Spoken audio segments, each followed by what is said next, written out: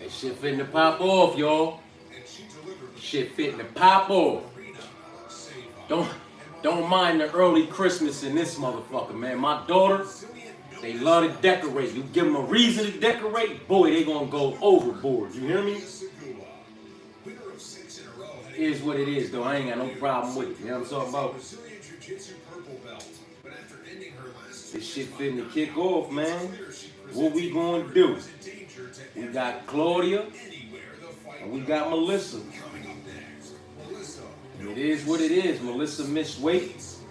Not by much, but she did miss weight. So Claudia will be taking that little percentage of her purse as far as, you know, all of that goes. Welcome to the UFC, Claudia from Poland, 25 years old. See if I can, you know, 6-1 on the record. Burn this down for a couple minutes before this shit kick off. It's got to be tapped the fuck out once these fights kick. You know what I'm talking about? Close on the pressure, Laura, or she'll pause. Pick this motherfucker up in between fights. Yeah, she's got a great gap. I can't smoke while these motherfuckers is bagging out, though. I'll be right in there with them, man. Trying to get away from shit. You know what I'm talking about? Huh? And it took me a minute to figure out what was going on, and I realized, oh, it's a special rule set. First round is boxing, second round is kickboxing. We never made it to a third round, but what was so impressive about what's gonna happen here, man? What's gonna happen here? Who everybody got in this one, man? Y'all rocking with the motherfucking favorite in Melissa? Or y'all rolling the dice on the dog in Claudia?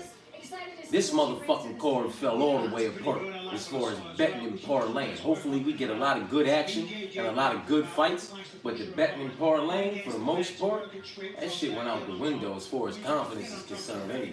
You know what I'm talking about? And good money lines. They took my good money lines when they took Dolby and they took Miles. Because I was on Dolby and I was on Miles. Whatever side you was on, Dolby, Zaleski, Miles, Cody, beautiful money lines. They took them motherfuckers. Give me that. Damn shame. Now, for the most part, it's haymakers, Hail Marys, and dog plays, man.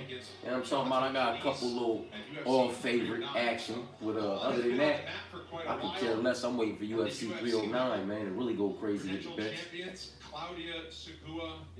Claudia done made her way out, man. Melissa coming, man.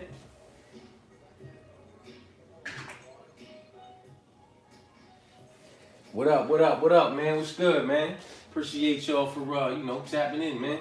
We finna see how this motherfucker kicks off. See if we can get a dog to bark from the jump. Or, you know, see how these referees is acting, too. Because, that motherfucking, that bang out with the women last week, boy. They went wrong on that one. The dog did what she needed to do to secure that bag. That's how it goes, man. That's how the ball bounces and the cookie crumbles, man. Word. It's easy, man, to look at these cards and look at these money lines and be like, yeah, the boy Carlos, Jillian, you know, Malik, fucking Zaleski, that's my most confident picks, man. Get the fuck up out of here. Nothing about that shit makes me confident. All them crazy money lines make me fucking nervous, man. You know what I'm talking about? UFC debuters. Oh my God, with crazy money lines. That shit make me nervous, man. See, I know what kind of work Nicholas Dalby and Zaleski do, so I know what I'm getting when them two fight. I'm confident, you know, in 2024 in the Nicholas Dalby side. 2 rounds to 1, possibly finding the finish if it presents itself. You know what I'm talking about? And he had a beautiful money line. Miles Johns and Cody. Cody might have got off a little bit in the first round, but 2 rounds to 1, Miles Johns. And if the finish presented itself, you know, we'll take that too. They was 2 good money lines, man. And if you was on the other side, they was 2 good money lines, man. Fuck all these heavy favorites, man. You know what I'm talking about? You got jokers minus 850, minus 700, over to minus 400, creeping up to minus 500, and they only have 6 fights. And those 6 fights are up against opposition with combined records of 11 wins and 9 losses. I get it, man. I get it. Malik looked good, and he looked good on the Contender Series. And Dusko has not looked good. It's been a roller coaster for him, but it's been a roller coaster in the UFC up against a higher level of opposition, man. You know what I'm talking about? So it is what it is. And his 12-4 is up against opposition with combined records of 182 wins and 77 losses. He's by face the higher level of opposition, even if Malik beats him. You know what I'm talking about? What does he do with Gregory Rodriguez and the rest of the individuals that Dusko was already matched up with? You know what I'm talking about? I can't get behind tags like that on UFC debuts, man. You know what I mean? I can't do it. Like, Sopaj was a crazy favorite coming off a loss. Like, I get it. We trying to take what we can from the loss, but it was still a loss. He gave everything he had. Vinicius was edging him out everywhere, and if he went to the cards, he was losing via decision. You know what I'm talking about? He just ended up getting clipped and disconnected instead, man. You know what I mean? But we gonna make him a significant favorite over Ricky, who has a half a dozen or so fights in the UFC, has some wins against a higher level of prospect opposition. These money lines are crazy, man. These money lines are crazy. Here the fuck we go, though. Huh? Here the fuck we go. They both look like they ready to rock. They both look like they ready to rock.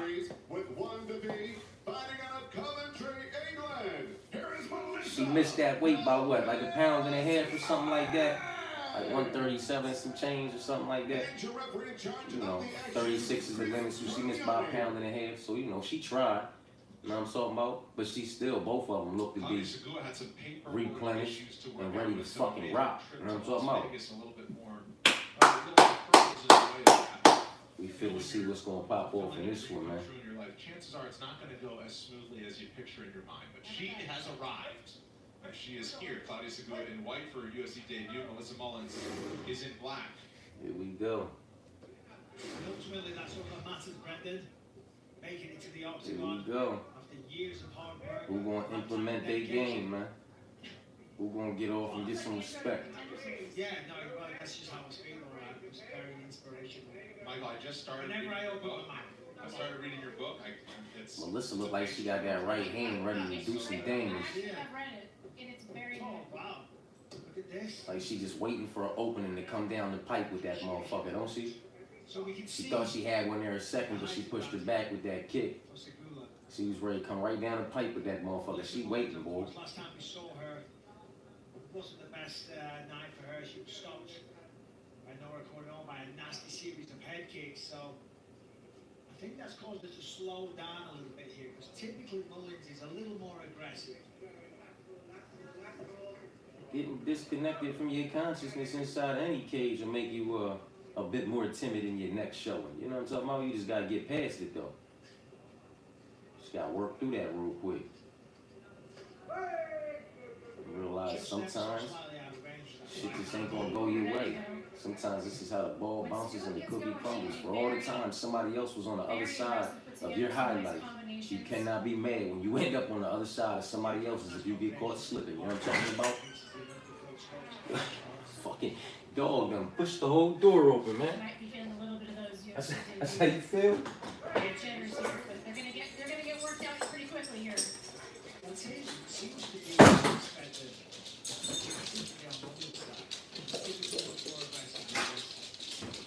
It's hard. Yeah. When you get stopped, your next fight, there's a lot going on psychologically. It's just, you know. Yeah, they gotta do something. It's a chess match. I get it. You trying to get your timing. You trying to get your reads. But you gotta get going, man. Somebody gotta get it doing something.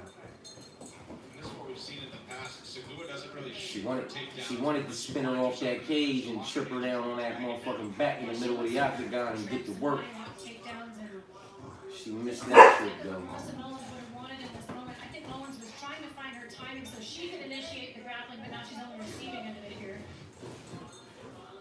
Yeah, Mullins is going to use that. Alice, you gonna get sweet? Making a mistake there. She turned it into a head and arm throw. And she worked to the back. She worked to the back. It's in the midst of it. Mullins kind of needs to wait. I don't know what this is, yo. You know what I'm talking about? They giving it what they got, though.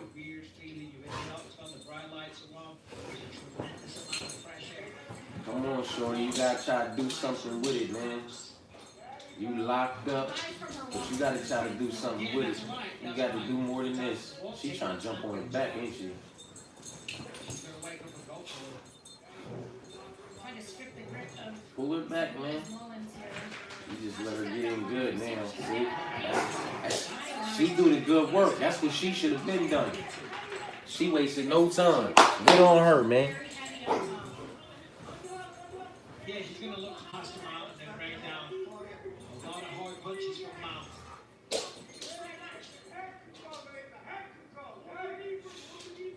the corner screaming head control, you can see. Nah, that's they shit. That's they shit. They got a couple of these Christmas pillows and Christmas blankets that they done already tore the fuck up. You know what I'm talking about? All the rest of them, they off the couch right now. Except for the ones that they allowed to fuck with. Because unfortunately, they done already fucked them up. You know what I'm talking about? And I done already stitched them up. My daughter done took them to my mom. My mom done stitched one up before. And they just keep getting after the same ones. You know what I'm talking about? They must got that smell up in them or something. I don't fucking know. But yeah, they good on them. They good on them. They for them.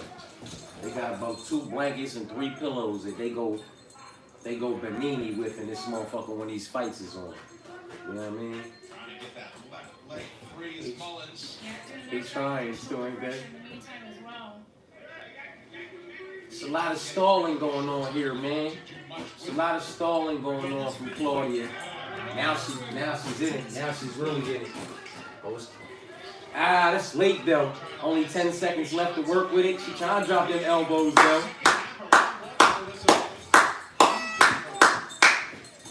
Well, that's that with that. Round 1 down. Melissa Mullins got that one in the bag. You know what I'm talking about?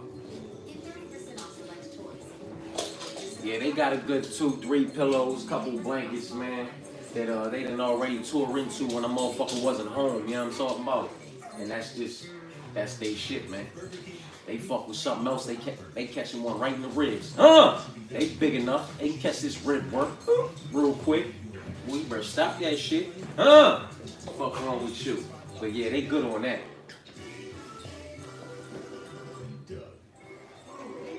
Yeah, definitely saved by the bell. She was done. If she got that one in 20 seconds, maybe 15 seconds instead of, really got in a good position with 8 seconds left and started throwing down. She got in a position with 18 seconds left. It would have been over. It would have been over, man. You know what I'm talking about? But that's on Claudia. That is on Claudia. Claudia had all that fucking time that she was stalling up on the cage, wrapped up, entangled, had positions that she, that's on her and that's on her corner. They should have been screaming for that shit. They should have been smacking on that fucking mat and hollering for that shit. You know what I'm talking about? The moment Melissa got in that position, she took it. She swept her, got on top of her, and maintained for the rest of the round. I don't know what that was. That was like a Chelsea Chandler combination. See, now it might be over relatively quickly. That little punch combination that Claudia just strung together was like Chelsea Chandler.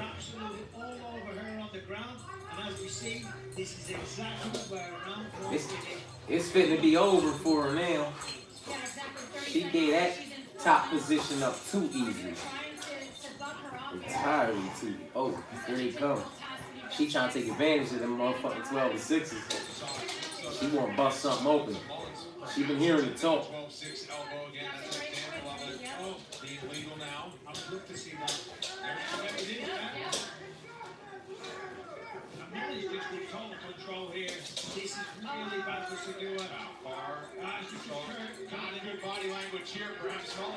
It's over for her. Come on, kid. Come on, man. She don't want no more work. She don't want to be in there, coach. Get her out, man. She don't want to be in there no more, man. She don't want to be in there no more. She just want to go home, man. She just want to go home, man. You know what I'm talking about? She don't want to be in there no more, man. That was easy work. That was easy work in a position where one would have thought Claudia would have done her best work. You know what I mean? Uh-oh, it's going down. Everybody breakdancing now. One girl did the little Australian shit or whatever it was, right? Wasn't that Casey O'Neal? They low-key gonna start having a dance battle after they fight. Melissa Mullins and motherfucking Casey O'Neill. Huh? Stop it. Stop the madness. That girl, she ain't want to be in there, man. She ain't want to be in there. Look how easy all of this is taking place, man. With all due respect, she's not even trying to get this right hand back at all. In any way, shape, form, or fashion. There was no bucket happening with that right hand. It was just stretched out. The left one was right here, and all she was doing, like she was on the phone, calling the referee, telling these motherfuckers to please stop it. You know what I'm talking about? Come on, man.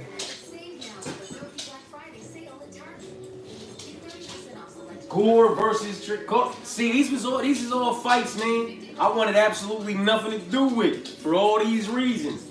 I ain't want shit to do with no Claudia versus Melissa, Trey Sean versus Antonio, motherfucking Malik versus Dusko, Cortavius, is that his name, versus Gaston. You know what I mean? Because the more I watch tape on Cortavius and on Gaston, the more I see Gaston disengaging with like a fucking vicious ass spinning elbow or something and just disconnecting fucking Cortavius from his consciousness in the second round after Cortavius gets a bit does a bit of good work in the first round, you know what I'm talking about? But Gaston survives that shit, comes out in the second round, he's a bit worse for the wear, both of them are, and when he disengages from one of those exchanges, I can see Gaston just knocking him the fuck out, man. It is what it is. I don't want nothing to do with a lot of these motherfucking fights. Tricali, he's another individual whose frame, you would think he would be able to implement more of a game plan than what he's able to do, man. And especially in this matchup, neither one of them are high volume strikers. They both like to implement an all-around body of work. Trey Sean and Antonio. They both like to mix in the takedowns, mix in the control with the strikes. They're not high volume strikers, you know what I'm talking about? Neither one of them are very special in any department. And Antonio Tricali's got the height advantage, the reach advantage, the experience advantage for what it's worth, you know what I'm talking about? But I don't know if any of that's gonna work for him. Who the fuck knows, man? That's why I want nothing to do with these fights. I was good with Damon Blackshear up against Cody. I was cool on the side of Damon. I was good with Nicholas against Zaleski. I was on the side of Nicholas. I was good with Miles versus motherfucking Cody. I was on the side of Miles, man. And then everything after that, we was gonna talk swap out options and shit like that. Like I like Charlie Radke, but Charles is coming off a TKO, just like Sopaj was coming off a TKO. What's to say that, you know, Selmsberger ain't saying, you know, maybe that body suspect, huh? Los got him up out of there with a vicious, perfectly placed knee, but maybe that body's a little bit suspect. Let me start hitting this motherfucker with Teep's toes right above that belly button to keep him back. Let me rock that body a little bit and come over the top, man. What's to say Selmsberger don't get chucked the fuck up out of here? It is what it is. I don't want nothing to do with a lot of these fucking fights that are left on this card, man. You know what I mean? Yeah, I don't know. I don't know how Trey Sean and Tricali's gonna go, man. After the first round, because he was telling you to go back at her, that she couldn't compete with you on the ground, and you put her straight back down. Yeah, so I got told I was not working too much of what we've been working on. So Yeah, we're going to have to see that one go. Yes, I am very much so a tri-state and a Del Marva baby, man. A lot of my life spent up in motherfucking, you know, Northeast Philly, here in Delaware, Wilmington, Delaware, Newark, Delaware, you know what I'm talking about?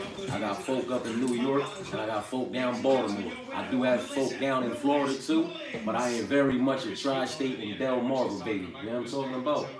As if I can't believe you just awarded me my black belt. I'm sitting next to brown belt Laura. I'm 42 years old too, you know what I'm talking about? So I've been around.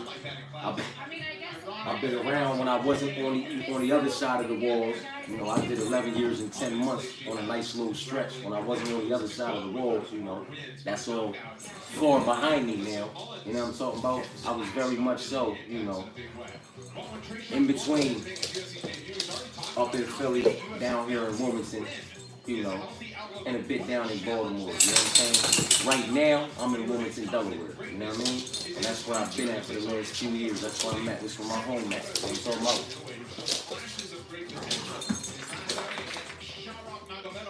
Wants to be off and running as a rising middleweight this bout. Yeah, this one gonna be a good one, man. I would like to see the boy Antonio use his bit of experience, because he does have a bit of experience edge, man. You know what I'm talking about? I like to see him use that and his physical attributes, man. They're both low-volume strikers. If he can keep Trayshawn at the end of his jab, at the end of his little combinations, if he strings a few of them together, implement a kick-heavy game on Trayshawn with that 4 or 5 inch height advantage, that very much so works into the kicking game. That reach advantage of 4.5 or 5 inches for the jabs and the strikes. You know what I'm talking about? And if Trayshawn attempts to get in on any takedowns, he can use that clinch defense, putting that motherfucking forearms right in them shoulders, pushing back and possibly framing for some nasty knees with them long limbs. You know what I'm talking about? If Tricali gets taken down, I don't want to see him working too much off his back. That's the problem with some of these individuals that are comfortable doing work off their back. They spend too much fucking time down there getting control, you know what I'm talking about, and letting the fight slip away from them. Use your limbs, butterfly, framing, push them off while you get back up and get back to work. Neither one of you are that fucking dangerous as of yet against the level of opposition y'all been against in any fucking department. You know what I'm talking about? So make this shit highly competitive and closely contested and do the little bit of better work. You know what I mean? I'd like to see it go like that. Trayshawn, he might just allow Trayshawn to crash that distance, close that range, work that body, do the better work, land takedowns, get top control. It might all just go fucking left. You know what I'm talking about? It is what it is. That's why I want nothing to do with them fights, man. You know what I'm talking about?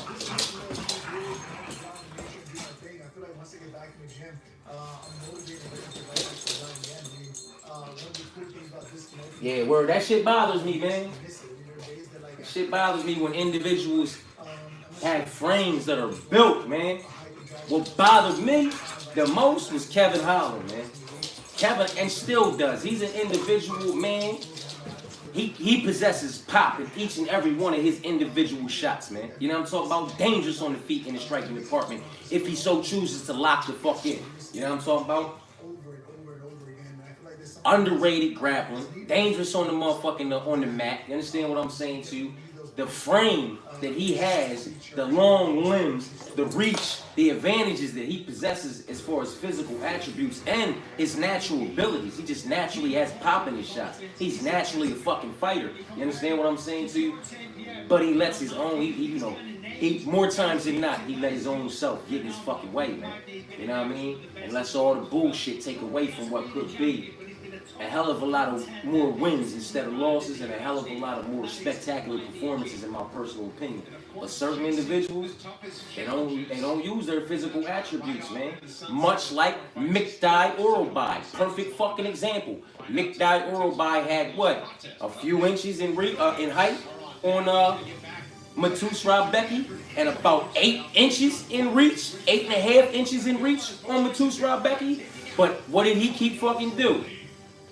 Trying to go, he had the one little kick, he had the 1-2, and Rebecca had that fucking clinch grab. He kept trying to grab the back of Rebecca's neck and throw that uppercut. And every time Rebecca felt him grab the back of the neck, he said, "Oh, I got one," boom, and just bumblebeed that eye up even more. But that's a perfect example of a motherfucker who did not use his physical attributes to his advantage. And it cost his motherfucking ass. He got bumblebeed up and beat the fuck up for absolutely no reason.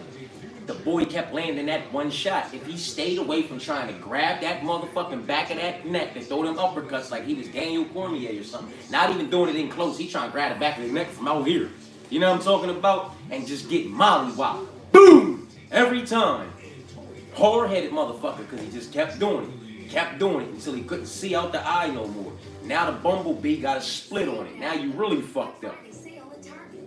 That's a perfect example, though. Motherfuckers need to use those physical attributes, man. And up to 50% off small appliances. Hurry, these deals end Saturday. Save more on gifts. Happier holidays from Target. Yeah, the dogs be losing their shit a little bit on fight night because they not used to it, man. You know what I'm talking about?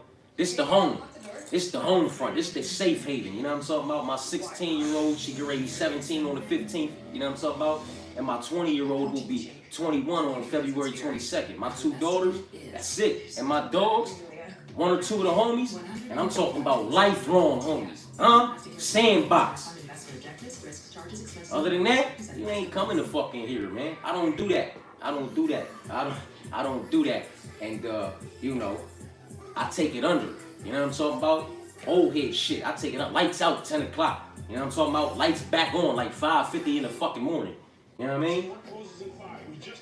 Only time it's like this and the energy's up, you know what I'm talking about? And I gotta get loud in the house or anything, like when the fights is on. You feel me? Because other than that, shit calm and coolly around here. It's real quiet, man. You feel me? They not used to people like that. That's why they go banini if somebody come around here. Because they not used to people like that, man. I don't let just anybody in my... If I let you in my house, I let you on my couch, I let you eat at my table, I let you around my daughter and my family and my home and my... That's some other shit. You know what I'm talking about? So they not... They get all anxious and all that, you know what I mean, when I'm in this motherfucker. Especially if I got, you know, I'm live watching the fights, because then I'm chopping it up with y'all. And they really don't know what's going on because they don't see nobody else in this motherfucker. Normally I'm just hollering at the TV all over the motherfucking, you know, all over the floors. But yeah, that's... Yeah, she anxious, boy. And they jealous. Won't near one of them let the other one get love for nothing without coming all up in the mix. You know what I'm talking about? Oh, man. That's my babies, though, man. That's my babies, man. Zeus outside, you know, he a husky. Purebred Siberian husky. You know what I'm talking about? So he like that cold weather. If it's snowing, that motherfucker go lie in a pile of snow. If it's raining and it's cold, this dickhead will go lay in a fucking puddle of rain and just be out there cooling. Like, that's just what we do around here. You know what I'm talking about? It's my babies though, man. It's just me and them and this motherfucker and my daughters. Like I said, one or two of the homies come by. You know what I mean? And I'm the youngest. I'm the youngest, man. You know what I mean? And my brother, you know, I got two half brothers and they don't really be around here like that. So they get ran down on when they come by the crib. Cause I just don't fuck with folk, man. You know what I mean? I learned a long time ago to keep this motherfucker real tight, real small, tight like ant pussy. You know what I'm talking about? Keep that motherfucker tight and keep it small, man. Can't fuck with folk, man. You never know what's going through a motherfucking head. You never know what they coming from, what they going through, what they contemplating. You know what I'm talking about? And loyalty, honor, respect, all of that shit is hard to come by. I don't give a fuck how many folk wear it on a shirt, wear it on a hat, hashtag that shit. It's different in real life, you know what I mean? That shit hard to come by. And I learned them lessons, you know what I mean? Here the fuck we go, man. What we gonna do? This young man gonna use his physical attributes. One of them needs a spectacular performance. Hey, man, a lot of these dogs deserve, in my personal opinion, mandatory dog plays. GM3, come on, man. 29 submissions and 6 knockouts up against 12 submissions and a few knockouts. You know what I'm talking about? They both do their best work on the ground. And if you look, because I've looked, I've watched all the tape I could watch on RDR, man. And I just can't stop putting him in the same fucking category with Ben Askren, was 18-0 when he came from 1. Very dominant over there. Proved to be a force to be reckoned with. A fucking champion. Came over here. Damian Maia submitted him. Jorge got him out of here. Robbie Lawler knocked him out with a slam, then woke him up with a punch, and unfortunately lost. Like, come on, man. It's a different level of opposition over here. I wouldn't be surprised if GM3 gets him the fuck up out of there, man. Just is what it is, man. I wouldn't be surprised if Dusko was too much for Malik. You know what I mean? If Neil survives the first 3, 12 and a half, 13 minutes, I wouldn't be surprised about any outcome in that fight. A lot of these dogs are worth a sprinkle, just based off the fact that there's really no reason for us to be arguing their statistics when most of them haven't been tested up against a legitimate level of opposition. It just is what it is. Proven ground needs to be covered for a lot of these cats, especially for me to get behind price tags like that. You know what I mean? And especially when on the other side, the proven ground has already been covered. We already know what level of opposition certain individuals are. You know what I'm saying? The same can't be said about a lot of the people on this card. You know what I'm saying? He's a real life tough guy. He's about that life. He's from the streets. However you want. You're not gonna get that corny little sweet, man. You gotta work a little bit harder than that, Antonio. In October of 22, taking on another guy, very tall, Josh Friend, 6'5". He's locked up in front. Stop it. Stop it. He going Josh Fleming. Ain't that sad, ain't it? Look at that. Trayshawn Gore.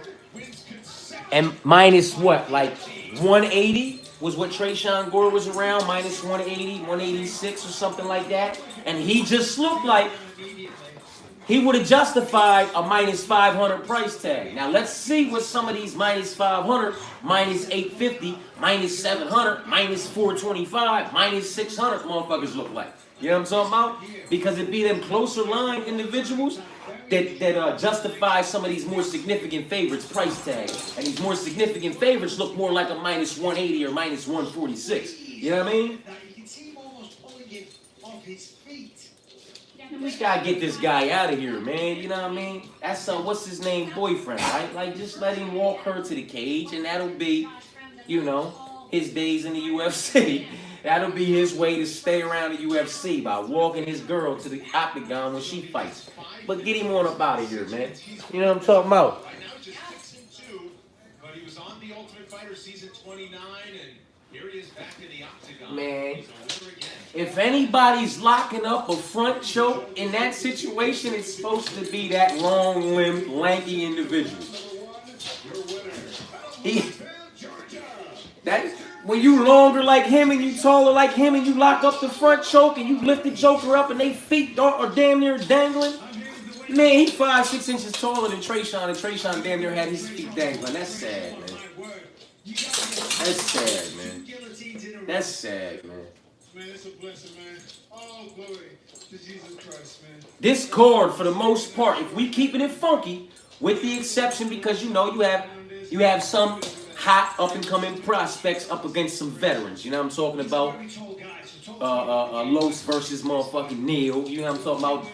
Denise versus Carolina. You know what I mean? But for the most part, man, this shit right here is like a Dana White Contender Series card. It's like they just added another motherfucking week to this season, and we're getting to see a few more fights on a Dana White Contender Series card, man. Because the level of opposition is ridiculous, man. They gonna have to stretch out so much talking. Y'all gonna be tired of listening to me. Because what the fuck are they gonna do to stretch this time out? You know it's gonna be preview at the preview, a little clip of this interview, a clip of that interview. Then we gonna get the next fight because they both just got the fuck up out of here. One in the second, one in the first. Stop it. What's up, baby? Huh? What's up, baby? Tell me what I thought.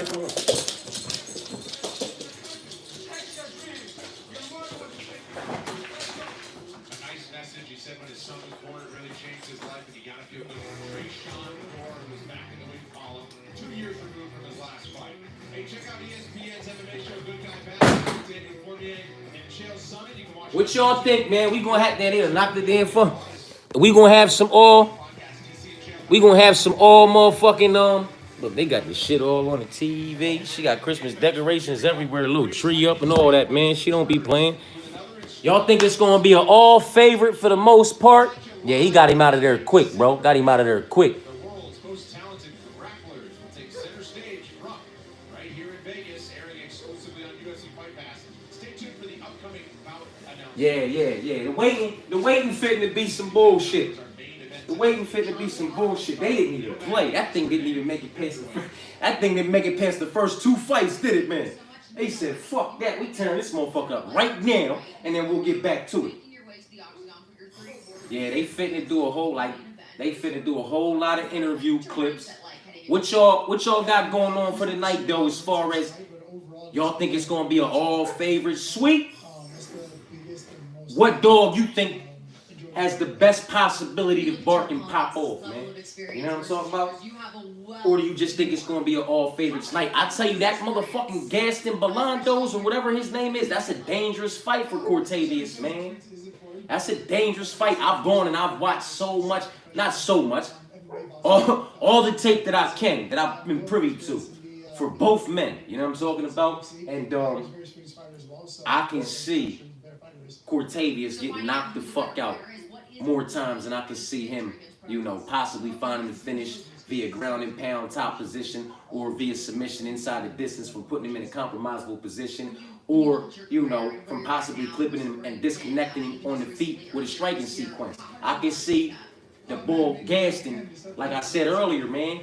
Maybe it's the second round. Maybe Cortavius gets off a little bit of good work in the first round, but is not able to get him up out of there, so he's a little bit worse for wear on the gas tank in the second round. And then when they get into that wrestling, grappling exchange, maybe he gets him up against the cage, but when old boy goes to disengage, I can see a nasty little elbow, whether it's a spinning elbow, a step. I can see a nasty little elbow in a striking exchange when they disengage. It just puts Cortavius the fuck out. You know what I'm talking about? I can see that dog barking, man.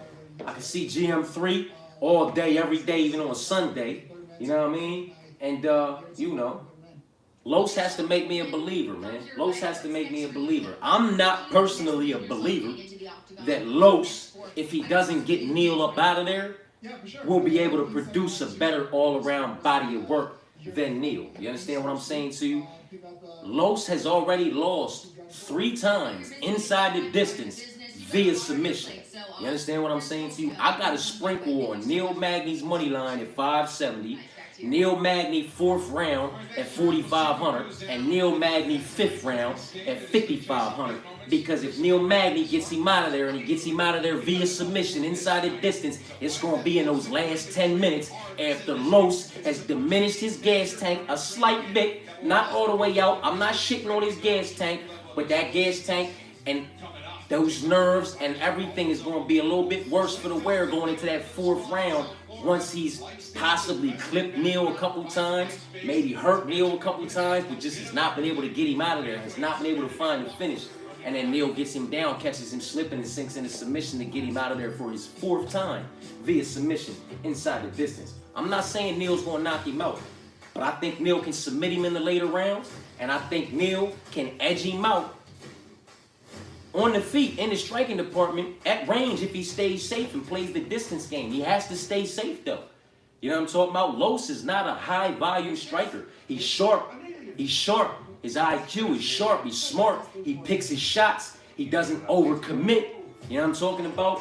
But he's not necessarily a high-volume or extreme heavy pressure fighter. And Neil can utilize that octagon. He can work that octagon. He's experienced. He knows what he has to do. And he can stay at range, play the distance game, use the kicks, implement a kick-heavy game, use the jabs, because he's got like a slight reach advantage with an 80-inch reach. You understand what I'm saying to you? And frustrate Los, who already just wants to get in there and get his fucking head off his shoulders because he's already looking past him at who he's going to fight next. You know what I'm talking about? Neil can win by decision, man. And Neil can win via submission in the later rounds, in my personal opinion, if he stays safe. You know what I'm talking about? Carolina, I had a little, you know, I would have liked to think that she had a better chance at barking than when I saw Denise with that fresh fade, man. Denise looked like a stone cold killer with that fresh fade, man. That thing was sharp too, man. Had me looking in the mirror at mine real quick, talking about where she get her shit at. Her junk was sharp, man, and she looked ready to go. I'm talking locked and fucking loaded, man. Had me a little bit nervous for Carolina. You know what I'm talking about? It is what it is, though. You know, I have no problem being on the wrong side of that pick, as I am the only guy on that pick. You know what I'm talking about? With Carolina. I got no problem being on the wrong side of that, man. She got a win over Joanna Jędrzejczyk. I know her best days are behind her. You know what I'm talking about? But she got a win over Joanna Jędrzejczyk. You know what I'm talking about? However you say Joanna's name. You feel what I'm saying to you? She's got some decent wins, and her losses seem to come to the Jessica Penes, you know what I'm talking, the more OG, crafty, you know, veterans that really know how to get shit done and edge her out. That's where her losses come, man. Those newer individuals into the UFC, she's 4-1 in her last 5, so the proof's right there. She does a bit better up against this, you know, the new incoming individuals, man. You know what I mean? And Denise, she lost to Angela Hill, right? If I'm not mistaken. And she lost to Luma Lume or something like that, man. You know what I mean? 2 individuals who know how to get it done inside that motherfucking octagon, man. And I know she might go in there and justify her price tag. She might go in there and knock Carolina smooth the fuck out, especially after I saw her at the weigh-ins and the face-off. She looked like a dialed-in fucking killer, a hitman on a mission. You know what I'm talking about? So she might go in there and fuck her up. Cool. I'd rather her, you know, I'd rather her fuck her up than it be highly competitive, closely contested, and I feel like it go either fucking way and Carolina lose. You know what I'm talking about? I'd rather her go in there and clip her and disconnect her from her consciousness or submit her. But I had to rock with Carolina based off the simple facts, man. I get it. Denise is more dangerous. You know what I'm talking about? She's 24 years old. Carolina's 39 years old. There is a significant age gap. But that's a double-edged sword, man. If we being real with each other, that's a double-edged fucking sword. You know what I'm talking about? Yes, Carolina's 39 and she's 24, but at 24 and you're low to, you know, your early 20s, you're still developing. In this fighting game, there's still lessons to learn. There's still tiers to climb up, levels of opposition to climb up, lessons to learn, whether they come in wins, losses, or draws. You could win every single fight all the way to the title, but as those levels of opposition got harder, you faced adversity, you made it through that adversity, you worked through it, you know what I'm talking about? You learned lessons, man. She's not in her prime. She's more dangerous. She's younger at 24. She's faster. She got more pop in her shots, but she does not have the experience. She has not learned the lessons. Carolina might very well be exiting her prime, but she made it to her prime. She learned the lessons. She has the experience. She knows what, you know what I'm talking about? She knows what you learn on that road, on that journey. Denise has not yet reached her prime. She has not yet peaked. You understand what I'm saying to you? And why she may very well go out here and beat Carolina, she's doing so not even at her peak, not even have reached her prime. You understand what I'm saying to you? She's still climbing and developing, well-rounding herself off, sharpening tools and working her way into her prime. She's not there yet. You know what I'm talking about? Carolina's been there, done that, experienced that, learned the lessons, knows what she has to do, and if she loses, she loses. You know what I'm talking about? But that's why I rolled the dice with her. Out of pure respect and principle. You know what I'm talking about? She's been up against a higher level of opposition. She's beaten the higher level of opposition. And she's had a roller coaster of a road, but that roller coaster of a road has been inside the UFC. And look at Denise, man. Carolina's 4-1 in the last 5. Denise is 3-2 in the last 5. She's already having a bit of a roller coaster ride inside the UFC. You understand what I'm saying to you? So you got to give a little bit of leniency to these OG veterans that been around for a fucking minute, paying their dues and earning a spot. You understand what I'm saying to you? It is what it is, man. You know what I mean? It's a dog play. And I got no problem rolling the dice on a proven, you know, OG at that tier for that level of opposition in the women's division. You know what I'm talking about? Boy, oh boy, they dragging this shit out, ain't they? Hold on, Rock. How about Melissa Mullins, though, Paul? This one is You coming in, right? You coming in, too? Come on, man. she's soft-spoken. Come on with it, Scrap. She definitely went to work with one. Come on with it, Scrap. Yeah, them first two fights, man, they was like the first 2 fights.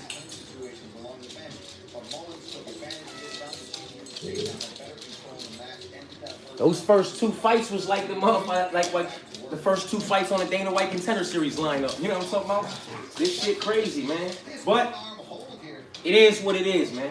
I side with a lot of these OGs, and sometimes, you know, it fucks up my, you know, correct to incorrect ratio as far as picks are concerned. You know what I'm talking about? But I address all that shit in my videos in depth, why I'm rocking with them, how I want nothing to do with the fight or complete passes unless we talking about a dog play in some way, shape, form, or fashion, or a haymaker or a Hail Mary toss. You know what I'm talking about?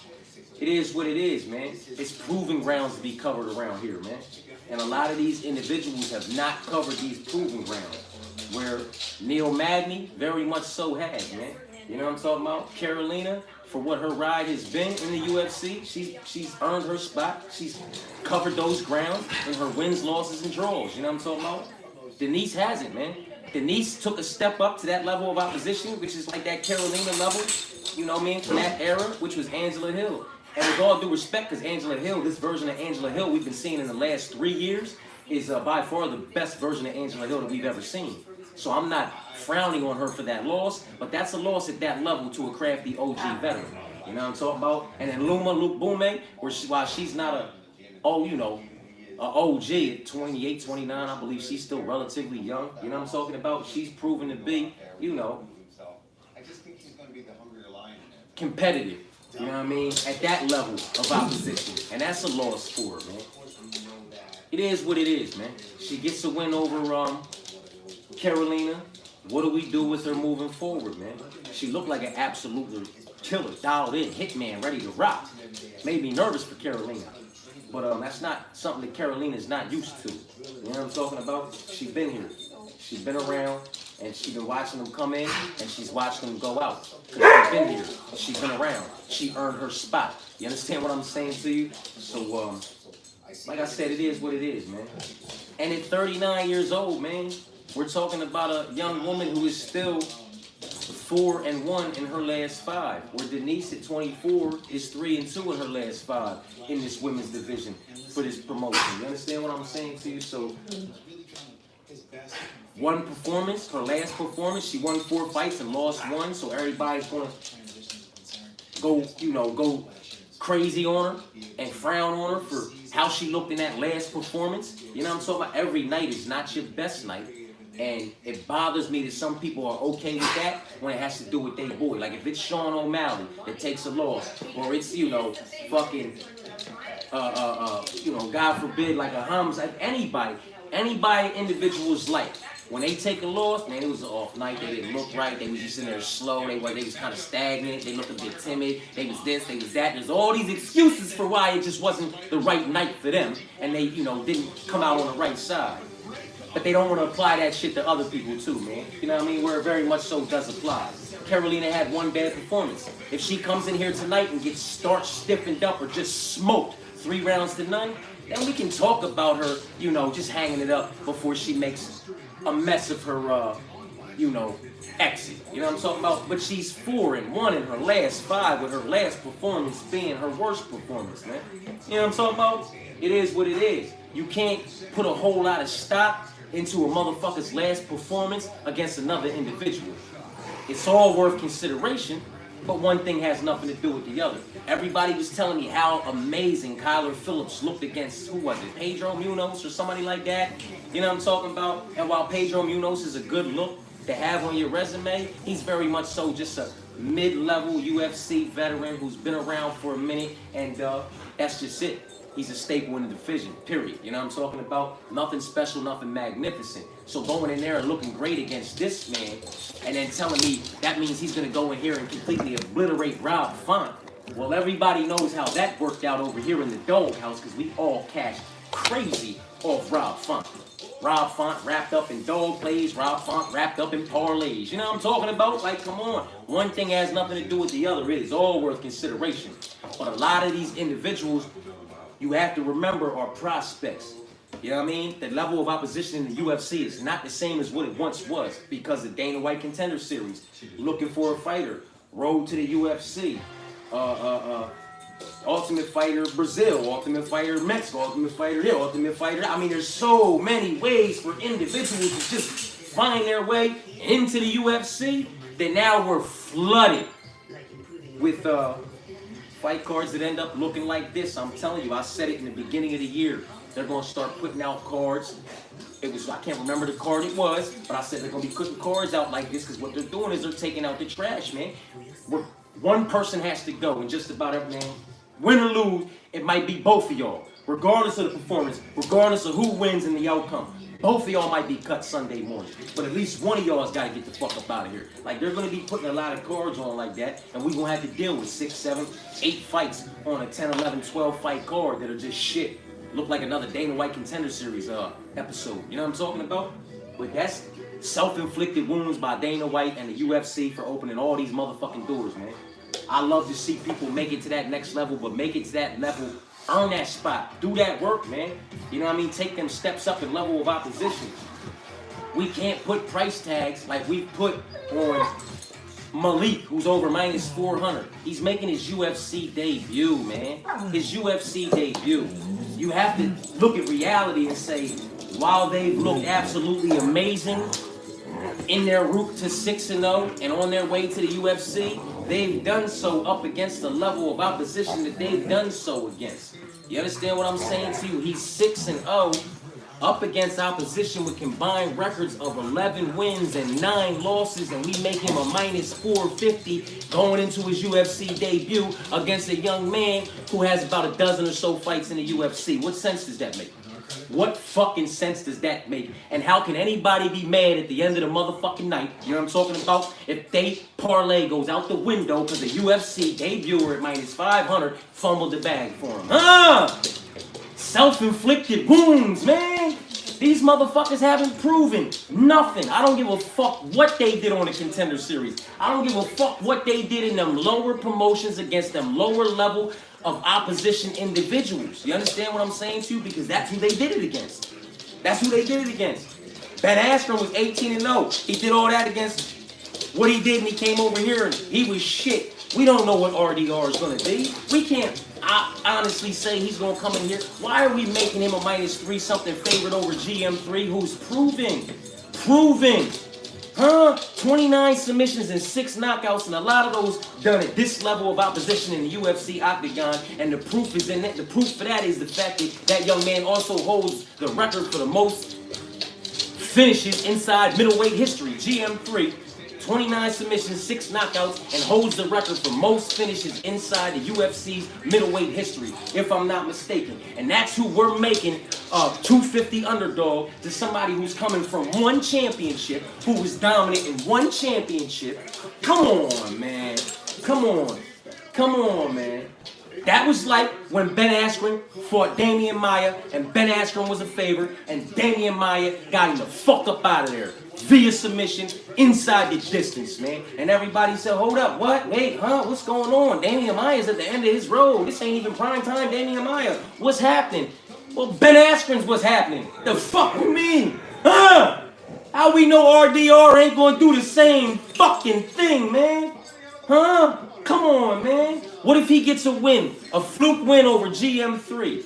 Robbie Lawler picked motherfucking Ben Askren up, knocked him out with a slam, punched him, woke him the fuck back up, and then lost the fight. What if something happens and GM3 loses, and then RDR's a significant favorite and gets finished, significant and gets finished, and just gets finished and gets finished? Are we all gonna be surprised? I'm not. Come on, man. These price tags is crazy. And my bad, I was ranting like a motherfucker. I ain't even get the fire the blunt back up. Fuck, what we gonna do, Demond? These two motherfuckers is ready to go. Look at them, it's about 0.23% body fat between both of them.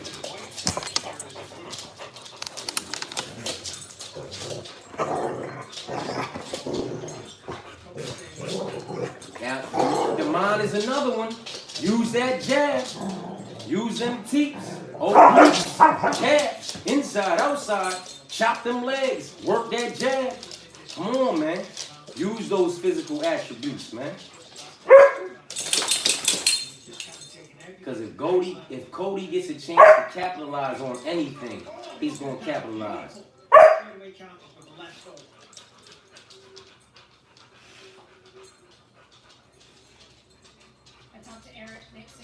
Statement's coach about his thoughts on this fight, and he said, listen, we got to be first and third. We got to allow ourselves to be aggressive, exchange with him, because that's part of what lost him that last fight as well, Michael. He just wasn't putting together the combination. Yeah, but listen here, man. He's looking to let them win. Yeah, we certainly did that.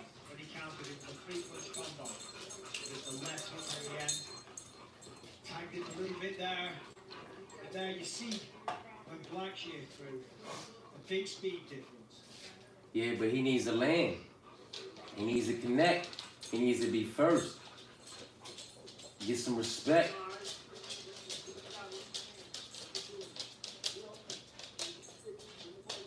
There's one thing for sure, 2 things for certain. You can count on Cody to show up and do what Cody does. And that is stay active try to mix it up, and sit down on his shots when he strings combinations together. You gotta pick him apart, man. You gotta use those obliques, those calf kicks, those insides, those outsides, those teeps to the belly. Put your motherfucking toes right above his belly button. After you've done that a couple times, work that front kick right up the front and try to catch him in the fucking chin. You know what I mean? Stay behind the jab, utilize the octagon. Just got out of the way of that flying knee. I can do without all that flashy shit. Let's do that flashy shit after you cracked him and you got him backing up to the cage or something. You know what I'm talking about? But just trying to jump in there like that, you fucking around, come down to an uppercut or a double hook combination. Bang, bang! Hold on, Zoo. You gotta hold on, Scrap. You can see that here tonight. When he puts his combinations together, See, that's what Demond needed to do, but he's tough business for anybody, honestly. stay nice, man. Stay clean, stay quick, stay accurate. You know what I'm talking about? Sit down on that too. Not every time. You know what I'm talking about? Be careful, man, with this. I can do without the flashy shit. Let's do good work. There we go. Let's do good work. There. See, that's what I'm talking about. That's when we can fucking do it. That's when the fuck you do it. You know what I'm talking about? All that funny boy, all that funny fuckboy shit in the middle of the cage, man. Put that motherfucker up against the cage, man. Put him in a compromisable position. Then we can do that fucking fancy shit. Huh? Come on, man. Come the fuck on, man. Let's get that motherfucking leg loose and lock him the fuck up. Lock him the fuck up. Don't overcommit until you got it. Lock him the fuck up. Come on, you trying to one on him. You trying to be fancy. You were spending a lot of energy though, Demond. You neck cranking and squeezing with this one hand shit.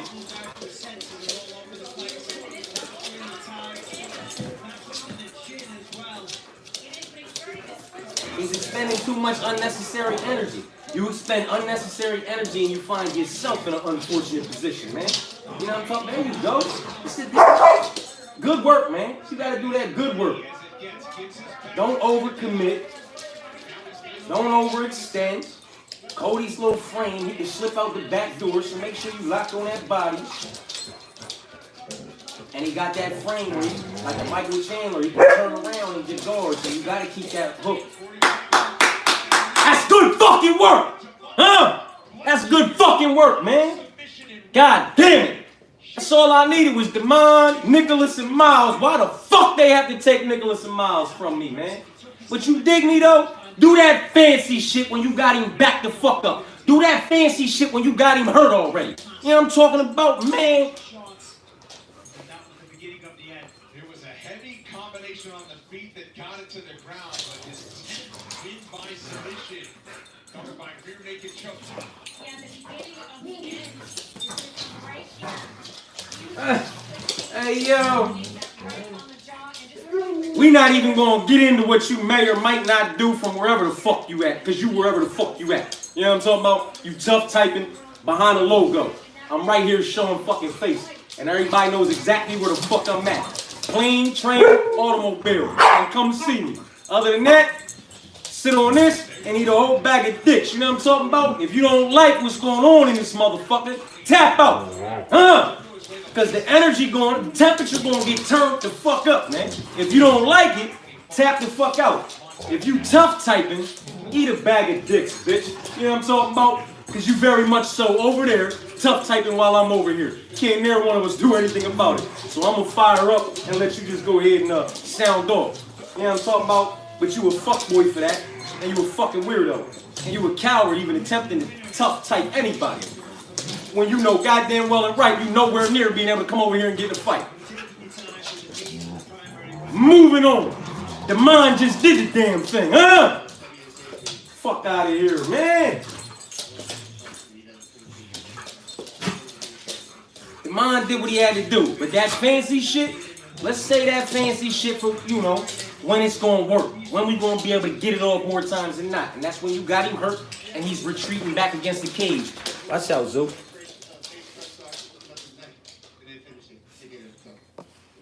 Yeah, no, it was really good, and of course you got it with a rear naked choke. Congratulations, living up to your potential. When do you want to get back in here? When we get back in here as soon as possible. Fresh and clean, so I'll be back. Oh man, y'all already know. Peace and blessings, man. Peace and blessings, man. It's all love over here, man. The temperature up. The fights is on. And I'm not somebody who likes to argue. You know what I'm talking about? Y'all wanna go outside? I don't do arguing, man.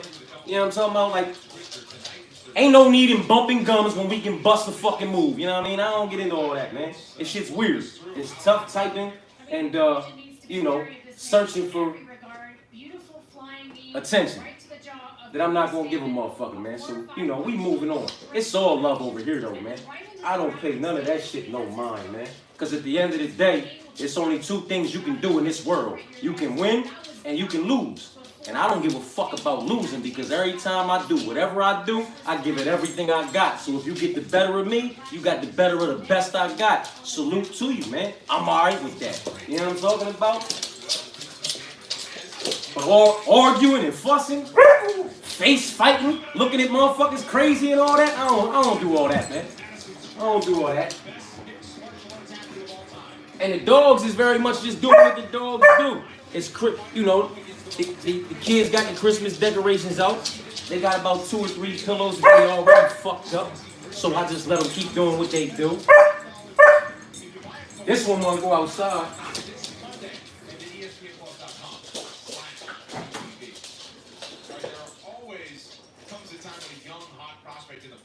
Starts meeting next level tests in the octagon. Carlos Prates believes he's already good enough to swim with the Sharks at 170 pounds. But Neil Magny not ready to give up his seat among the welterweight tonight. Yeah, the dogs went crazy, man, but that's what they do. That's what the pillows is for, man. It's like a really exciting fight from beginning to end. Both guys going out there going to be on top. Oh my goodness. Oh, big shots from Neil Magny. Hey, look here, listen. I know what I did, though. I had Neil Magny wrapped up at 350. I try to tell motherfuckers, man. I told him if motherfucking Mike Malott is unable to go out there and implement that game and get him out of there inside the distance, Neil will take over. And I know what Neil did. And if I'm not mistaken, that was a fucking hell of a night because I had Neil Magny at plus 350 on the main card, and on the prelims I had Jimmy Flick at 175 and Sam Patterson at plus 130. I'm talking about obliterated the card that night. Listen, man, very much so why, you know, dogs is worth a motherfucking sprinkle, man, in certain cases.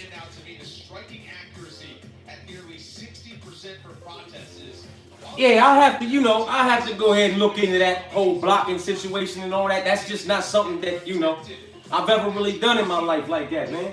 I'm not, you know, tech savvy. That's why all this shit, all the videos, all that gets done from my phone. You know what I mean? I don't bust the laptop out, so I don't have the laptop options. You know what I'm talking about? I just sit my phone up and I do my 1-2 for y'all, and I let that be that with that. That's why I don't have the time stamps and all of the other funny, you know, fancy stuff. I ain't gonna say funny, but fancy stuff that some of these other channels got. I don't have one. I'm not even a fucking premium member. You know what I'm talking about, man? Listen, man, I don't. Individuals ask me about the donation button, about this, about that, because of the parlays and all. I'm not here for that, man. I'm not here to drop a fucking link and sell a motherfucker, yo, go follow that and pay a subscription fee so you can see my personal parlays, man. I'll air my personal parlays out. You know what I'm talking about? We do the parlay videos, them things cash. I'll do a little motherfucking clip and upload them joints. You know what I mean? I got no problem with it, man. I'm not here to motherfucking, you know, I'm not here for none of that. That's why nobody has never heard me ever once in any of my videos ever tell y'all to hit, smack, do anything with that fucking like button. Do anything about subscribing. It is what it is, man. You want to tap in and stay tapped in, tap in and stay tapped in. You want to tap out, tap all the way the fuck out, because nobody is making you stay here. You know what I'm talking about? My main goal with this channel was parlays, man. You know what I mean? If I'm on the wrong side of some picks here and there, I'm on the wrong side of some picks, as long as we can properly prepare to be on the wrong side of those picks on our parlays and have proper parlay placement. You know what I'm talking about? That's what it's all about, man. And try to get motherfuckers to stop fucking their night up because they got, you know, their main parlay wrapped up in the prelims and the main card. Do your prelim parlays. You know what I'm talking about? Take your prelims, find out who you like from that motherfucker, put your little parlays together, put your money on them, and lock them in. Go to the main card and do your same thing. Find who you like, put your little legs together, you swap out options, whatever you want to do, put your money down and lock them in. And then take your most confident picks from the whole card, from the prelims, from the main card, and then go ahead and lock them together and do your whole card parlays. You know what I'm talking about? Then do your dog plays and your swap out options. That way, maybe you can hit on all cylinders. Maybe everybody on the prelims secures the bag for you, and then everybody on the main card secures the bag on you, which means your whole card parlay secured the bag for you, and you smacking on all cylinders. But if everybody on the prelims secures the bag, and 2 people on the main card secure it, but the last one fumbles it, at least you secured the bag on the prelims, and you just out your bag on the main card. Maybe you still got some dog plays and some whole cards together. But you know, that's all, man. And when it comes to your main bets and parlays, stay the fuck away from the last fight of the night, the first fight of the night, heavyweight MMA, women's MMA, individuals making their UFC debut, individuals minus 500 or above, or just ridiculously priced for no reason, and any fights you have question marks on. When you trim all that unnecessary stress away, you'll find your most confident play, and it'll cash for you more times than it won't, man. I'm trying to tell you. That's my main goal, man, for this motherfucking channel. You can tap in, tap out, tap in, stay tapped in. You know, fuck with the content, not fuck with the content. It is what it is. I'm gonna be here. You know what I'm talking about? Regardless. You know what I mean? And hopefully, along the motherfucking way, you know, we'll cash some bags together, man. We've already cashed quite a few. Dog plays, parlays, whole cards, haymakers, Hail Marys, prelims, main cards, whole cards, all cylinders. Like, we've swept, we fucked some shit up. You know what I'm talking about? And the goal is to continue doing that, regardless if I'm on the wrong side of a pick here or there. Because more times than not, it's those picks that are the complete pass fights for me anyway. You know what I mean? These foundations I lock in, when I trim all that unnecessary stress away, more times than not, they secure the bag, man. You feel me? It is what it is, man. Save now with the early Black Friday sale at Target. Get 30% off select toys, 30% off holiday lights, and up to 50% off small appliances. Hurry, these deals end Saturday. Save more on gifts. Happier holidays from Target. Yeah, the keyboard gangsters is funny, man. They funny. That shit weird to me, you know what I mean? That shit weird to me. I could never really wrap my head around that kind of shit, man. You know what I'm talking about? That's like calling me and telling me you coming to get me. Huh? Just come get me, man. Why the fuck is you calling me to tell me you coming to get me? Just come get me. You know what I'm saying? Why is you telling all the homies over there what you fitting to do? Because you want a motherfucker to stand in your way and stop you from doing it. Stop playing with me, man. Huh? I don't get into that shit, because that, for those reasons, this shit's weird, man. It's weird. Tough typing, tough talking, arguing with motherfuckers, face fighting, gritting on or something, you know what I mean? What you want to face fight for? You don't stand over there and look at me all crazy. Man, you got something you want to get off your chest. Let's go ahead and do it, you know what I mean? And both of us will be better for it. You feel me? Because I know me, I don't want to get in a fight with somebody and just throw my hands on it. You know what I mean? I don't get anything out of that. That's like going out in the motherfucking garage and beating on the bag. While it releases a little bit and does, you know, a little bit for you, it's not the same as somebody, you know, punching you in your mouth, ripping you in your body, and hitting you back. That's when you get that release. For me, anyway, that's where the release is going to come from. You know what I'm talking about? Talking shit to somebody, wearing my fucking fingers out. Stop it. That shit's sad, man. Fuckboy shit. Weirdo shit. You know what I mean? Like I said, it's like telling somebody you coming to get them. Just come get me. Why the fuck are you calling me to tell me you coming to get me? Huh? Oh, fuck out of here. Just find out where I'm at. And come do what you gonna do with no rap. You know what I'm talking about? No rap. Just handle your business. If it ain't that, you know what I'm talking about? Stop it. Yo, they dragging this motherfucker out, ain't they?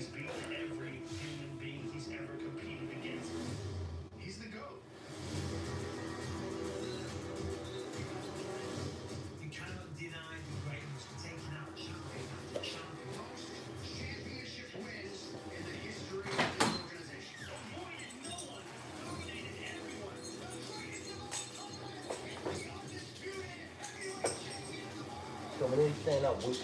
Well,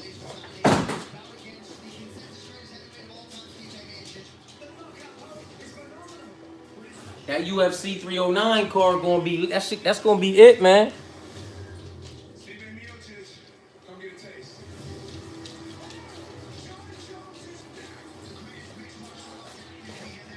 Yeah, that UFC 309 card gonna be good. I ain't gonna mad though. I ain't gonna lie to you. I'm mad though. I had an early bird parlay in. You know what I mean? And I had fuck man, what's the old boy's name? Down on the lower side of the card. I had Nikita Krylov against Azamat to give him his first loss, and Nikita was at like minus 188. You know what I mean? And I like that. You feel me? And then dang, why I can't think of old boy name off the top of my motherfucking head? But that other fight, man, that first 14 fight card turned into a 12 fight card, and it was two good fucking fights, man.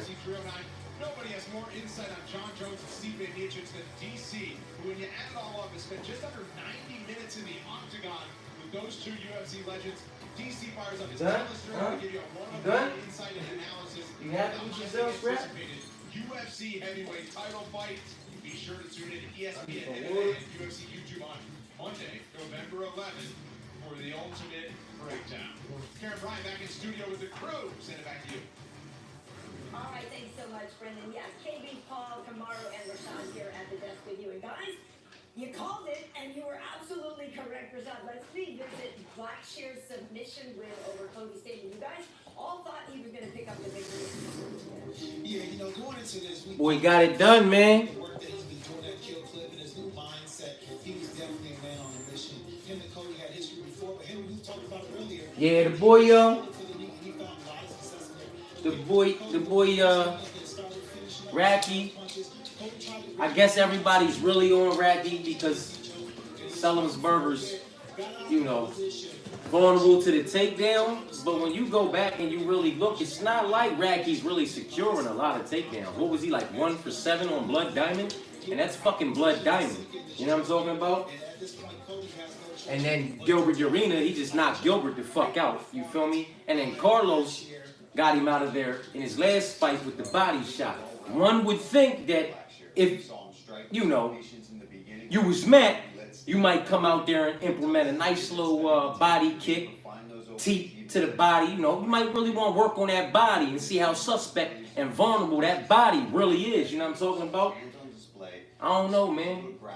I don't know. Because I don't know really how good Racky's wrestling and grappling is in the UFC at this level. Like I said, he went 1 for 7 on takedowns against fucking Blood Diamond. You know what I'm talking about? And then we haven't really had to see anything because he knocked Gilbert out and then he got TKO'd in the, you know, with the body shot by motherfucking Carlos, man. So I don't really know how dangerous or, you know, legitimate Racky really is in the UFC at this level. I do know that, you know, Matthew has turned some individuals like Jake Matthews and some other individuals that had steam on him when they fought him, you know, around, you know what I'm talking about, and that he can crack. I would like to think he's going to try to work that body, man. Do some good body work and see what he can get off. You know what I'm talking about? One would like to think that. You know what I'm talking about? One would like to think that. But who the fuck knows, man?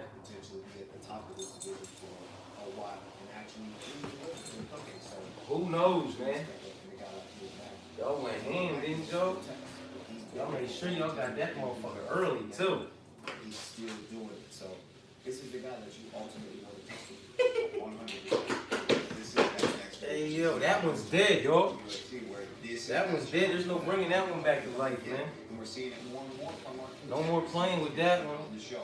But what's left of it, when that motherfucker's gone, that motherfucker's gone. I ain't stitching that bitch back up. You know what I'm talking about? They tore that motherfucker up quick. Huh? They said these motherfucking fights, they slow, they boring. Man, let's fuck this pillow up real quick, man. Let's put some action in this motherfucker since he's making so much noise. You know what I'm talking about? Let's fuck this motherfucker up real quick. You know what I'm talking about? Hey, motherfucker. Some fear fights, they want to get in there, they want to test themselves against the best. And here you got Neil Magny, a staple in the division, a guy who put many. That's the test right there, though, man. And now he Can Los get Neil Magny out of there inside the distance? And if Los cannot get him out of there, can he win via unanimous split or majority decision. I don't know that he can, man. You know what I'm talking about?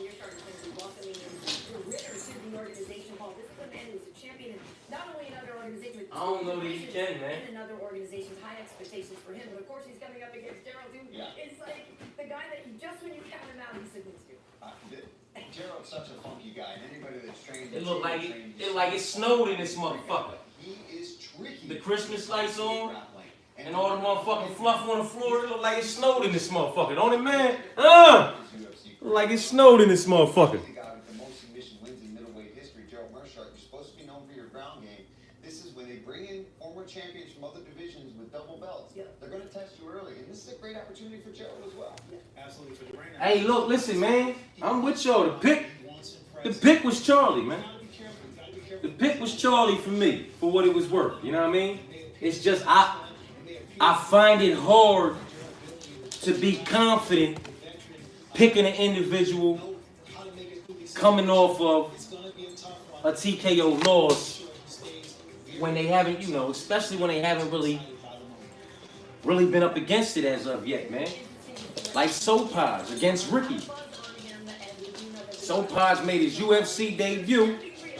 He looked good, but he was still getting edged out and beat. If it went to the cards, he was losing anyway. He just happened to get finished inside the distance. So everybody wants to take away what they, you know, what they can take away from his loss and make him a minus 300 favorite almost against Ricky, who has a half dozen fights or so inside the UFC. The shit just don't make sense to me, man. And I find it hard to be confident picking somebody who made their UFC debut, and regardless of how they looked up until they got finished, they got fucking finished. You know what I'm talking about? It is what it is, man. It's hard to be confident with these individuals when they just have not faced anybody of any significance in any way, shape, form, or fashion, in any cage, for any promotion, in any reality at all. You know what I'm talking about? Period. So it's hard, man. Like, I hope Malik goes out there and justifies the price tag. You know what I mean? For all the confidence that everybody has in this young man. I find it hard to be confident in him. He was the pick, but I find it hard to be confident in him. I made my picks before I motherfucking saw all the money lines, too. There's a couple individuals on this card that I very may as well have went the other way had I saw those price tags, like the Ricky and Sopaj. You know what I'm talking about? He does have the ability to change levels and take them down. I feel like But it is what it is, man. It's just me. For me, I find it hard to be confident in somebody who's, you know, 6-0 against opposition with combined records of 11-9. You know what I'm talking about? Like, he's fought nobody. He should have 100% finishing rate intact. He should have looked absolutely magnificent and won every fucking fight inside the distance with relative quickness. You understand what I'm saying to you? Up against opposition like that. You know what I mean? What happens when he fights somebody else, though, who's been in the UFC, even with a win over Dusko? Where does he go next? You understand what I'm saying to you? I don't know. I have no idea. But so far, we 3 fights in, all 3 favorites. You know what I'm talking about? 3 fights in, all 3 favorites, no dogs bark. And here we go.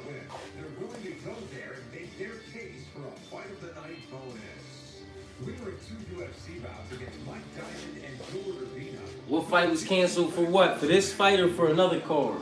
On this card, they canceled Miles Johns and Cody Garbrandt. They canceled Nicholas Dalby and Zaleski. And they, that was it, right? And then on UFC 309, they canceled Nikita Krylov versus Azamat Murakanov, or however you say his name. And who the fuck was it, man? Was it Themba and somebody? It was somebody, man. It was somebody. It might have been Themba Garimbo or something like that. It was somebody, though. It was another. They canceled 2 fights on the UFC 309. He was 18 years old. He moved to Wisconsin to help his grandfather open up a bison farm. And it was there that he thought he was going to spend the rest of his life. Ultimately, that did not pan out the way he thought it would. He spent 12 years there, training part-time in MMA. But when he decided, or realized rather, that that was not going to pan out, he decided to take all of the money he saved up and go train full-time in MMA. Here we go. What's going to happen, man? The temperature is turned up now. Also now You know what I mean? You start to get some. Hopefully we can get some good work in here, man. We get another finish, quick. It's gonna be a night full of interviews and listening to my shit. Story of I found MMA and I just fell in love with it and I was off to the races. But sometimes it's a long and winding road to get to this top level. He was very candid in saying, I fell out of love with the sport. I didn't want to chase it then. Came back into my life and it was his path to the UFC, which he's trying to make it worth it to the top right now. Yeah, I think sometimes those long, winding roads end up actually causing you to be a better fighter in the end. You ask yourself a lot of tough questions. Why am I here? Why am I doing Is everybody on Chuck in this one? In the fight world, that makes you an even more dangerous person. Now, I was really impressed with Radke in our fighter meetings. His ability to say, listen, Protest was the better fighter that night. The way that he set that knee up, I think he appreciated the Michael because that's exactly what he does to so many other guys with that left hook. Yeah, listen, Charles Radke. That's what I said earlier, man. For all the times you've had somebody on the wrong side of your highlight reel, you can't be mad when somebody catches you slipping and you end up with the wrong side of a highlight reel. You know what I'm talking about? That's to motivate you coming into this one very fired up. That left hook, that's his big shot, that's the money shot, and he's going to look to put it on the face of Semmelsberger.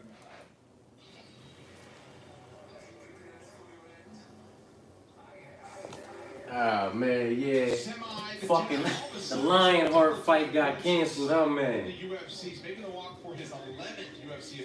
That guy gonna fuck around and never fight again. He don't need to anyway. Just let him go ahead and bow on out. Go commentate somewhere else, too. You know what I'm talking about? I'm not a fan, you know what I mean? Never really been high on Lionheart, Anthony Smith, in any way, shape, form, or fashion. He's a big, strong, physical guy. He's got great wrestling. Here we go. We fit to see how this one motherfucking play out, man. See where these dice lay. Huh? This is the UFC. This is where the best fighters on planet Earth compete. And he's struggled a little bit with some of the results lately. Now, he knows this is a dog fight right here. Huh? This is a motherfucking dog fight right here, man. Y'all done brought some little snow pieces out here, huh? This is a motherfucking dog fight right here, man. They fit that. Might get some. We might get a bloody octagon, man. Huh? We might get a bloody octagon, man.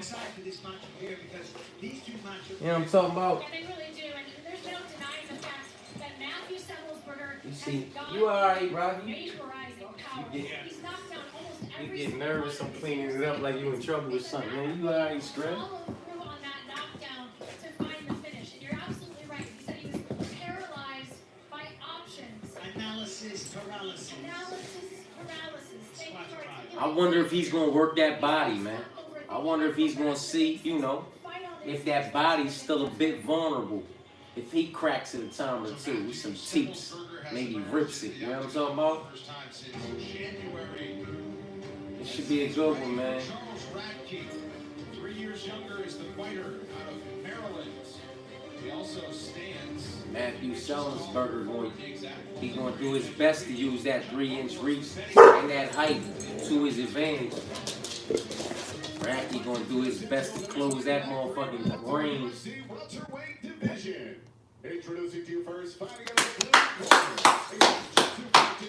We going to get a dog to bark off, or is this going to be a continue to trend with the favorites, man? What's going to happen in this one?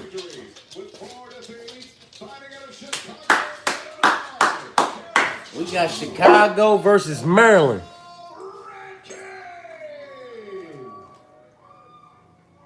And across the octagon, his opponent fighting out of the red corner. Come on, girl. You can open. Hold on. Playing in 107 pounds in 18 fights, his stands in 11 victories with 7 defeats. Fighting out of Frederick, Maryland. Here is Matthew Semi, the Jedi Semmelsberger. Oh shit! Not Semi, the motherfucking Jedi. Here the fuck we go, man. Huh? We got another favorite, or is a dog gonna bark? Happy you are too, and happy UFC Vegas 100 for all those who celebrate out there. The fight results have lined up. We've had some action Here the fuck we go, man. Gone into the third round quite yet. Semmelsberger is in white. Charles Radke's in black. A lot of finishes tonight, and I tell you what, I expect one here. One fella on the desk earlier thinks Radke's going to get it done nice and soon. I don't know about that. Ooh. Head kick. Lands for Semmelsberger early. There's that left hook. Wow. It's so fast. He didn't like that neither. He must got a little bit of pop in it because he didn't like that shit. He's so good at He pressuring ate his it, back to the but fence, he didn't like it. trapping him there and then letting the fist fly. Who the fuck is gonna get off here? I think you better watch out for that head kick, man. For some reason, I feel like that's something that someone. They cracking. The left hook from Radke. He's done. He's done. He's done. He's fucking done. And you hear what? It be these motherfucking closely lined individuals that justify these significant favorites price tags, man. Huh? So far, we got a minus 180 that looked like a minus 500. We got a minus 176 that looked like a motherfucking minus, 450, 500. You feel me? And then Melissa Mullins, she was properly lined, you know what I mean? She looked about what she was because she got it done in the second round. Demond Blackshear, he looked a bit better than what he was lined at. Now we got to see what these significant favorites do. Like, they need to show up and get it done like these individuals are getting it done to justify their price tags. Because right now, they justifying their price tags. And if these minus 500s and minus 850s come out here and look like minus 146s and minus 180s, man. Look at him, boy. He did not like anything about that. You saw the way he stepped back like that. You saw the two-step. Chuck Buffalo just put that work on him. Chuck Buffalo just put that work on him. Chuck Buffalo just put that work on him, man. Plug this motherfucking charger in, man. Gotta make sure I don't get the TV in the screen, because they be ready to cut a motherfucking smooth off. Back to the interviews, man. Shit. That's why I already had another one rolled up. That was the forbidden fruit cake. This is the OG wedding cake. That's why I had them locked and loaded, man. I had a motherfucking feeling, regardless of how we was feeling about the names on this card, that we was going to get a lot of good action. Haven't really gotten a lot of good fights yet, but we got a lot of good action. You know what I'm talking about? Which is leaving me with a lot of time to fire the fuck up and burn it down. Boy, oh boy, Chuck Buffalo. 51 seconds, beautiful knockout. What does the future hold for Charles Radke? Listen, I was talking about let's not even get into it. But what I want to do is, I want to get that $50,000 I deserve. Shit, that would be love if nothing went to the cards and everybody got to finish inside the distance in some way, shape, form, or fashion. That would be love. No, I smoke green games, man. I smoke green. I can't do back. I'm 42 years old, man, and I used to do the, the backwoods, the Fonto leaves, and all that, back in the day. But I used to smoke Newports too. You know what I mean? I stopped smoking cigarettes back in like 2007, 2008. You know what I mean?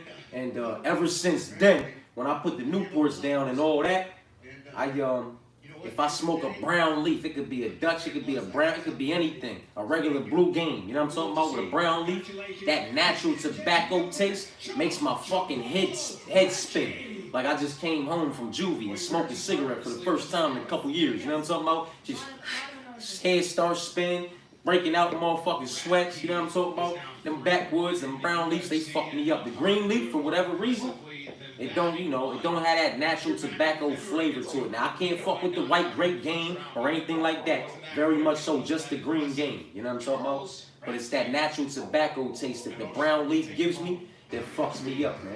You know what I mean? A lot of my folks still fuck with the backwoods and all that. I just, not me. I gotta roll up the green game. You know what I mean? That backwood, I tell you, that should have had me fucking spinning. That should have had me spinning. Like I just came home and fired up. Youngin'. You know what I'm talking about? Just spinning. Fuck that. I can't do it no more. And I'm guessing it has to do with because I stopped smoking them, you know, that cigarettes and all that way back then. Ironically, is with an acute sense of combat on the mat.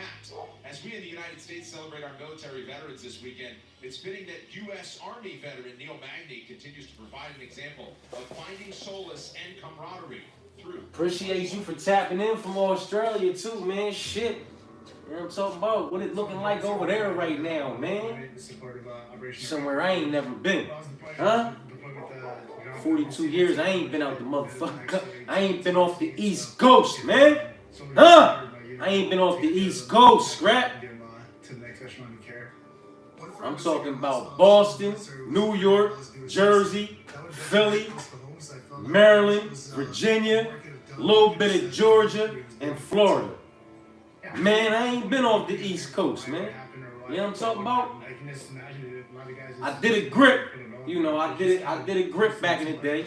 You know what I mean? I did 11 years and 10 months behind the walls in one stretch. You feel what I'm saying to you? So, you know, when I came home and I had my motherfucking kids and all that, man, you know, I turned 18, you know what I mean? I turned 16 in the can. You know what I'm talking about? I turned 17, 18, 19, 20, 21, 22, 23, 24. I did all that shit behind bars, you know what I'm talking about? So when you talk about going to clubs or bars or doing shit like that, I was just content with being home. You know what I'm talking about? Getting a home that was my home and getting my life, you feel me? Getting my business and getting my shit, man. I ain't been nowhere, man. You know what I mean? I got family in all those places that I've named. You know what I'm talking about? Very much so why I've been to them places. But I just ain't been nowhere, man. I ain't been nowhere, man. I got one daughter, get ready to be 21, one ready to be 17. You know what I'm talking about? One graduated, one's getting ready to graduate, and you know, we might do some things. We might do some things. I'm a driver though, man. You know what I'm talking about? I'm a fucking driver, man. I don't do that hopping on the plane and shit. That plays a big part in it too. That made it rough with me and a couple females, cause I don't do the plane thing. I'll meet you there. Huh? I'll meet you there. You know what I'm talking about? I'll slide out a couple days early. I'll get there. I'll get us set up and situated. You can slide on it. Everything already be ready for you, man. And then anything we need to take that you don't feel like taking on the plane, that's coming with me. And anything we want to bring back, I got that. You ain't got to worry about it. I'm an OG. I'm a vet on the road, man. I got this. I'm a driver, man. I don't do that flying shit, man. I go to Florida, 14 hours. From here to Stewart. I'm talking about Port St. Lucie. I got property in Stewart, Florida. From here in Wilmington, Delaware to there, 14 and a half hours. I don't give a fuck what your GPS say. Balled up and getting it. Been getting it and doing it for too long, man. Yeah, I'm a driver. I'm a driver, man. You know what I'm talking about? My folk want to go to Colorado. I'll meet you there. I'll fucking meet you there, man. I work nights. You know what I mean? I'm a motherfucker who work nights too, man. Warehouse work. You know what I'm talking about? So, you know, I'm used to being up when motherfuckers is sleeping. I like being on the road when it's dark and ain't nobody else out there but some truck drivers or something. You know what I'm talking about? Yeah, man. I'm a driver, man. I'm a driver. I don't like the plane. And, you know, outside of circumstances when I was younger, which have changed now, you know what I'm talking about? I still just haven't found my way off the East Coast, man. It is what it is, man. I'll venture out west, you know. Midwest. My other brother, you know, he out Texas. He in Fort Worth, Texas Penitentiary, but he out Texas. A lot of my pops side of the thing. My pop dead. He died in '95. But me and him got the same dad. Me and my other brother got the same mom. You know what I'm talking about? And my one brother, he lived out that way. I'll find my way out that way here shortly. You know what I'm talking about? But I ain't never been nowhere else, man. Ain't never been nowhere else, man. What I know is what I know. I'm a creature of habit, and I ain't hard to find. You know what I'm talking about? Very much so, just is what it is, man. I'm telling, like, listen, people talk about Neil, but look at this. Hot prospect. Moving the needle a bit when he fought Neil. Couldn't get Neil up out of there. Look what happened to him. Neil got him up down there. Mike Malott, hot prospect, on the ride, bit of steam. Couldn't get Neil up out of there. What Neil do? Got him the fuck up out of there, man. Jeff fucking Neal. He stayed safe with Jeff Neal. You mean to tell me that Neil Magny can stay safe with Jeff Neal and beat Jeff Neal, but can't beat Carlos Prates? I need to be made a believer, man. Huh? I need to be made a fucking believer. We just saw how dangerous, even though it was against Rafael Dos Santos and it was what it was. We know how dangerous Jeff Neal is, man. Neal got that. Neal knows how to, you know, make it his fight, slow shit down, and, you know, kind of lead the fucking dance a little bit. You know what I'm talking about? Whether it's on the back foot or the front. You can't sleep on him. You can't sleep on him. Look at who gets him out of there, and look at who he's been in there with. The kid fought Ian Gary. He fought Shavkat fucking Rockman now. You know what I'm talking about? He getting ready to fight Carlos Prates. He just fought fucking Mike Malott and finished him. Before that, after that, and right before this, he fought Michael Morales. Look at the motherfuckers this man is fighting. At his age, man, at this stage in his career, look at who he's fighting, man. And look at who the fuck he's turning around. I get it. Carlos is another, you know, Brazilian prospect. Michael Morales is vicious. But look at who he's fighting. Shavkat Rakhmonov got him up out of there. Michael Morales got him the fuck up out of there. He got Mike Malott the fuck up out of there. He got D-Rod the fuck up out of there. He beat motherfucking Jeff Neal on the cards. You know what I'm talking about? Come on, man. Regardless of the outcome of the fight later on tonight, you gotta put some respect on that young man's name, regardless of the outcome. Just run down that motherfucking resume, man. It's a murder fucking row.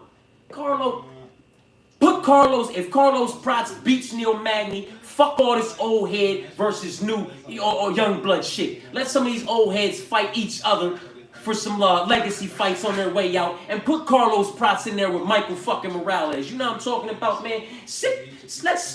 Let the winner of that or something get a shot. Like, put these motherfuckers in there, put these killers in there, these young, hungry killers in there against each other, and let's see who the fuck is top dog, man. It's not like with a loss, any of them's going anywhere. They're gonna be here, but let's make it like it used to fucking be, man. Let's have these bang-outs. Let's have the best of the best. Let's put the toughest against the toughest and the new bloods against the new bloods, the vets against the vets, and let's bang the fuck out, man. You know what I'm talking about? We want to stop. We want to keep building up these prospects off these vets that are at the end of their fucking road. Where a win over them, yeah, it's a win over them. Their name is on your resume, but it don't hold that weight, man. They nowhere near their prime, far fucking past it. Best days behind them, huh? Come on, man. It don't hold the weight. We building them up, and we making these old heads, these veterans that earn their spot, put in their work, pay they fucking dues. We making them fight these young, hungry, you know, bloodthirsty goonies instead of, man, putting them against each other, man. Give us some Wonder Boy and Neil Magny, you know, let's run that real quick, and let's run this and let's run that, man, and let's let Los fight Michael Morales, and let's let Michael motherfucking Malott, you know what I'm talking about, go ahead on over here and fight that, and let's mix this thing up and get it back to being highly competitive and closely contested and a legitimate level of opposition. It looks like is in every single motherfucking fight every time somebody steps in the cage, because they so closely contested and so closely matched up, so close in reaching their peak or just getting into their peak, reaching their prime or just getting into their prime, so close in age, so close in, I mean, come on, let's make this shit what it used to be. It was the best against the best. The best was best. Frankie Edgar was at one. That's why Frankie Edgar is my favorite fucking fighter, man. He did things at 155. Nobody should have been able to do it 155 being his size. And if I'm not mistaken, he is still tied with BJ Penn, Benson Henderson, Khabib Nurmagomedov, and Islam Makhachev for the most lightweight title defenses in UFC history, man. Frankie fucking Edgar. Come on, man. The shit he did in that division, I mean, these is the kind of fights I want to see again, man. Put these young guns against these young guns. Let these vets have these legacy fights with these other vets on their way out. Let's get some good fights. Let's get some good action, man. And let's start throwing out the motherfucking trash, man. Huh? I'm done. My bad. Hey, yo. My bad, man. That shit be bothering me. Shit. Come on, yo.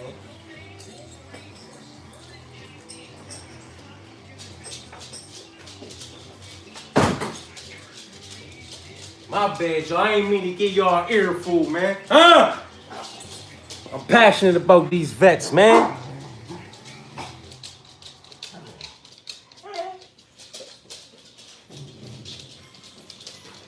What's up? What's up? What it look like? Y'all wanna go out back? I'm trying to run out back. What y'all trying to do? Talk to me. Talk to me. Visit your local Honda dealer. Shop online today. Wishes? I mean, that's fascinating. And we're Dustin for you. You think of what I'm thinking? Hey, yo, what we got? We got 4 fights, 4 favorites, 4 finishes. Huh? That's how it went down? Stop it. Stop it. 30% off holiday lights. And up to 50% off small appliances. Hurry, these deals end Saturday. Save more on gifts. Happier holidays from Target. Yeah, my daughter, man, she'll decorate anything and everything, man. You give her a reason to decorate. As soon as she picked up the Halloween shit, right? She was looking at me. I'm like, what's up? She said, yo, I can take the Christmas shit out too. I said, man, go ahead. She said, ooh, and took it right the fuck out. Went to work. This whole tape, man, you know, I put the TV in the view. They get to acting crazy. She got the table done here, the table done here, the table done over there, the lamp done right there. She got her little fucking critters up in here. You know what I mean? She got shit all over this motherfucking house, man. She said, I don't give a fuck, man. I'm putting this Halloween shit up and I'm pulling the Christmas shit out. She love to decorate, man. I just let her do what she want to do, man. You know what I mean? Do what you want to do. It's just me, you know, it's just me and her and the dogs in here for now. She graduate this year, right now, she a senior. You know what I'm talking about? My oldest, she graduated already. You know what I'm talking about? And she out the house. You understand what I'm saying to you? So, I let them do what they want to do, man. Because I'm good with it. I'm good with all of it. You know what I'm talking about? Light it up, string it up. You know what I'm talking about? They be wrapping shit up like a Christmas present in the house and just sitting it over there somewhere, you know what I mean? It be all types of decorative shit around here, man. That back room where I do the videos at for the predictions. That whole fireplace mantle, you know what I'm talking about, and all that shit. That's all. She got it laid out in here, man. The bedrooms, her bedroom is like a mini little, you know, Christmas land. Santa land or something, you know what I mean? So many Christmas decorations in that motherfucking Christmas lights in there. Pissed off that fight went the way that it did against Carlos Process. I think he's going to go out there and look for a knockout. We've seen some mistakes time and time again from Semmelsberger. I think Racky finishes him early, honestly. I agree with you. I think, well, I don't know about early. I'm being bold. Yeah, 4 fights, 4 finishes, all 4 favorites, man. Right now. Will the trend continue? You know what I mean? We gonna get an all favorite sweep. It could be the case. Some of the livest, what were the livest underdogs on the card? You know, they got canceled. Cody, he was a live underdog at plus 105. You know what I'm talking about? And Zaleski against Nicholas Darby. I was on the Darby side, but Zaleski was definitely a live underdog. You understand what I'm saying to you? And Ricky against Sopaj. Sopaj coming off his UFC debut, being on the wrong side of it, got, you know, knocked the fuck out. And Ricky, by far, has faced the higher level and beat the higher level of opposition when we're talking about this tier of competition. You know what I'm talking about? Amongst prospects. So, you know, he could have barked. All of them got canceled. We might get a night where all favorites just sweep the whole fucking card, man. Hold on, y'all. Here I come. Things happen like this when knockout after knockout. You feel like there's something in the air, and the fighters really feel off each other. You go back to the dressing room, the energy's high, and you just keep it up and steamroll, and that's what we've seen tonight. Hold on, Zoo. I got you. My baby, that was Rashad. My baby Rashad, though. Said it could end quickly, and Radke did come out really fighting with a sense of urgency tonight. Rashad and got Semmelsberger out of there in round 1. Yeah, Radke was all about business right away on that left foot. Look at Rashad, though. My baby, though, Rashad Evans, man. I fuck with Rashad Evans, man. I fuck with Rashad Evans, man. You know what I mean? His little heavyweight run on the show, when he banged out with that big burly cowboy motherfucker at the end. God. How could you not be a fan of Rashad Evans, man? Now he got the hair, you know, like the OGs, that T.I., Jay-Z, Rashad Evans. There's quite a few of them, man, when they hit that age, man. I respect it, man. I fuck with Rashad Evans, man. I like Rashad Evans, man. Wins, losses, all of it, regardless. You know what I mean? I fuck with him, man. You can't get past that bang out with that big burly cowboy on that motherfucker in that last fight on that motherfucking season, man. You know the guy fighting in the main event is a welterweight as well. You know him well because he fought you. Met him before. Yeah, something like that. So. Well, speaking of welterweights, that begs the question, Kamaru, are you still a welterweight? I mean, you have fought at middleweight. Are you? You look fantastic. I'm asking though because people wonder where you're fighting next. Obviously, you ran that division for quite some time. So, are you a welterweight or middleweight? I'm a tweener. I fight money weight. He wants to fight Hamzat again. That's why he's an in-betweener. I'm not going to tell you I'm welterweight. I'm not going to tell you I'm middleweight because I want to fight Shavkat and I want to fight Hamzat. That's how he feel. Fuck it. Throw me in there with him. You know what I'm talking about? We'll see. I don't know. We'll see. All right. Well, let's get back to the action that we do know is ahead. These motherfuckers, 4 fights, 4 favorites, 4 finishes, relatively quickly. I mean, it's like a Dana White with, like a Dana White Contender Series episode, man.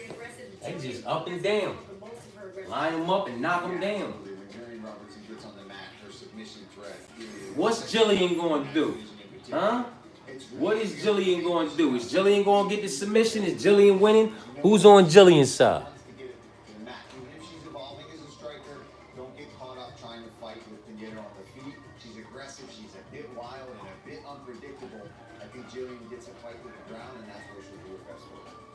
Yeah, I like that. Oh, is that the fight that's coming up next? Zaleski and motherfucking Zach? Consecutively over and over again. It's a thing of beauty to watch. Zach is the only, you know, UFC newcomer who's up against a UFC vet. It's not a significant favorite on his card. He's a significant dog, man. You know what I mean? Nobody was trying to hear that shit.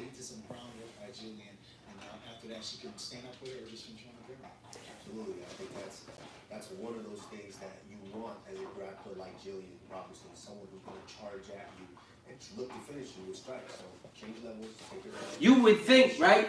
The pick was Jillian for me too, right? But one would think that when Jillian's coming in for those, you know, wrestling, grappling exchanges to try to drag you down to the mat, one would think that maybe Luana, that's her name, Pinheiro Luana, one would think that that black belt in judo and black belt in Brazilian jiu-jitsu might come into play, like with a little toss or something, a little reverse, you feel me? It puts her in a dominant position and she can work, you know, from a dominant position with her black belt guard. One would think, man. But Jillian just kind of seems to do what she wants to do, man. We gonna have to find out, man. Representing the Valley County Fire Departments in the great state of Ohio, the Croatian American Stipe Miocic. In Stipe Miocic, you have the most accomplished UFC heavyweight of all time. Because Stipe Miocic is a guy that has faced the absolute best time and time again in that weight class. I don't know, man. I like people who use their, you know, use their abilities. Chepe Mariscal is somebody who uses that black belt in judo. He uses that jiu-jitsu. He uses that striking. He uses that all-around game.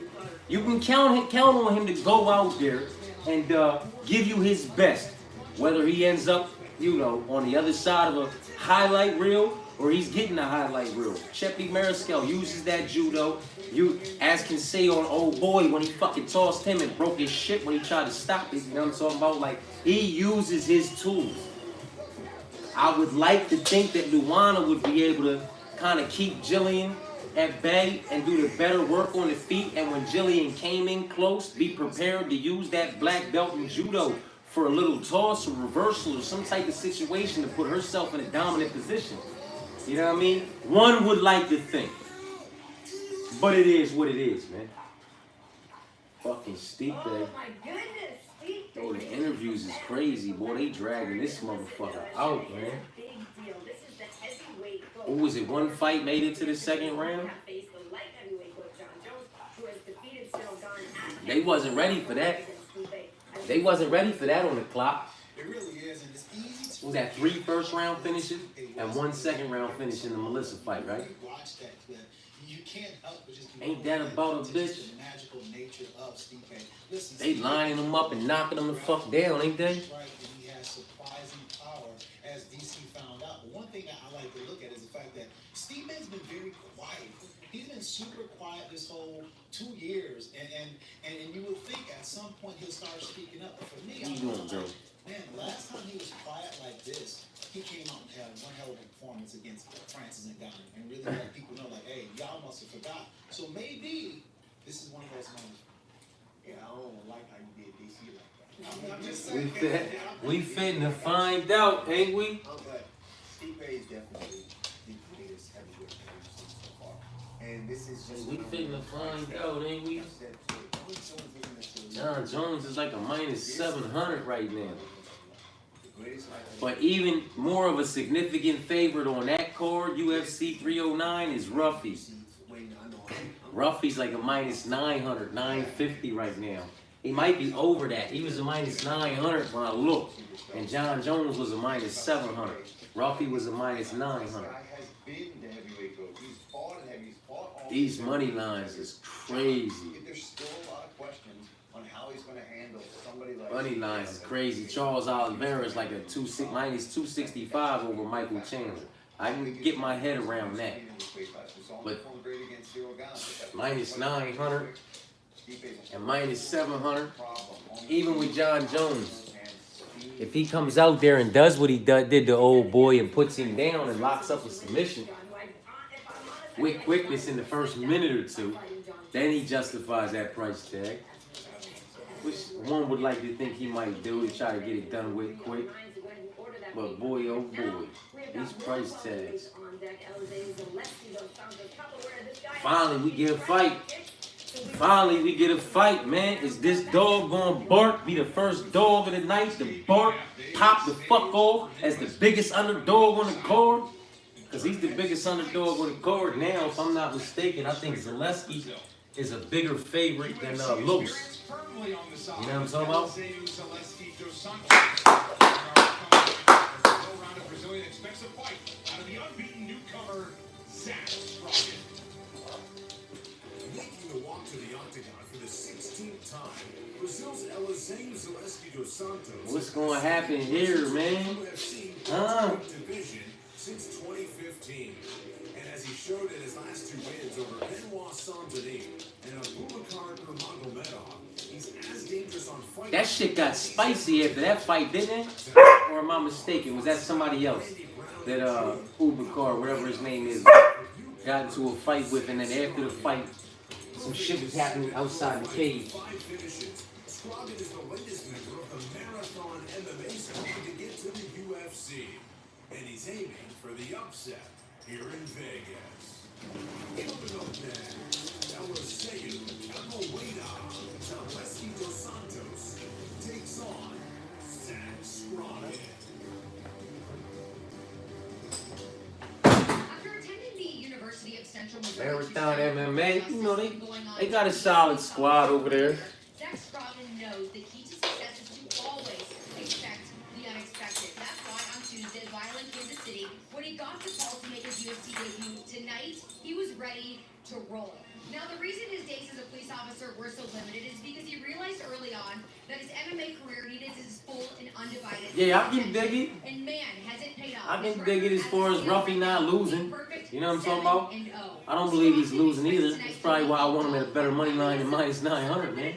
You know what I'm talking about? These money lines are just crazy, and they open up so crazy.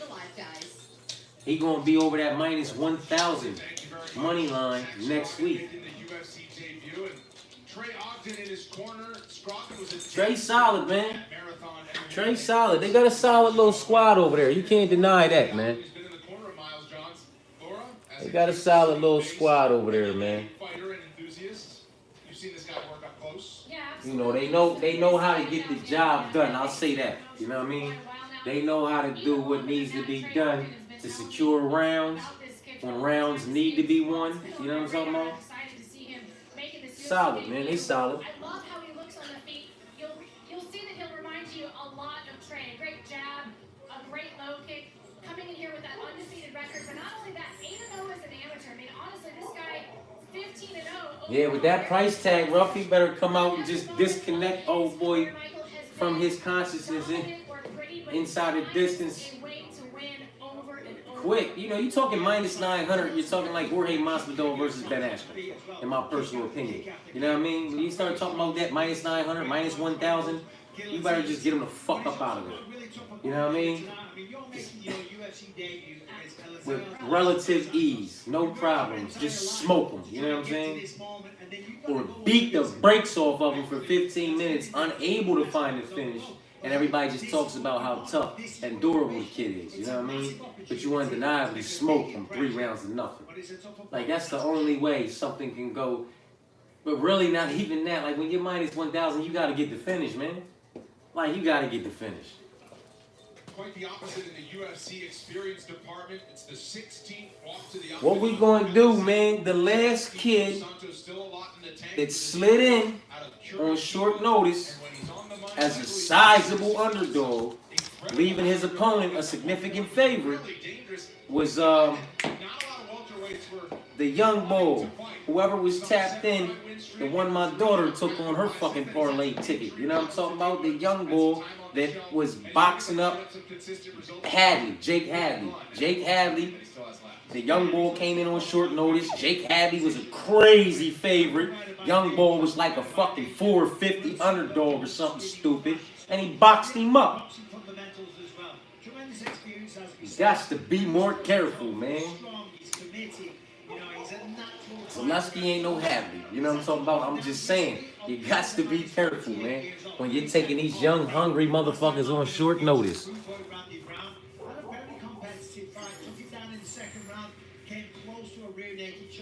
Didn't do enough to get the decision, but certainly gave a really good account of himself. Should be a fun match. Yeah, in the fight before I think John knows the threat that is evident when you're in the octagon with Stipe. Much like with old boy, I just don't see him playing with too many. Maybe a couple, you know what I mean? A couple of them fucking kicks out there at the knee, some obliques, maybe 1 or 2 leg kicks, a jab or 2 before he just shoots straight in and tries to put Stipe straight down and wrap him straight up with them long limbs and find that submission, man.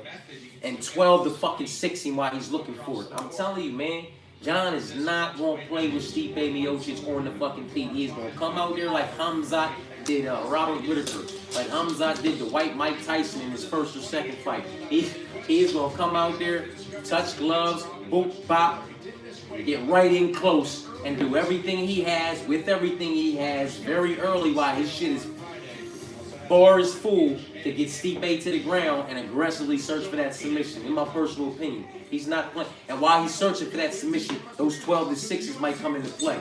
You know what I'm talking about? But I think he's just not going to play with Stipe on the feet, man. Stipe hit him with a 1-2 down the pipe to connect and put his lights out. It'd be over.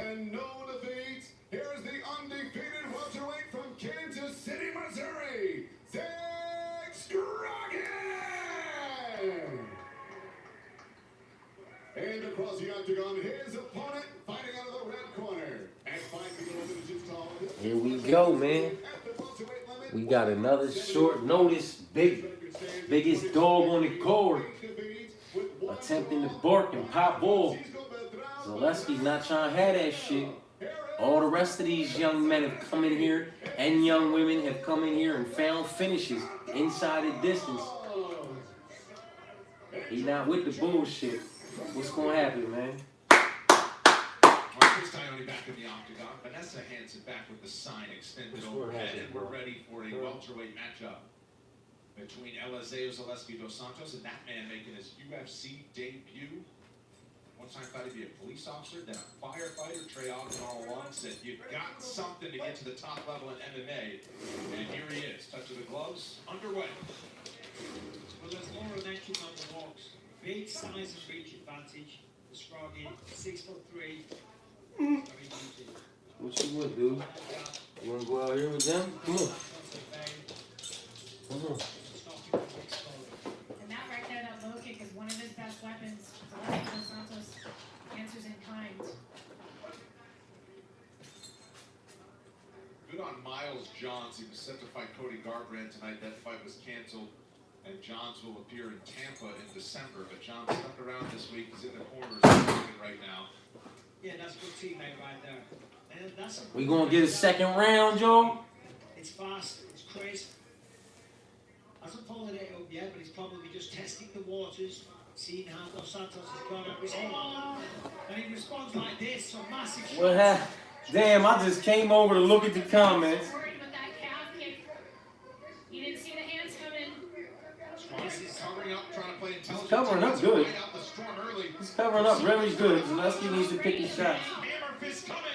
But if he doesn't defend himself, it's over. Ah! 5 up, 5 down. Here's why they call him Capoeira.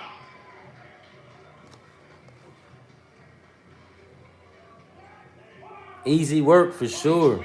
Making quick work of their opponents tonight in Vegas. And Eliseo Zaleski Dos Santos following suit in block 15. He said, fuck that. These young scraps, these young men and young women ain't fit to come in here and find these finishes at minus 180 and minus one, you know, whatever, 157 and whatever the fuck Charles closed at. And I'm not fit to find this finish at minus 850, minus 900. Defending, but this is kind of a lack of experience. Yeah, he balled up though. He was defending well, but he wasn't trying to do nothing to get up out of there. It's a difference between balling up and intelligently defending yourself and trying to motherfucking get up out of the position you're in and get back to work, you know what I mean? At least get away from what's happening. He balled up. He balled up, man. I know Trey mad about that. We'll hear from Capoeira when we come back. Yeah. These 5 up, 5 down, all 5 favorites. You know what I mean? Some of the, like I said earlier, some of the dogs that had the most potential to bark, them fights got canceled, man. When Zaleski was fighting Dalby, Zaleski was a dog. Cody versus Miles, Cody was a dog. Ricky versus Sopaj, Ricky was a dog. The best case I can make for a dog now is Belandos, Gaston Belandos, knocking Cortavius out. Cortavius has already been knocked out. One of his losses comes via KO, TKO, regardless of how it went down and how anybody feels about it. You know what I'm talking about? He has lost once via KO, TKO. And if he doesn't do enough damage to get Gaston the fuck up out of there in the first round, and he's a little bit worse for the wear going into the second as far as his gas tank's concerned, I can see Gaston disengaging with a nasty elbow and just crumbling him up. You know what I'm talking about? Other than that, Neil would have to stay safe. Like the best case I can really make for a dog, and GM3. GM3. These motherfuckers, boy, they just up and down, up and down. Once again, here's Joe. Ladies and gentlemen, the game counts officially 1 minute, 15 seconds. Round number 1. Your winner by TKO, Eliseo Capoeira Zaleski Dos Santos. I'm here with the winner, Eliseo Zaleski Dos Santos. Congratulations, a very fast victory. You gotta be happy with that. Up and down, man. It's just line them up and we knocking them the fuck down tonight. That's just all there is to it. 5 fights, 5 favorites, 5 finishes, 4 finishes in the first round, 1 finish in the second round. 1 finish that would have been in the first round had it had 8 or 9 more seconds. Very happy, and all I have But it is what it is. So 4 finishes in the first, 1 finish in the second. But he was here, so thank you so much. What is there? 1 more fight left? Yeah, very happy indeed. For those that don't know, 1 more fight left on the prelims, man? Oh, they finna drag this shit the fuck out. Just a case of let's go out there, see what this guy's got. Para aqueles que não sabem, obviamente, houve uma mudança de oponente, ele apareceu aqui sempre. They finna drag this one out, scrap. Com certeza, muito diferente, até de tamanho, muito maior envergadura, maior. Salute to Zaleski for justifying that price tag. Excelente atleta, mas sim, Hold on, Rob. estudo, a gente acabou chegando aqui Vegas na terça-feira, acabou atrasando o voo e a gente ficou sabendo que estava descendo no Panamá e o nome do oponente. Então a gente estudou meio pelo celular ali rapidinho, mas deu tudo certo. Yeah, I was preparing for Dalby. I mean, this guy was taller, higher reach. Again, Dalby, great athlete. Unfortunately, he got injured. What up? What up? Found out about this, I'm good over here. Got these fights on. You already know. Delay coming in. Five fights, 5 finishes, all 5 favorites, 4 fights in the first, 4 finishes in the first round, 1 finish in the second round. Man, they going fucking crazy. In the UFC. Is there somebody that you want to face in this division? Tudo quanto é tipo de atleta, tudo quanto é tipo de estilo. Você já tá aqui faz um tempão. Algum nome você quer ver para a próxima luta? Cara, 10 anos já, né, fechando no UFC, uma honra poder fazer parte da maior organização do mundo de MMA e saber que eu sou lá do interior, lá do Brasil, lá, e poder representar minha terra é sensacional. Cara, eu acho que... Yeah, GM3 for me was a mandatory dog play, man. Mandatory, man. Mandatory. This is what it is. I believe the level of opposition over there in 1 to be different than the level of opposition over here in UFC. So while he got 12 submissions, he got 12 submissions on a different level of opposition in my personal opinion. GM3 has 29 submissions and quite a few of them submissions inside the UFC octagon. It's just different.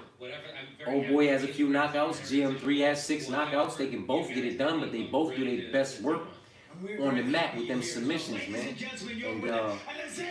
if you're going to give me GM3, you know, against another individual who do his best work on the mat, I'm going to roll the dice on GM3 every time. Plus, just for me, everybody else might not see what I see or see it the way I see it. You know what I'm talking about? All the tape I've watched on the Ritter, man. Everything that I could find on the Ritter, man.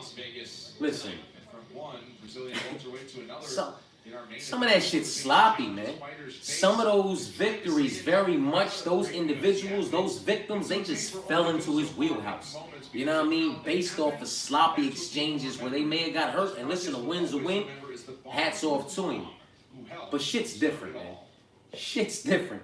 Some of them sloppy scrambles, if he gets into them with GM3, he very well may be the one getting wrapped the fuck up, choked the fuck out, or having a limb snatched the fuck off of him. You know what I'm talking about? I gotta roll the dice with GM3 in that matchup, man. And his exchanges on the feet, the way he strikes, he might have a little bit of a reach, but it's not that big of a reach. I'm not moved by it, you know what I'm talking about? And if he has to get in close to do his best work, I've seen him get hurt on multiple occasions in his fights. I don't know that, you know, if GM3 hurts him, he's going to survive. You understand what I'm saying to you? Because the scrambling exchanges are going to be a bit different. You know what I'm talking about? And the threat is going to be a bit different, man. I had to roll the dice on it. I had to, man. I've seen too many individuals from one, not just come over here in the UFC. You know, I've watched some performances, I've watched some shows, and I'm just not, you know, the one is not Pride. You know what I'm talking about? It's not like how Pride was back in the day over where Pride was, you know what I mean? That shit was different. That level of opposition, when Dan Henderson and Rampage and all them was in their prime over there banging the fuck out, and individuals was attempting to come over there from the UFC, and more times than not, they was getting banged the fuck out. Come on, man. It was different. I had to roll the dice on it. If I'm still fighting here, fighting on UFC, is because my mom, she believed in myself, not only inside of the mat, but also outside of the mat. Eu posso dizer assim, ó, de mim nasceu o Carlos Augusto, do Cris nas certas placas, porque aí, ó, ele já é super vitorioso, mas ele pode chegar mais longe.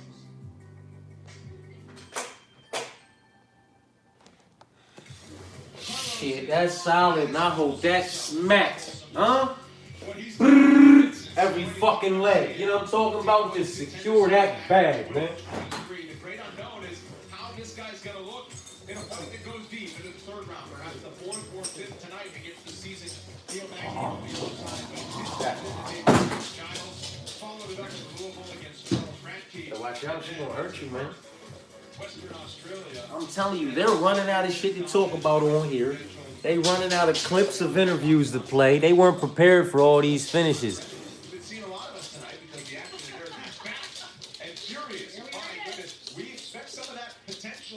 main event. They have 25 minutes with which to work, but Carlos Prates has not needed that through his early UFC run. No, he certainly hasn't. We've not seen him in a third round, and quite frankly, he's on a 9-fight career knockout streak, so it has been a very long minute. Lauren Sanko would choke both of them motherfuckers out. Really is not just that third round, but a fourth or a fifth. Lauren Sanko legit, man. He really can't shine in these fights. She'll ball a motherfucker up, man. She'll low-key fuck a motherfucker up, too. Tremendous battle here tonight. Look at what Charles Radke did earlier against Semmelsberger. He beat him at his own game, kneed him in the stomach, finished him in the first round. Just unbelievable stuff. Yeah, Radke put good work on him. Shout out to all the mothers out there. Come on. Talks about me like that one day. That was awesome. He won't. We're going to dive into the games, but what makes Carlos Prates so fun to watch is he's all gas, no brakes on the feet, but in different methods. We've seen him do it in so many different attacking ways, Laura. Oh, 100% for me, it's the We got 3 dogs in here. You got a boxer door, no exits for him, but he still has half black lab, half boxer. You know what I'm talking about? A boxer and a purebred Siberian husky, man. Oh, you hear me talking about you? You hear me talking about you, man? He said, who you talking to? He over there looking out the window. Who you talking to about me, man?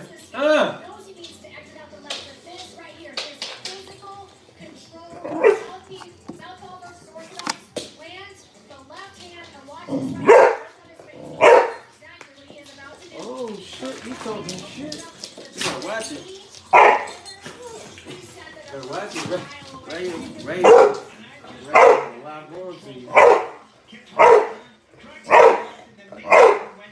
Now we see him here going through his What's training, up, man? doing the pull-ups, Yeah, what's up? doing all that kind of What's stuff. up, man? I see you, bud. I see you.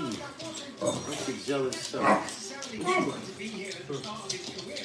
Early on, his man was, winning some, losing some, and then things changed. He got serious about the sport, and now we see him on a 10-fight win streak, a 3-fight winning streak in the UFC, and destroying everybody. And he was a decorated Muay Thai fighter over in Thailand, and he thought he'd never fight in the UFC. He was happy just living in Thailand and taking fights every weekend in the Muay Thai ring, Michael. Yeah, the man is a specialist. As simple as that. And that's the beauty of being a specialist. If you can have enough skills to keep the fight on the feet, to escape the arm bars and the triangles, you're out there in Thailand, you're having 100+ fights, man, you're going to do some damage to anybody. He's been in the fire, but Neil Magny certainly has as well, and he looks to stunt the momentum of that. Here we go. Carlos Prates, with all those UFC knockouts already in 2024. We'll see how he follows it up tonight. Nate card comes your way next, right here at the UFC Apex and on ESPN Plus. Strawweights are in our featured prelim. That's coming up next while we await Prates and Neil Magny taking center stage later. Stay with us. They dragging this one out. They wasn't ready for all these finishes, man.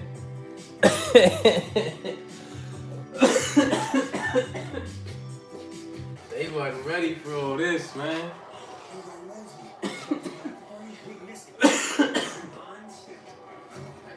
Damn.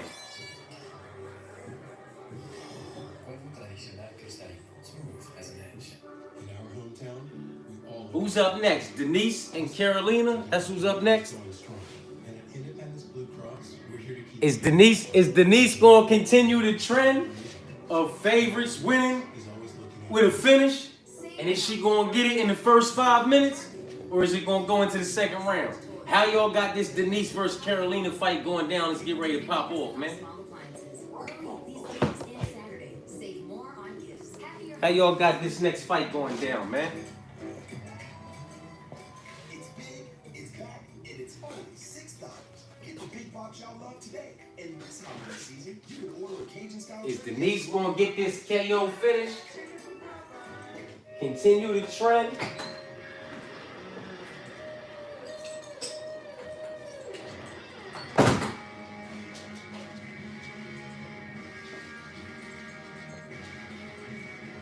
They dragging this one out.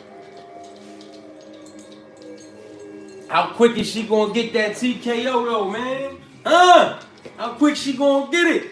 We gonna get another first round finish? this thing gonna go into the second fight, you know, the second round? Or we gonna get, you know, 13, 14 minutes and she clips her at the end of it? How quick is she gonna get this finish, man? Alright, I'm with it. I'm with it. Pay-per-view was really nice experience. I'm with it. We fit to see how this was gonna go down, man. They ever get to it. Oh, they gonna try to drag this out at least another couple minutes, huh? Fight, but I was taking care about his punch and try to hurt him a little bit from beginning. Alright. We calling for the second round knockout, man. What's Denise coming off? Is she coming off one of the fastest knockouts in that division? In her last finish, is that what Denise is coming off of? It's gonna be my night because it's gonna be my first main event. I'm really happy. I'm really motivated. You don't want to go back out there, man. You keep coming in. They out there. They like that shit. They like everybody walking by. They like running down on everybody. You like running back inside. You don't like all the sounds and the loud noises and shit, man. You know what I'm talking about? Processes rise here. It came to us from Contender Series. Scored a knockout there. Comes into the UFC. Boom, boom, boom. 3 more knockouts. How special is this guy? He's very special, and one thing that I like about him is his composure. Like I said, he's not. Rocky don't like loud. The boxer, Rocky, you don't like loud noises, man. He don't like trash cans getting drugged. He don't like trash trucks, Amazon, any kind of delivery truck. He not with that shit. Them loud noises. Oh my God. He be trying to haul ass, man. If that door on slide like it was earlier, he'll smack the door right open and run in. As far as that leash will let him run in. He ain't with that shit. How high could he go up the division? You know, like Kamaru said, you know, you can look at his skill level, you can look at the fact that he has great knees, a crazy. Yeah, he ain't with the bullshit. Now see, Rhea and Zeus, they built different. Zeus, he don't say nothing. He just walk right out to the line and hold it down. Rhea, that's the one that make all the noise. She vicious. She vicious. She 93 pounds. So just vicious. You know what I'm talking about? She's a big love bug. You know what I mean? But she's vicious. Anybody that comes on that property line, tries to get in that square, or my neighbor, you know, my folks square, from either side on next door, because she hold they shit down too, because the leashes is so long, you know what I'm talking about, and there ain't no fences between our shit, so she'll hold all they shit down. Can't nobody deliver no packages or nothing unless I tell her pump the brakes. Well, speaking of putting away, they hold it down though. They damn sure don't let nobody walk past without letting you know, yo, it's a motherfucker walking past, babe. Huh? Come check this temperature real quick. Many things did not go well for the newcomer here. Came out, he was getting hit with leg kicks early, and he just seemed very gun-shy to go in there, coming in on short notice against somebody with the experience of Zaleski Dos Santos, and he did exactly. He got his fuck up out of there, man. He did what he had to do to justify that price tag. You get a new guy coming in, you know what I mean? And there he go with that capoeira, right? He do that capoeira. That's what it's called, right? Capoeira. How many OGs out there remember that movie from back in the day, motherfucker? How many of y'all remember that movie from back in the day? Where the motherfuckers at that banana way, banana way, banana. I'm gonna fucking start doing that shit. Start fucking motherfuckers up, man. That capoeira was real big in that fucking movie, man. I can't remember what the name of that shit though. I was a youngin'. You know what I'm talking about? It was a good movie though back in the day, man. If you talk about some capoeira, that's what I think about. Banana way, banana way, banana. Now they start getting their little flow going, and then they just start fucking shit up. Look like they break dancing, but they kicking you and all types of shit. These younger girls, like, they come in here just to scrap. I can't remember what that movie was, man. No fear, she really goes out there and lets people know that it was a good one though from back in the day. That's her whole fighter coach. She goes there with high aggression, a great pace, and an ability to take the fight anywhere. When it comes to just going out and getting down, she is that woman. She's now training with a team that's an all-female team, so she's feeling a lot more confident. She got a. That's man. That was the what? The Brazilian nerd, right? That she put down there, Bruno Silva. I like Bruno Silva, man. You know what I'm talking about? I picked Bruna Silva as a sizable underdog when she fought Molly McCann in her back fucking yard. You know what I'm talking about? And she cashed. She did what she needed to do, man. That's a good win. At this level of opposition on this tier amongst prospects, that's a good fucking win for Denise to have. You know what I mean? And then you cap that off with, I think, whatever they said, like one of the fastest or the fastest finishes in that division's history. You know, she working on something. And then you top that with that fresh fade she had at the face-offs, looking like a fucking stone cold dialed in hitman. Huh? Female fighters I've ever been around. I think Gomez had a little struggle with a fighter that moves a lot like Angela Hill. So because of that, I'm gonna go with Cameron. I like Gomez in this fight. I feel like you know, her aggression and that explosiveness She got it. has. She just gotta be aggressive, man. Use the fact that she can take the fight anywhere. Use your advantages. It gets a little bit lost when that pressure's on her. So I got Gomez in this fight. All right, but we should still look for that signature. You gotta respect Rashad, man. My baby Paul Felder too, man. That's the homie right there, man. I'm telling you, some of Paul Felder's best fights, I think, was him and Edson Barboza, man. The exchange of leg kicks, just the fight. It was a fucking fight, man. You know what I'm talking about? It was nice work. It was clean work. The leg kicks were vicious from both sides. They were checking. They were eating. They were exchanging. They were going kick for kick. Oh my God, it was good, man. That was a good fucking fight, man. That was a good fucking fight, man. You know what I mean? When we talk about Paul Felder, that was a good fucking fight, man. You know what I mean? That one stands out to me because that was a good fucking fight. They went at it. They went at it, man. When they were both peaked. You know what I'm talking about? Prime time in their peak. Dangerous as a motherfucker. As dangerous as they could possibly be. They went in there and got after it, man. It was a good fucking fight, man. Get 30% off select toys, 30% off holiday lights, and up to 50% off small appliances. Hurry, these deals Yeah, listen, I don't want anything to do with that Ty Burra versus Denise fight. You know, all you gotta do is look at Ty Burra's resume, man. You know what I mean? Listen, Sergey got him up out of there. Hats off to him, got him up out of there relatively quickly. That submission, sunk it in, handled his business, man. Jonathan Denise is not going to do that. It will be the other way around. Like my Marcin Tybura, when the threat was evident from Ty to Avasa, what did he do? He locked that motherfucking submission up, man. These older heads, later on in their career, they implement a more all-around body of work. But Tybura is somebody who has always implemented a more all-around body of work. You understand what I'm saying to you? We just, we got to see if he can get to it. Because listen, if he gets on top of Denise, which he can with relative ease, in my personal opinion, if he gets on top of Denise, like Austin Lane did, it's over. It's not going to be 3 minutes of wrestle fucking. It's going to be a minute of aggressively searching for the submission, throwing some shots at you to put you in a compromisable position to go ahead and sink it in and lock it up, and it's over. Tybura's not going to play with this young man. You know what I'm talking about? But it is what it is. It's heavyweight MMA. You know what I mean? As of right now, when I looked at the lineup, it was the first fight of the night. There's question marks on both sides because can Marcin Tybura get in and just get it down without taking any damage? And when he does, can Denise actually survive and get up and restart on his feet? It's a dangerous fight, man. It's a dangerous fight. It's a fight I don't want anything to do with, man. You know what I'm talking about? But it is what it is, man. It is what it is.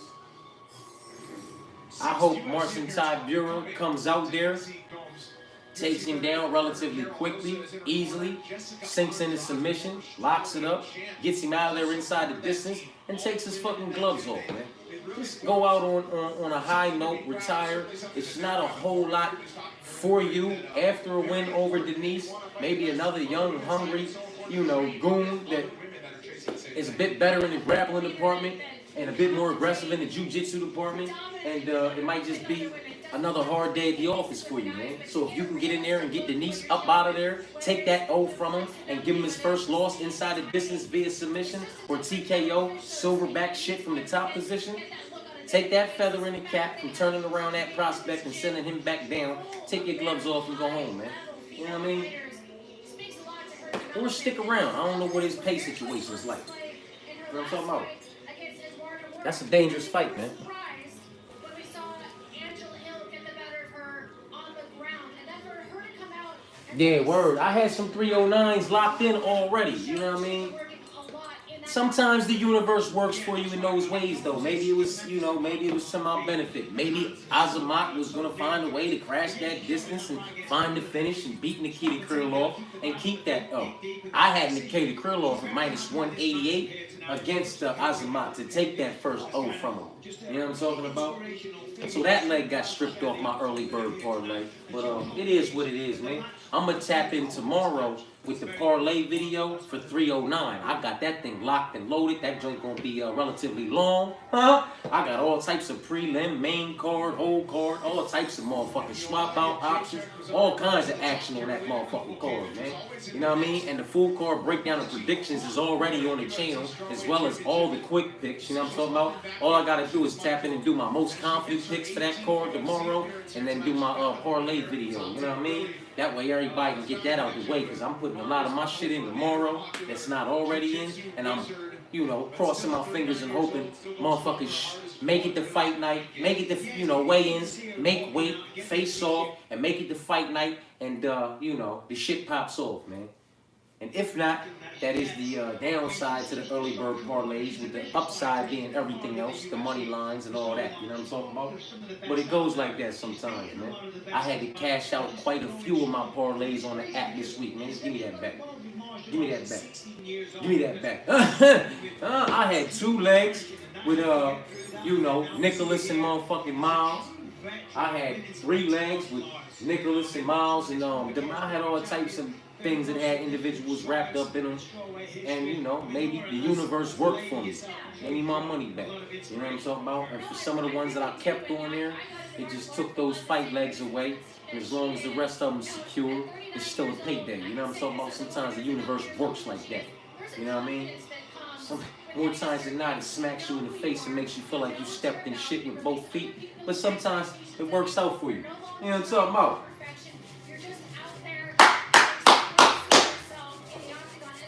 How quick is this finish coming?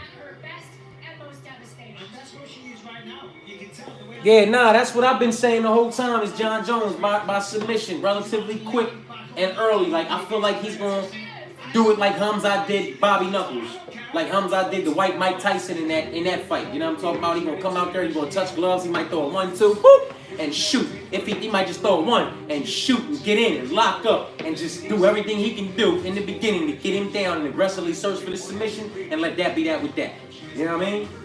That's my call on it. I don't think he wants to stand there and exchange with Stipe in any way, shape, form, or fashion, risk anything, waste any energy, nothing. Just get in there and go for that submission and get it done. She look like a stone cold killer, don't she? Oh, with the fresh fade. Stop it. In 12 fights, her record stands at 9 victories. She looking sharp too, man. She looking sharp, man. No, you know, not really depleted. All crazy at weigh-ins or nothing. Like she, you know, she right where she need to be and looking quite fucking dangerous. You know what I'm talking about? How fast y'all got the finish coming? Her record stands at 16 victories with 8 defeats. Yeah, it's heavyweight MMA and it's, you know, it's 2 heavyweight legends, man. It's 2 MMA legends. Stipe's a fucking, Stipe's that guy, man. I fuck with Stipe, man. You know what I mean? The Air Force veteran and veteran referee Mark Smith inside the octagon. Daniel Cormier could have had a better run in the UFC if he just went straight to heavyweight, but out of respect for Kane, he didn't. You know what I'm talking about? He didn't stay up there, you know what I mean? He went down. You gotta salute him for that. Carolina Kovalkiewicz in red. Kovalkiewicz using a lot of feints early. How fast y'all got this finish coming? I know a bunch of folks said second round. Does anybody feel it for the first? Does anybody feel the finish in the first? 15 years younger than Kovalkiewicz. And she's fast and she's powerful. It's also something that Kovalkiewicz did struggle in her last fight against Yasmin Lucindo. The big speed advantage, the aggression of Lucindo. So it'd be smart for Kovalkiewicz to try to slow her down, whether that's in terms of grappling or damaging the lead leg, anything to take away that. Holmes was what, a minus 500? earlier. I don't know if she closed as anything higher because I ain't been looking at nothing lately. But Denise was a minus 500 last time I looked. You would like to think that she's going to be hunting for that finish after 5 finishes just took place in 5 fights, 4 of them in the first round. Thought about a spin there for a second, did Gomes. Yeah, the thing for Kovalevich though is that, being 39 respectfully, and being a striker, and certainly at 115 pounds, you do slow down a little bit. If you're a wrestler, if you have that kind of grappling game plan, you can get away with it being a little bit slower because it doesn't matter when you have a hold of She's got Denise reaching. But in the striking world where you're relying on instincts and reflexes and just general Denise speed, needs to not waste so much energy with the reaching. it will cost you. Well, you're exactly right, Michael, which is why I do expect her to Them overextensions, them 2-punch combinations where she just whiffed. Get takedowns here. It's not something we saw from her a lot early in her career, but the time in ATT, that time under Pahumpa, phenomenal jiu-jitsu coach. We have seen strides in that area of her game. I'm sure she's going to try to put those to work tonight. Well, she did a couple of little faint level changes a second ago. You just got to be worried about that power of Gomes. Oh, she is. Sorry about that. No, go. Did you go? She's missing with all those shots, though. By submission, Gomes, all knockouts in terms of her finishes. So perhaps that is the path for Kovalevich. You gotta set them shots up a bit better. There you go, string it together. Work the body and disengage. You don't want to, unless you're going to try to secure that takedown. I think you should back up though, disengage and keep working at her, man. You just letting her recover right now. We're against the fence. I'm going to clinch. You have a speed advantage, a power advantage. Come on. You got to do better, man. Advantageous. This is right where Carolina wants to be. It is what it is. If I was in Gomes' corner, I'd have been hollering for her to disengage and get back to work. Disengage, you know what I'm talking about? Get back to work, man. She was not liking what was coming her way. And this right here is allowing her to recover and is chipping away at your gas tank. It's a double negative, man. You know what I'm talking about? If that's how you use that properly. I just try to be real proper with that right there, right? Ain't that how you use it? It's a double negative, man. You know what I mean? She's letting her recover and she's chipping away at her own gas tank. For no reason. For no reason. She's gonna fuck around and get tripped, man. See, now this is all her fault. If she goes down, it's, oh my God. She's trying to muscle through it. Disengage, shorty. Come on, this is where being 24 and being 39 comes into play. This the fucking gauge, shorty. These are lessons that are being learned at 24 though. You know what I mean? So when you can talk about her at 27, 28, entering her prime. When she's out here, the lessons have been learned. She doesn't do this. She disengages and gets back to good work while she has her opponent hurt. I mean, come on, man. This is just all wrong in my personal opinion. And I'll be fucking frustrated with her in the next 33 seconds when she came back in the fucking corner. You're not getting the takedown. You're giving her exactly what she wants. Now you're overextending yourself trying to get the takedown in the last 20 seconds. Just throw the knees, stomp on the fucking feet, and land a couple shots. Because you already got me mad. Ah! Shit! She could be in control against the fence here. Gomes will ride it out along the fence. Round 2 coming up.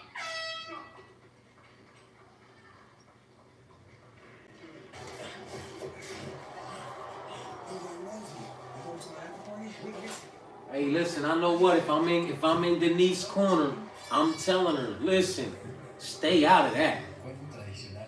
Because there was no getting out of that once you got in it. Carolina was she was wrapped up, she was making sure you couldn't get up out of there. And you had to work to get up out of there. So while she was recovering, completely comfortable, in a position she's comfortable in, you're working.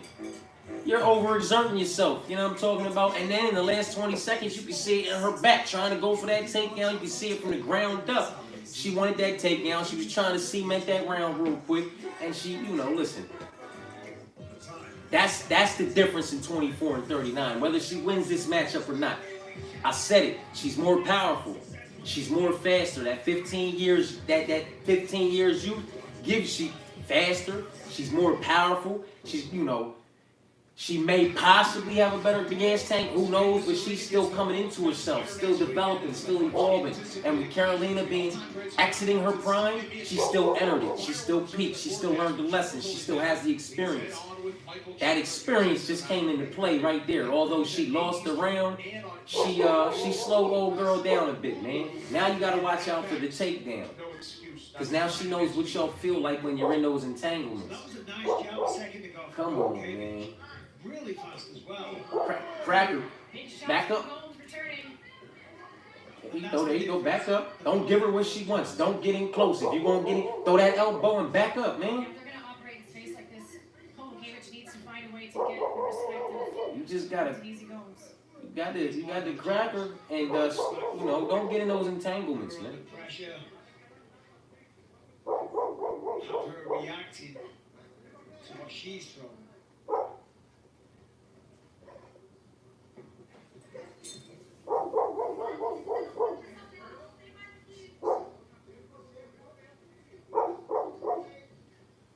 Denise could have had her out of there inside the first 5 minutes. Now, you know, Everything she throws is powerful. it's not like she beat the brakes off of her for 5 minutes and now she's beating the brakes off of her for another 5 minutes and we can justify a minus 500. You know what I mean? She did hurt her, but she didn't do good work after that. Yeah, she's got so much She's on her back foot. She's so calm in these kind of scenarios. Even though she took a little uppercut there as well. She stays calm. No, don't do it. Don't. This is a big opportunity. This is That's like, what's her name when she jumped on Valentina Shevchenko? Like, just don't do the spinning stuff. Don't do the spinning stuff. You're going to do that spinning shit, and you're going to leave your back open. You're going to leave me an opportunity, an opening for an opportunity, and I'm going to try to capitalize on that shit.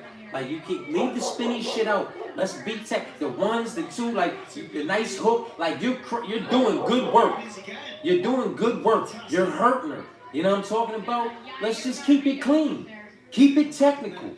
You know what I'm talking about? That flashy shit, I said it in the Demond fight, man. Like, let's do that when we got the motherfucker hurt already. When we got them backing up and they hurt and they up against that cage, let's do that little flying knee, you know, to get in close and get up, you know, try to get it off real quick.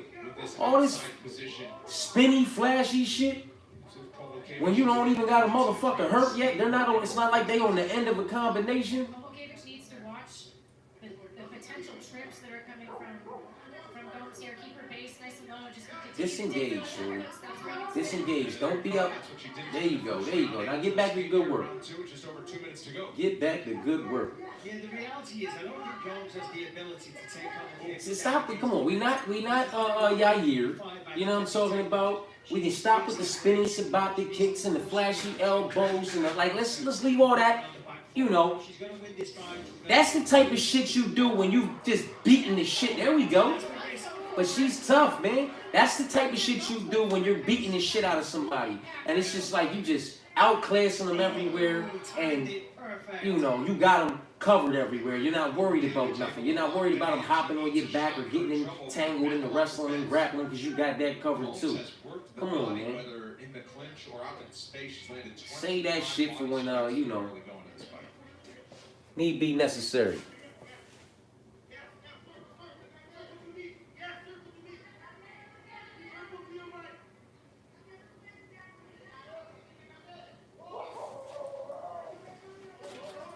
Yeah, I get it. You know, the spinny shit look good.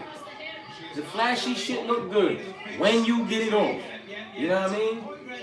When you get it off. It looked good when Max did it and Justin was coming in. Gaethje, bang, ate that shit. And boy, oh boy.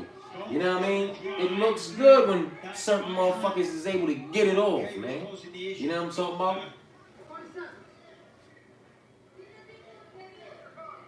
certain spinning heel kick highlights, man, like they look good, but a lot of them have come after their opponent has beaten the brakes off of them from the other side, and those openings and them opportunities are just there because they're vulnerable, they're worse for the wear, and they've been torn up a bit. You know what I'm talking about?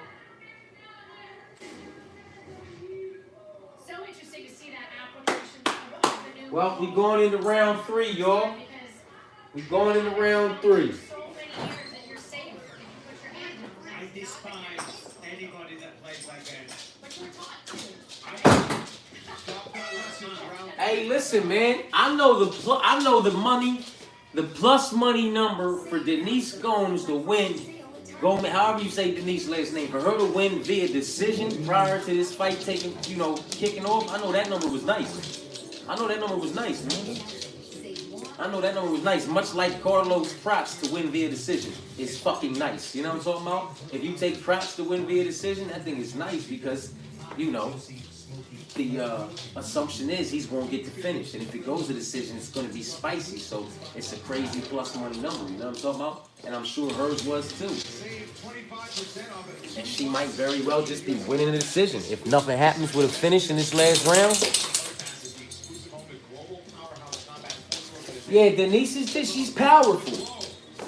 She's powerful. She catches, she catches folks. And she got a bit of pop in her shots.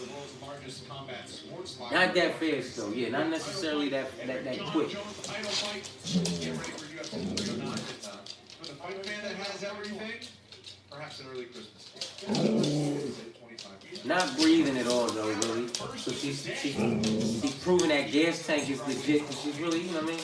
Not breathing at all. And for a young woman like that has the build that she has and the muscle packed onto her, to be as powerful as she is, to possess a relatively decent gas tank as well, is a good look. It's a good look. Good look for a young fighter, man. You know what I mean?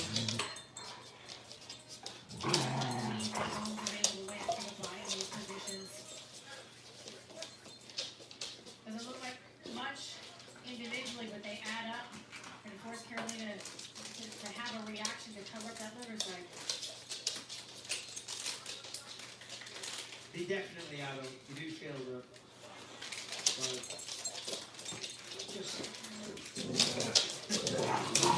This is the kind of performance you would think that you would see from Carolina against Denise at this stage in Carolina's career. And Denise is coming out here and implementing that game on her.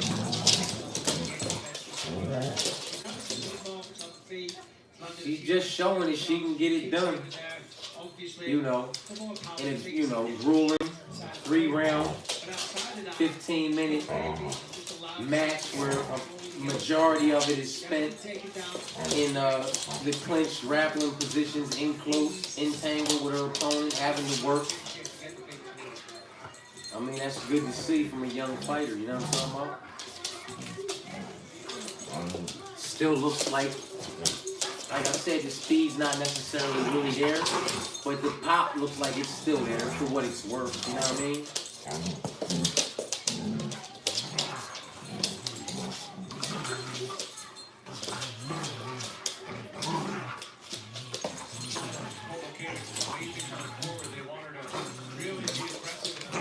Oh, they trying to bang out real quick.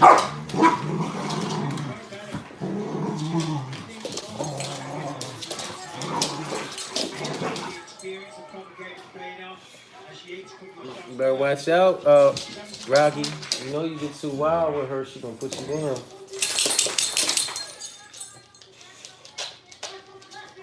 Look at that. Fight to go the distance, minus 250. I know that was a plus money number earlier. Had to be.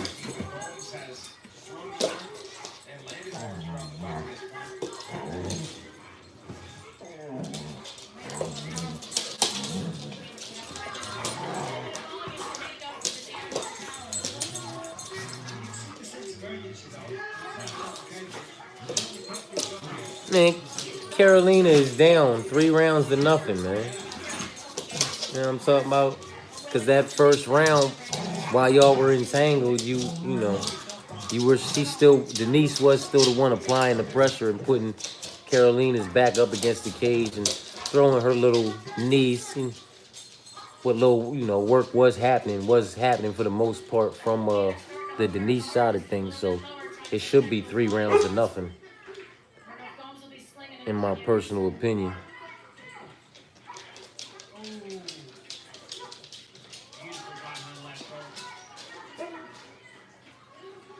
Yeah, it's not like we fighting in fucking Poland somewhere. They best not motherfucking... clearly should be a 30-27 for Denise. My bad, y'all. I'm over here rolling this blunt up. It should clearly be a 30-27 though. Misha Tate, Holly Holm, last minute. Let me lock this submission in and take this title. Stop it.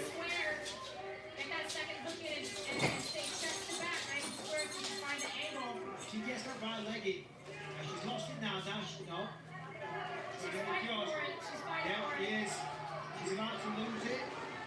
Wisely stands on her feet to control. But look at this, using that left leg, right leg, pardon me, hooked around goal. She doesn't completely lose position. Wow. Does she have an arm in there? Perfect shot. Gomes able to escape. 20 seconds to go now. Some tense moments there for the Gomes corner. But she was able to ride it out as we hit the final 10.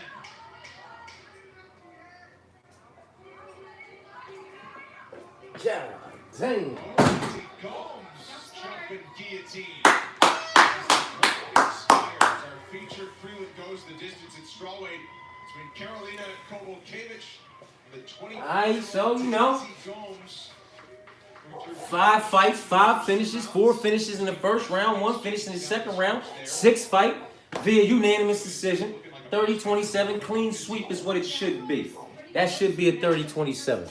If that's not a 30-27, Likely what's going to get it done on the judges' scorecards here. I mean, just big shots. We know that she's got that one punch knockout. oh yeah, it's always early Christmas over here, man. As soon as my daughter was picking the Halloween decorations up, she gave me that look and was like heading for the Christmas boxes. I just let them do their thing, man. Go ahead and do your 1 too, man. They decorate every single room. Huh? There's Christmas decorations in the damn bathroom. You know what I'm talking about? They decorate absolutely everything. But I'm alright with it, man. I'm alright with it. That shit don't bother me. Let them do what they want to do. You know what I'm talking about? Let them live their best little life, man. I'm alright with the lights and all that shit. That shit all go off at motherfucking 10 o'clock when I take it under anyway. You know what I'm talking about? When the fights ain't on. Right here, the UFC Apex. That's in just minutes. First, Joe Martinez with the decision. Well, ladies and gentlemen, after 3 rounds, we go to the scorecards. The totals are 30-27, 30-27, and 29-28. All for your winner by unanimous decision, Denise That was good work. Well, we got a little decision. We got a full 15 minutes, so that stretched the that stretched they broadcast out for them. Somebody that's inspired you. Parabéns para a vitória contra uma veterana duríssima. E antes, você mencionou que você tinha muita honra de dividir o plano com alguém diferente como ela, né? Com certeza, é igual eu falo. Toda menina que vem querendo crescer na luta, que conhece o MMA, conhece as meninas que já estão aí, a gente tem que ter o máximo de respeito. Um dia eu vou estar no lugar delas também. Então, é prazer para mim. As I say, all the girls that are coming up that love the world of fighting, they have to have the utmost respect for everybody because one day it might be my stuff up there as well. Well, congratulations on a great victory over a tough veteran. Ladies and gentlemen, your winner, Denise P. Gomez. Another little cannon. Is a good mentor to have in your corner, as is the UFC veteran Carol Hossa. That is consecutive victories for Denise Gomez. Andrade took her to get diced up, took her to get her fresh fade. Turns 25 years old. Right around New Year's Eve in December. We're in Las Vegas where the You can tell how she fights that they train together. we expect it to continue on the main card. Don't go anywhere as we continue from the White Capital. UFC Fight Night Magny versus Contest. 5 finishes, 1 decision. How many finishes we gonna get on the main card? Or is this where shit slows down? Huh? How many finishes on this main card?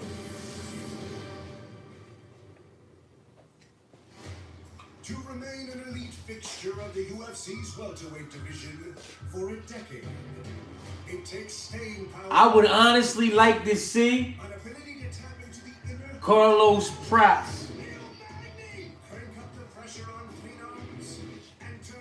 find the finish. If he finds the finish, I'd like to see him find the finish in the fourth, late in the fourth, or somewhere in the fifth in the final minutes, or just undeniably win a unanimous decision. I would rather see that over a quick finish because it would show me the real level of opposition and give me a better gauge of where his ceiling may or may not be moving forward, man. If he can get that unanimous like Denise just did type shit.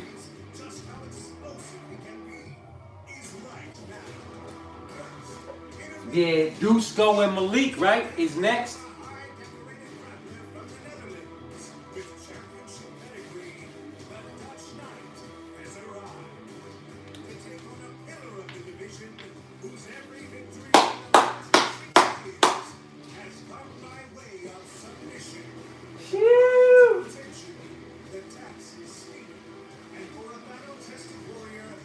This shit gonna be a banger, man.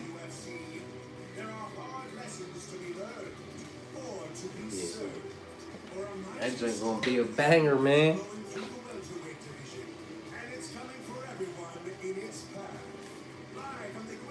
It's fitting to be a banger.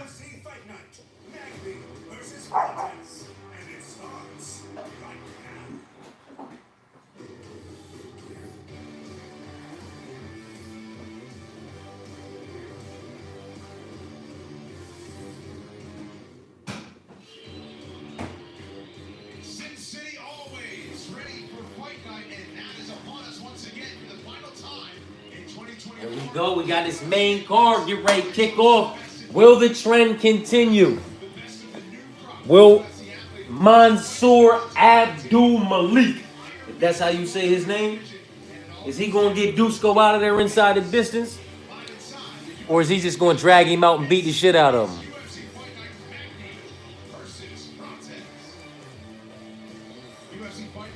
Peace and blessings to you too, man. You know what I'm talking about? How many finishes we fitting to get on this main card? And is Malik fitting to dust Dusko off?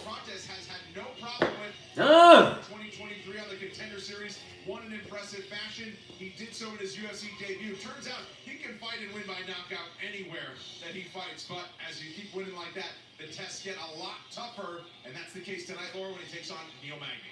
Yeah, that's a fact. I mean, Neil Magny has been in the top 15 of this division for nearly a decade. The most fights, the most wins, and the reason for that is his skill set. The guy can I mean, come on. Put respect on his name. The most fights in the division. The most wins in the division. And look at the names that he's fighting in the division. Come on. Regardless of the outcome of this fight, I just want respect put on that young man's name, man. For never taking an easy fucking fight. Never. Never. He's fighting all these hungry, young, bloodthirsty goons that Dana White is sicking on. Yeah, absolutely. Carlos Pratt is looking sensational. This man is a specialist, providing some of the best, most stunning and original knockouts that we've seen, whether it's dropping the lead hand and dropping it with a knee, fucking leading the hand flat on his face and unconscious. But of course, Neil Magny is a veteran, so this is going to be the toughest test. But he's also ranked number 15, which is what Carlos Pratt has won. This man's been striking for a very, very long time. Over 100 fights out there in Thailand, and you can see when this man performs. You can see how good this guy is. Sometimes the wise guys at a sports book are the litmus test on what they think. Prates is not only the betting favorite, it's the biggest betting favorite. Motherfucking main card kicked off. Dogs got they bully sticks. It's great. Pop the fuck off, man. Absolutely no underdogs have won. 6 fights on the prelims, all 6 favorites, 5 finishes, 4 in the first round, 1 in the second round, 1 decision. Unanimous clean sweep 30-27. All favorites. Now I'm talking about clean sweep for the prelims, all favorites. I believe the clean sweep on the prelims for all favorites was around plus 227 or something like that, if I'm not mistaken. You know what I mean? That might be the main card, and maybe it was plus 368 for the prelims, but it was one or the other. You know what I mean? I did it in the parlay video. You know what I'm talking about? So the clean sweep for the prelims, that one smacked and secured that bag for anybody who jumped on that and put in a prelim parlay.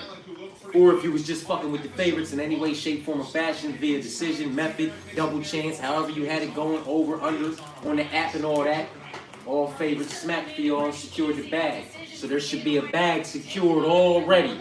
You know what I'm talking about? That has nothing to do with the main card. Now we on to the main card.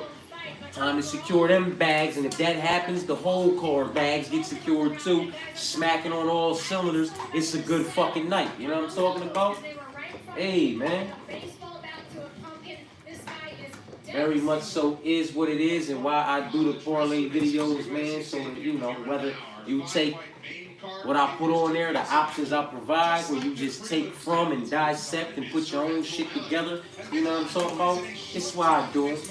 It is what it is, so that we can hopefully find ourselves properly placed on parlays to cash these bags, man. Here we go, y'all. Main card. Dana White's Contender Series has produced UFC champions, contenders, and prospects over 8 seasons. And tonight... Yeah, I told y'all GM3, man. Y'all know how I feel about GM3. You know how I feel about this matchup. You know how I feel about fucking RDR, man. I cannot stop from thinking about Ben Askren every time I think about RDR, man. Ben Askren was 18-0. Ben Askren was an undefeated, dominant champion who everybody said was a force to be reckoned with coming out of 1. Come on, man. Robbie Lawler knocked him out with the slam, woke him up with the punch, and unfortunately lost that fight. Jorge got him out of there the way he got him out of there, and Damian Maia wrapped him up. And in my personal opinion, this matchup is very much like fucking Ben Askren versus Damian Maia, with JM3 being the more experienced at a higher level, more dangerous at a higher level, more proven at a higher level individual in the matchup that's going to get the finish inside the distance via submission if they get wrapped up. Because RDR, man, while he's had a good run, where he's had a good run, against who he had a good run against, man, some of that shit been sloppy, man. People talk about GM3 and his comebacks and all that. Like, RDR hasn't been hurt relatively, you know, a lot of times, man. He's been popped and cracked. I don't believe the boy to be that durable or that tough, you know what I mean? I'm not going to say he's relatively soft, but he's been hurt, man. And some of the sloppy exchanges that happen when him or his opponent get hurt, he comes out on the top. His victims fall into his wheelhouse, man. I don't know that that'll be the case with a GM3, man. You know what I'm talking about? Like, if GM3 cracks you and hurts you and you somehow find yourself entangled, it's probably going to be getting choked the fuck out by GM3, man. You know what I mean? I just don't know. You had to make me a believer, man. I can't stop from thinking about Askren's raggedy ass, and I've seen the opposition over at 1. I'm just not personally moved by a lot of those individuals over there, but that's just me, man. You know, these good records come from over there and other places, man. Like when old boy just fought Marcus McKee, and Marcus McKee got him the fuck up out of there.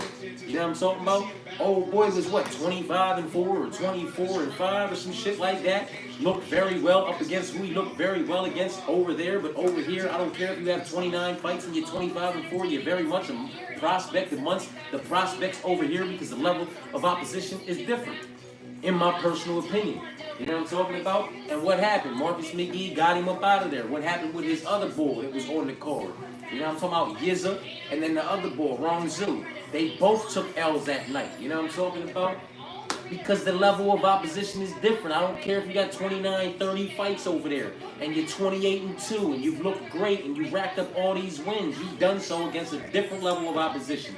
Make me a believer. You know what I'm talking about? That's all.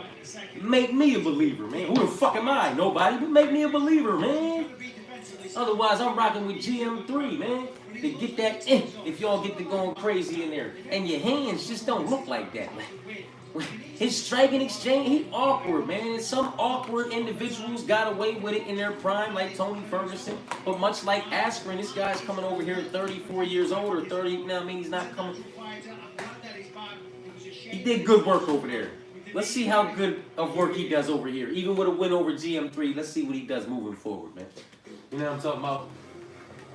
Excuse me, I'm done with that one. Because this kid too, make me a believer, man. I can't get behind a -4 something money line on a UFC debutant. I can't. You're 6-0. That 6-0 is up against opposition with a combined record of 11-9. Dusko, 12-4, up against opposition with a combined records of 182 wins and 77 losses. And in his first 3 fights, he had already fought individuals that had more than 11 wins and less than, 9 losses. He had already fought a better level of opposition than what you fought in your first 6-fight run in his first 3 fights, and then the opposition just kept getting better. Regardless of how anybody feel about it, he knocked out Michel Pereira prior to getting his Dana White Contender Series call, got that dub, and then came into the UFC. So a lot of people look good coming into the UFC and coming off a Dana White Contender Series. Dusko knocked out Michel Pereira, came on a Dana White Contender Series, won that shit, came into the UFC. He looked fucking magnificent. People had high hopes for this kid. Much like what they're doing to this kid, while they're shitting on Dusko like, this kid ain't gonna be in Dusko's position in a couple motherfucking years if he has to fight Gregory Rodriguez and everybody else that Dusko had to fight, and some of them individuals aren't even with the UFC no more. It's just a whole new group of goonies he's gonna have to fight. How good is he really gonna do? I don't know, man. I don't know. Even with a win over Dusko, I still don't know. You know what I'm saying? You still gotta make me a believer. We shall see, man. Favorites gonna continue to trend. Finishes inside the distance. Especially in this weight class, you saw the former middleweight champ, perhaps future middleweight champ Sean Strickland in the corner as well tonight. 5-fight main card is coming your way from Las Vegas. Shit, I hope you get that, man. Huh? 6,700 off a dirty 30, motherfucker. Give me that. I hope you get that, man. Go get that, motherfucker. Word. Go get that. God damn it, here we go, man. Ladies and gentlemen, here we go. Live from the UFC Apex here in Las Vegas, Nevada. Welcome to UFC Fight Night. Magny versus Blade. And fight fans, we are set to go 3 rounds as scheduled in the UFC. Alright, we got another young prospect coming in this motherfucker with a lot of steam on his name, with a lot of weight on his shoulders, with that big price tag next to his name. Officially 185.5 pounds in 16 fights. His record stands at 12 victories with 4 defeats. Fighting out of Belgrade, Serbia. Here is Dusko. Alright, let's see what happens here, man. And across the octagon, his opponent fighting out of the red corner. A freestyle fighter standing 6 feet 2 inches tall. He weighed at the middleweight limit, 186 pounds. And as a professional, he is perfect with 6 victories. Minus 470 favored on his UFC debut. Sure. Well, kid, I hope you catch this dub and justify that price tag. I hope you make everybody at home happy, man. I hope you make your folk proud, man. Go out there and catch this dub and do that shit in spectacular fashion, man. Implement your game plan. Minus 470. UFC debut. I don't give a fuck who you are. That still feels like something on your chest.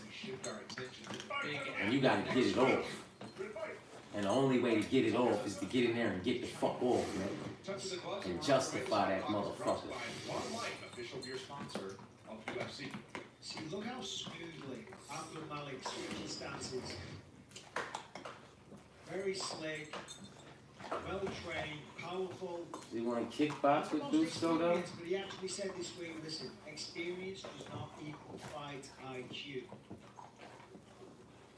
Does he want to kickbox with Dusko, You though? hear what he says, he says, no, I've been doing this entire life. I'm still a young man. I'm still learning. Doesn't mean Oh, you don't buckled understand. and then a heavy shot on the ground. And Malik emptying the tank early. Don't empty the tank. Pick your shots. Every single time. Pick your shots. Watch your fucking Gotta heat. watch the potential T-bar here.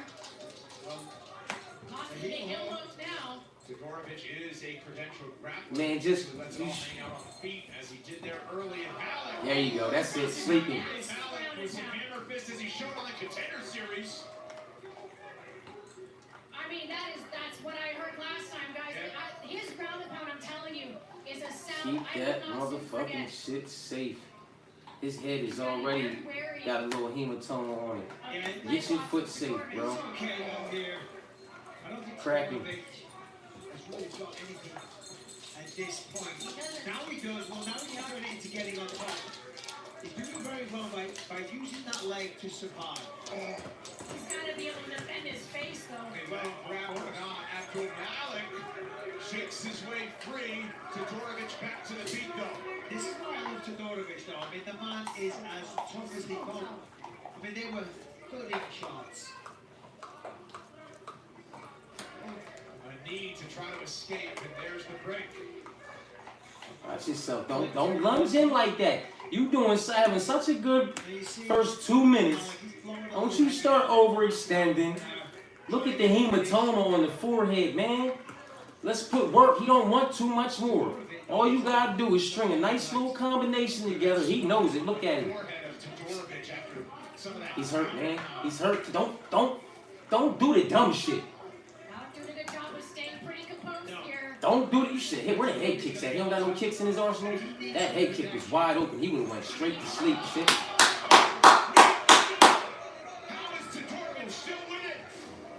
Watch your foot, kid.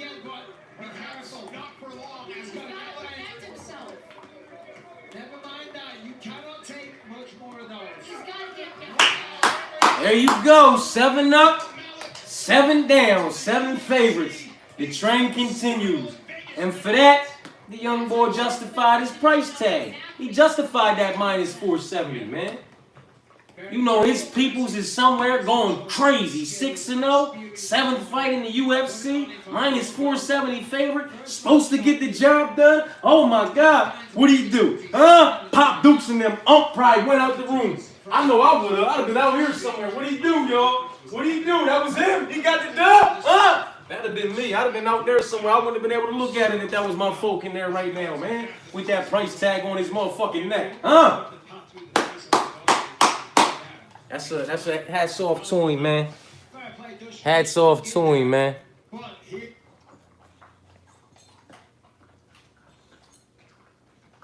Beltran's looking, he's thinking, you know what, listen, stop.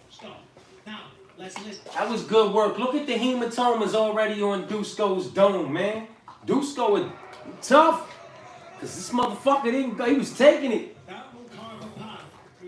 He was taking it, man. Hats off to that young boy, though. Salute to that young man. He came in here and he justified that price tag on his debut. Got it done in brutal fashion, not even spectacular fashion. That wasn't no one-hitter quitter. That was brutal fashion. He fucked that man up. Huh? You sink that. What? Mollywopped him. Boom, boom, boom. Dusko was eating him, but his insides was not liking him. You could see it in the eyes, man. Huh? He didn't want too many more of them. He wasn't fitting to fold and crumble, but he didn't want too many more of them. Word. That shit was messy. God, man. Now they gonna have to have some more interviews and shit. Well, I know we on to the main card now, though. You know what I mean? What do they gotta fill? Like a 2-hour slot? Do they gotta fill it at least till 9 o'clock, man? You know what I'm saying? Or no? They good to run once they met that 7 o'clock deadline.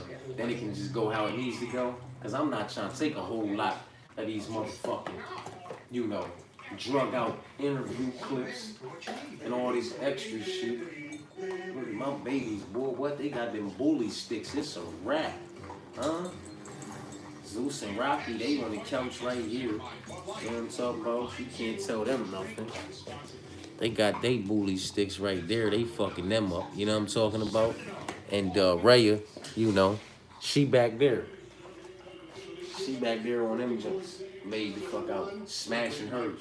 And she will come out while there's still got a bit left, and she'll start looking for one of them to drop it and walk away and get tired of chewing on it or something so she can take it from them. You know what I'm talking about? I'm Yeah. here with the winner, Mansour Abdelmalik. Mansour, my word. Listen, you spoke to us this week. You exuded confidence. It seemed like you knew something, but I mean, UFC debuts, they don't get much better than that. There we go. There we go.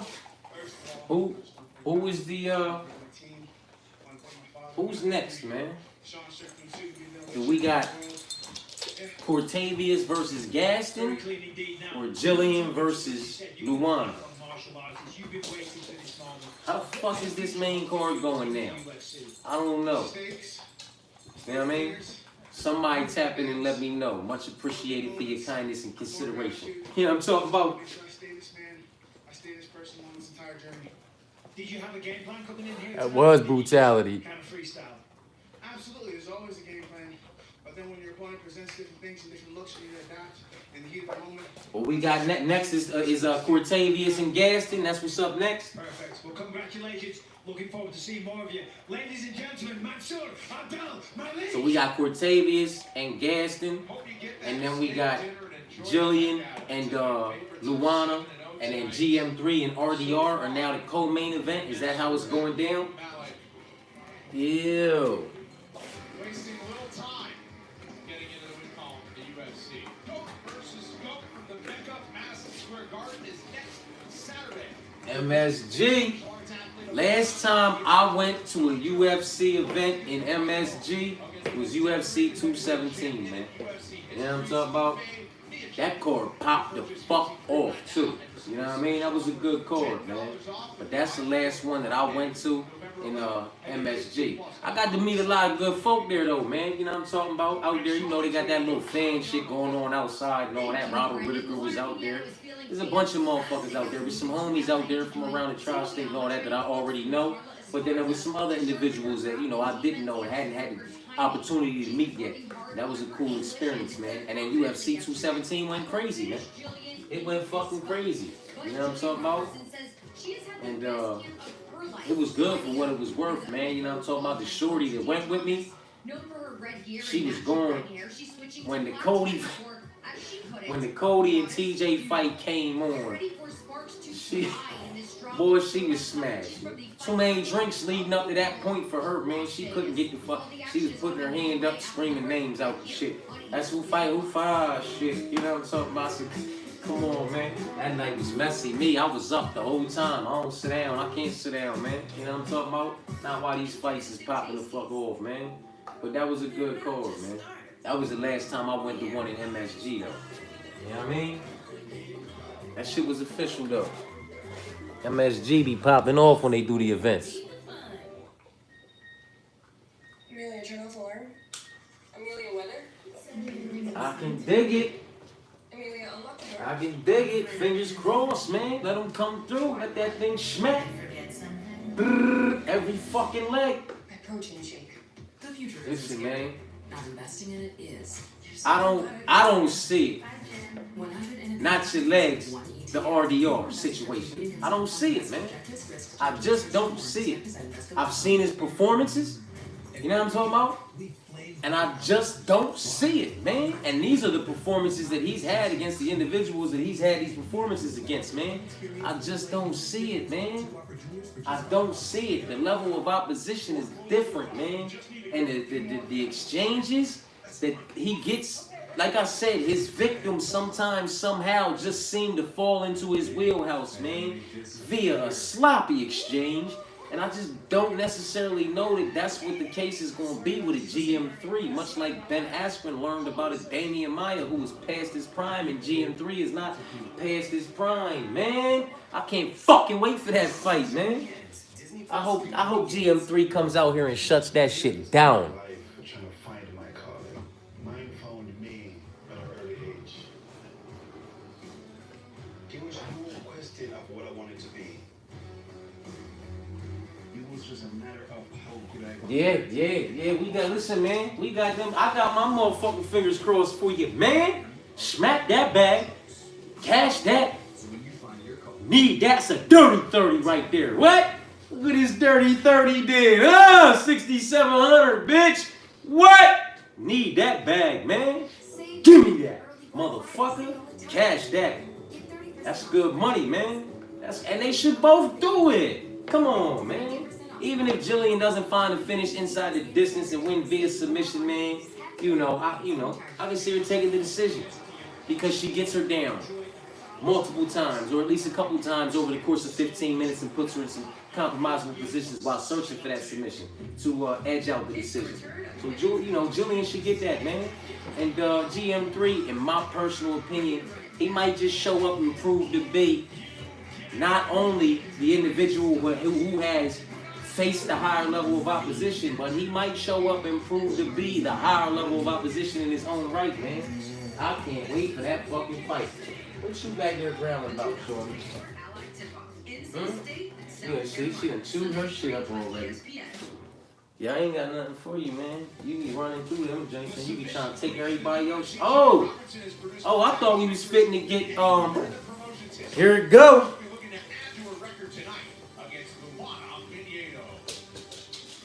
Here you go, man. I thought we was fitting to get motherfucking Cortavius and Gaston. Boom! What if they put GM3 after this one? Just boom, boom, huh? And then you cashed out before the co-main event. If they put motherfucking Cortavius and Gaston in the co-main spot. They obviously put them higher than these two, which is ridiculous in my personal opinion. Again, who the fuck am I? And that's just my personal opinion. Yeah, that shit might go boom, boom. Boom, bop. You bit and cash the fuck out. Shit. Wishes? Hey, we're Dustin for you. You think of what I'm thinking? You and I should get in there. Save now with the early Black Friday sale at Target. Get 30% off select. Yeah, you just, with Bolanos, man, you just gotta watch out in close. You gotta watch out when Bolanos is disengaging from those wrestling and grappling exchanges, those brutal elbows. Because I could just see in the second round, after Cortavius has had some success in the first, I could see that second round, man, they over there by that cage and he disengages, bow, boom, boom, and just, oh my God, the young boy goes down for the second time via KO TKO. It's not like it'll be the first time, man. It's a messy one, but that's what happens when you have cards like this, man. It is what it is. There was no question of what I wanted to be. You got UFC debuters against staples in the division, up and coming prospects against veterans of the division, and then you have a whole bunch of just prospects versus prospects, UFC debuters against mid to low tier level opposition. It is what it is, man. You know what I mean? You'd like to think that maybe all these favorites are just gonna go ahead and keep the trend moving. But GM3 is that one guy that I think could get it done any which way. I think he can catch him. I think he can crack him. I think he can hit him with a 2 right down the fucking pipe and drop him back. And then just kick them legs a little bit and make him get the fuck up. Fuck going down on top of him. You know what I'm talking about? Will Zeus get the barking when I'm talking about GM3 too?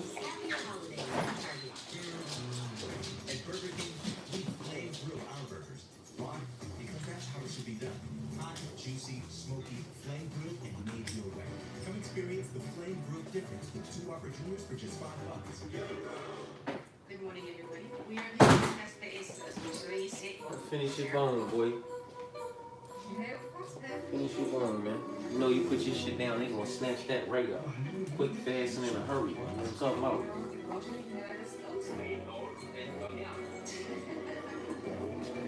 Gonna drag it out. These finishes got him dragging it out.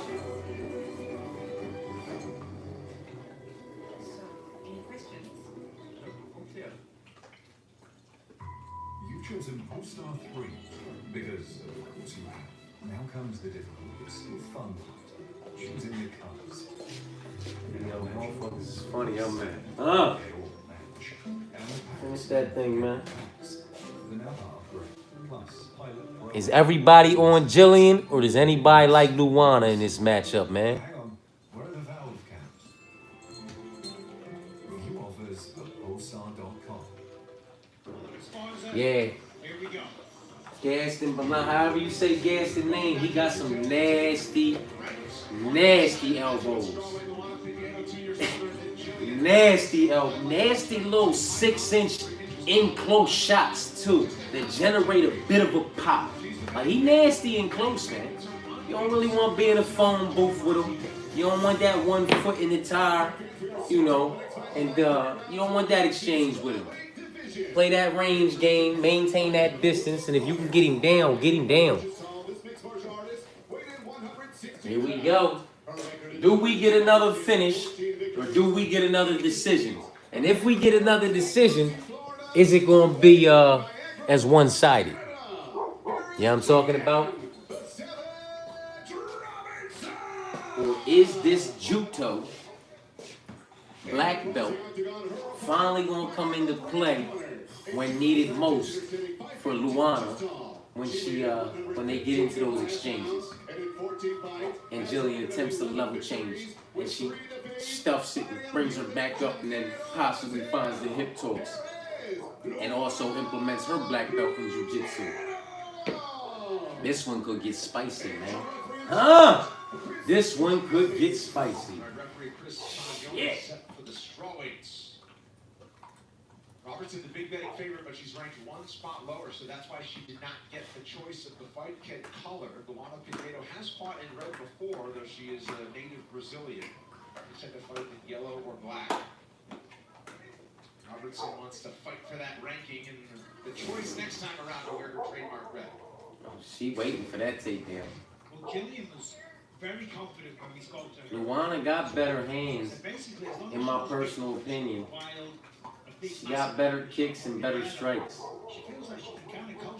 With that judo, might have her having a good enough defensive game to keep it upright. And then it could just be about this type of shit all night. And you gotta stay safe. In particular for Jillian Robertson, obviously the submission game is there, but there it is. What's she gonna do with it? What is she gonna do with it? She needs to. Is going to be what sets up these takedowns and these entries. And it's really nice to see Gillian Robertson. Watch the toss. There you go. Take her back. Make her uncomfortable. Don't put her in a position to toss you. Fishing for underhooks and, 2.5 minutes passing before the referee has to step in. She wrestles with nasty intentions. She takes them down. Got excellent technique and power, which is crazy because she said this week she doesn't do any strength or conditioning.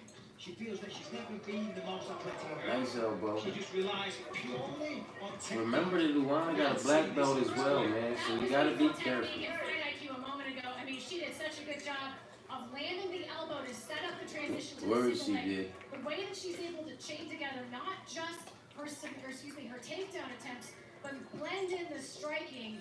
It's just really high-level stuff from Jillian Robertson. Pinheiro going to try to strip the grip here.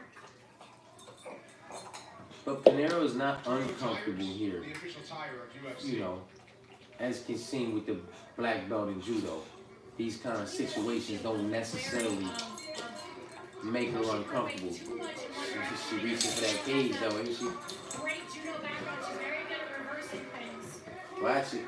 To the ground they go, and then Robertson gets the back.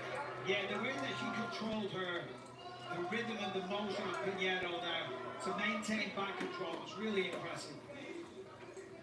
Knees, put that knee in her face. You heard her corner? You heard her corner? Give her a knee. Give her that knee. It's just instinctual sometimes, your hand goes out. She didn't grab, but she leaned against the fence. And now we see a nice use. Oh, nice left hand. Able to break free, go halfway through the round. Stop grabbing the cage. She No did more. grab the fence. Okay? No more. I thought I saw that. That's why I said it a second ago. I mean, she was reaching for it the whole time, but you know, let's not act like that's not just a thing that happens, and for some folks, it's not just a natural reaction. See why Tyone goes with the hard wording there for all that. He ain't playing no games though. Look, see that uppercut? She can't be staying at range with Luana. Luana is cleaner. Luana is faster, and she might just hit a bit harder, man.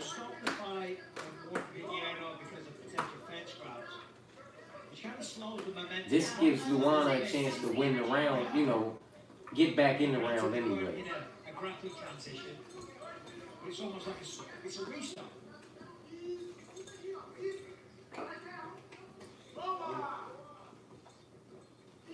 Try to counter that low kick with a straight down the pipe, huh? Luana didn't like that. She said, all right, bitch. What you want to do? I got a couple shots for you. Hold this. Take that. Watch out for this. Sequencing together those, several takedowns, one after the other. So right now, she's just taking a couple of breathers, get the breath back before she goes again. I like the kicks from Robertson because Pinheiro does such a good job of staying out at range, darting in, landing a couple shots, getting back out. She's got great footwork, great movement. If Robertson can start to find her at kicking range, it's going to allow her to move through those ranges more easily into the clinch and down to the ground where she wants it. Seen that several times. A leg kick answered with a punch up top. It's a classic, one of the classic counters. Somebody throws a low kick, just drill a right hand right in the face. Timed that one well as Pinheiro was almost altering her position. Big break for Robertson, who's now dominant position with 40 to go in the round. Yeah, 3/4 round here. Now, Robertson loves the submissions. And from here, we just saw a 12-6 elbow attempted. At this point, just score some points, do some damage. Use the old ground and pound.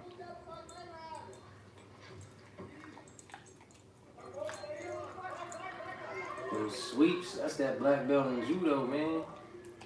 Robertson always does such a good job maintaining. She almost had it, but still ended up lost on the wrong side of it. Sweep her, disbalance her. Couple little. Top position to end the round. A few 12-6 elbows for good measure. Oh! See elbow that last shot hurt me. What the fuck happened there? You take it without thinking.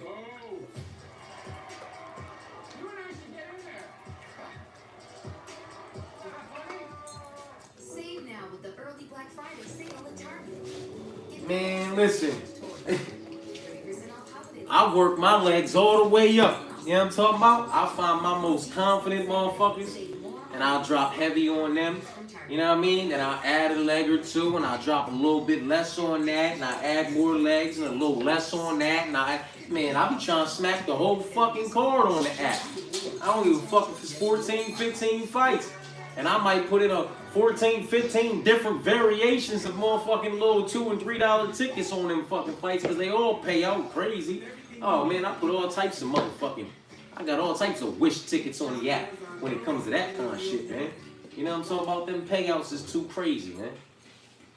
Too crazy. You can put $6 on 6 legs for like $1,600.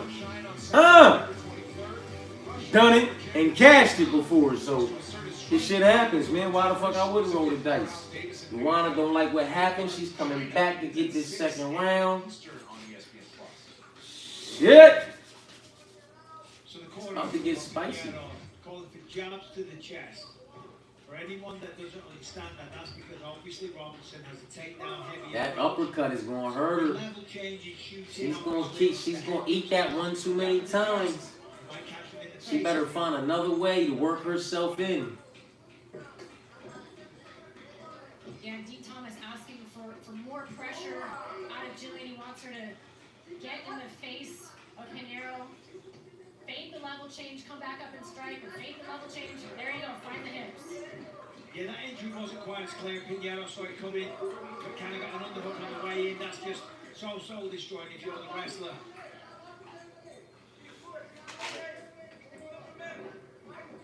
Again, wasn't the cleanest. Pinheiro saw it coming. This is where it gets spicy. Pinheiro, dude, good job. Jockey to the stomach. Not quite the chest, but it's still the midsection. And she's feeling it. Well, I also the plexus.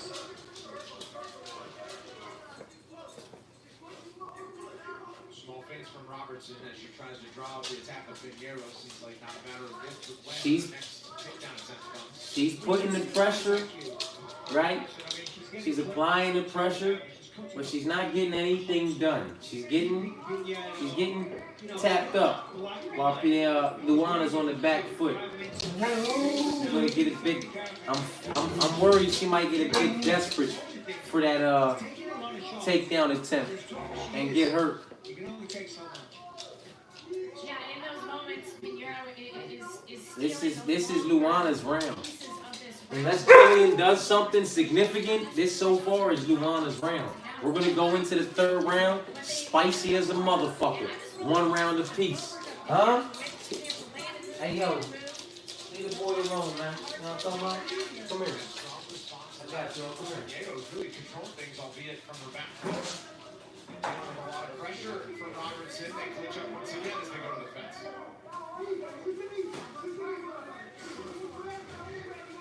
Underhook for Robertson on the right side. Watch for Pinheiro, the potential to look for that wizard kick. She's got great judo throws, big background in judo.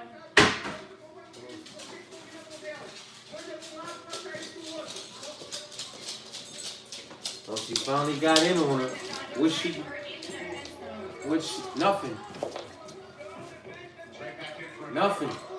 She can't get anything going in this round.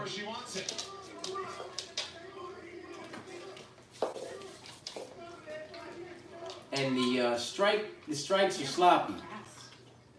1 round apiece going into the third round. Will Luana steal this one away from her in the third round by producing a better all-around body of work, even from her back foot? She is outstriking her. It's got to be 2-1.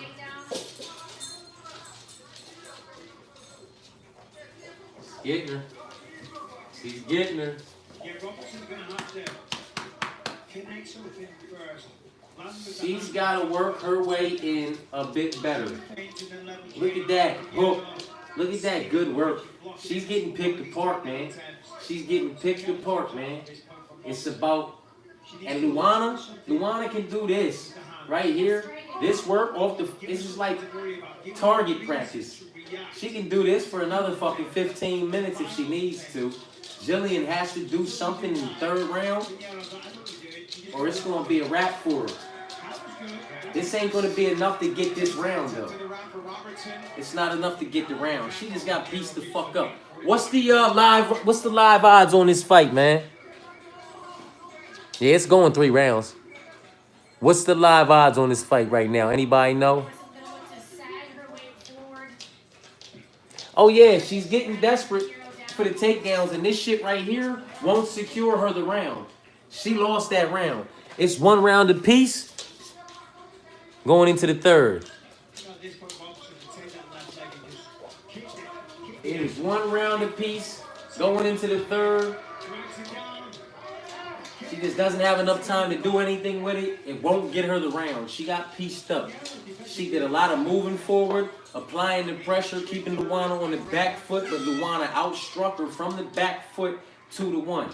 You know what I mean? Save now with the early Black Friday sale at Target. Much like them ladies in that one fight a few weeks ago.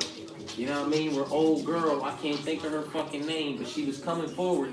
She was coming forward. She was controlling the octagon for 15 straight minutes for the most part. Like, she was coming forward, but you kept girl on her back foot, but she was doing nothing with it. And old girl was just utilizing the octagon, doing good work off the back foot, piecing her up, out voluming her, you know, and doing her 1-2. You know what I'm talking about? It's unlocked and doing her 1-2. You know what I'm talking about? And took that decision. Just put them on the, what's that? Alright, we just put them on the, here, grab, put that in there too, I'm gonna grab a book. Appreciate it. Old girl just did the better work off the back foot and secured that decision, man. Outstruck her like 2-1. Oh, let me get the joint out the view before they start going crazy and cut me off because the TV, the dog hit the damn phone cord. Yeah, she got to do something different. She got to do something different or she's losing this decision, man. Third and final round between ranked strawweights. To climb the ladder into the top 10 in the not too distant future. Robertson trying to get the fight to the mat. Pinheiro found success on the feet round 2. Dean Thomas, our colleague, and in the corner of Jillian Robertson, wanted her to keep staying busy with the kicks and then shoot off the kick to try to get the takedown. Yeah, it's not a bad idea, certainly. It's a way of mixing things up. There it is. That's a good entry there, but not enough. Instead of Dean Thomas as Robertson pushes with Pinheiro along the fence.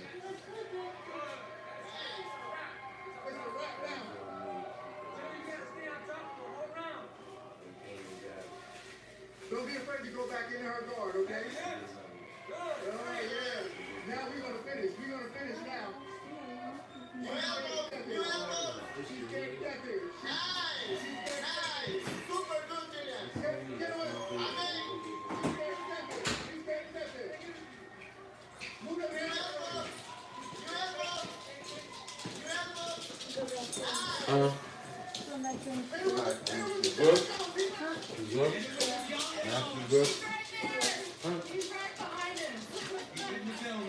Couple elbows from Robertson. But yeah, why not? Hit him with the John Jones. Is there a better height man than Dean Thomas? I would say no. And here with the John Jones is that new 12-6 elbow that's legal that ultimately led to the DQ for John Jones against Matt Hammelback. Did we just stop holding an elbow?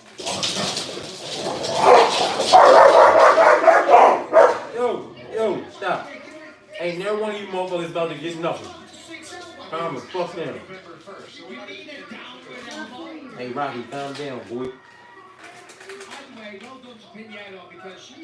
They got tired of no dogs barking on this cord. They said they was fitting to fight this motherfucker, y'all. God damn.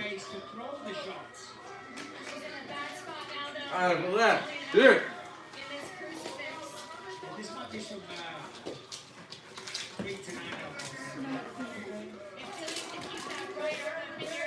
Good? Alright. Motherfucking dogs was fitting to get the rumble in this motherfucker over a fucking burger. I'm in this bitch fucking a burger up. You know what I'm talking about? Man, they got on all sides of me. They looking at me like, I know you fitting to give me a fight. I step back like this. Boy, they almost got after it, man.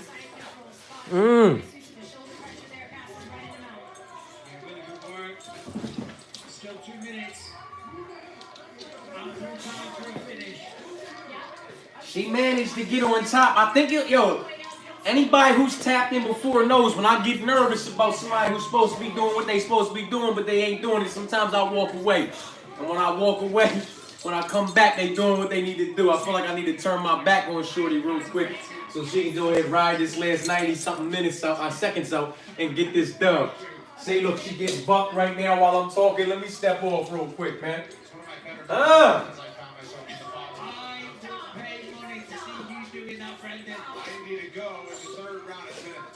Y'all good, man? Calm down. Relax. Come here, man. Come here. Relax. It's all good. It's all good. You too. Relax, man. Everybody gets some and nobody get none, man. Y'all tripping. Hey, yo, listen. There's some good scrambles in this matchup, though.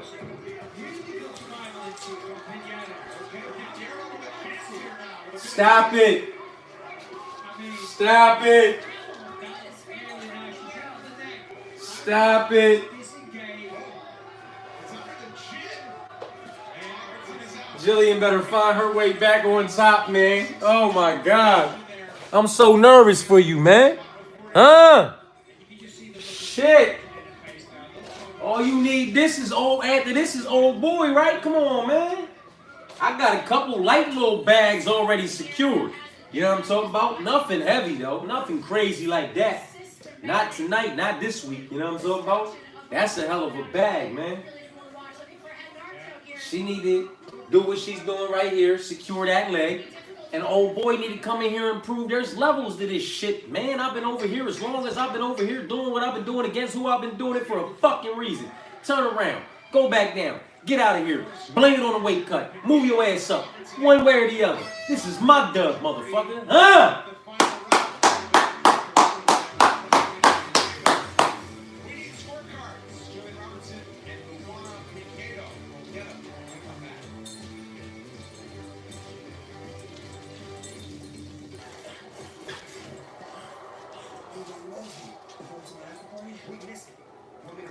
They went after it, man.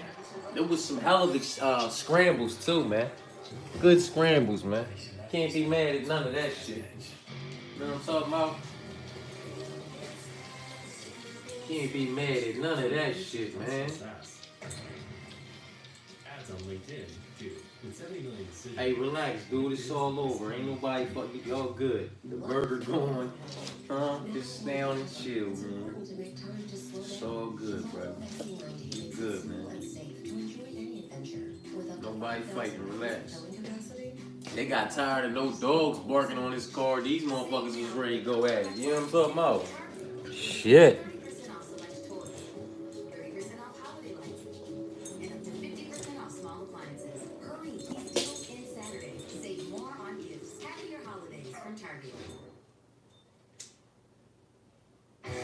Check out ESPN's MMA show, Good Guy, Bad Guy, with David Claudia and Chael Sonnen. You can watch it on YouTube, ESPN2, ESPN Plus, and you can listen to it wherever you get your podcast. You see it, Chael, 2 episodes every week, Monday and Thursday. Don't miss it. And now, for the official decision brought to you by DAV, Disabled American Veterans, keeping our promise to America's veterans. We send it inside the octagon to Joe Martinez. Ladies and gentlemen, after 3 rounds, we go to the scorecards. The totals are 29-27, 29-28, and 29-28. All for your winner by unanimous decision, Julian, the 7. You want a mad, boy. She bad. I'm here with Gillian Robertson. Another impressive display of grappling prowess. You didn't get the submission, but you did get a dominant victory. How do you feel about it? Great, honestly. Second decision in a row. What's up, bud? I'm here to finish fight, so I'm not happy with it. Well, it was a good display. I mean, tremendous grappling, and she is very, very tough. There was a few times you came close to finishing, so I wouldn't be too hard on yourself. I'm just a lot better than what you guys see tonight. I should be retiring girls, you know. I should be putting them out, and I wasn't able to do that. She talking that shit. She said I should be retiring these girls. I should be putting them away. What's up, boy? You need to go out back? I'm just trying to keep on climbing the ranks. I'm looking for a title shot within the next couple of years, so just keep on climbing, keep on going. That's what I'm looking for. Keep on climbing. Congratulations. Ladies and gentlemen, your winner, Gillian the Savvy Robertson.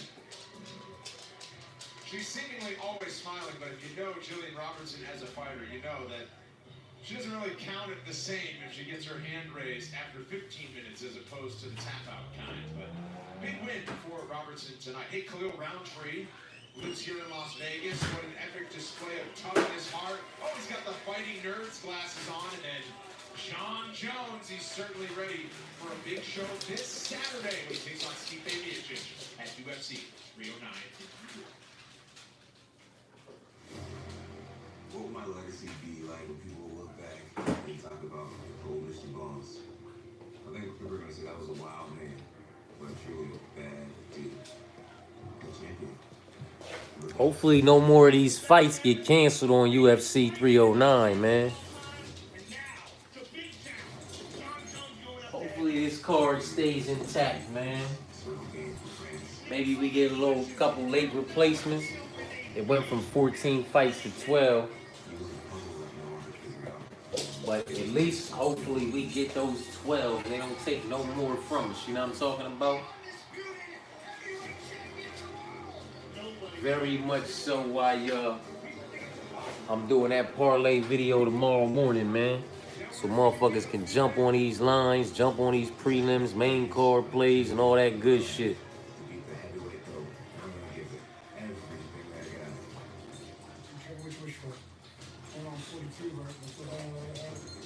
Who's up next, man?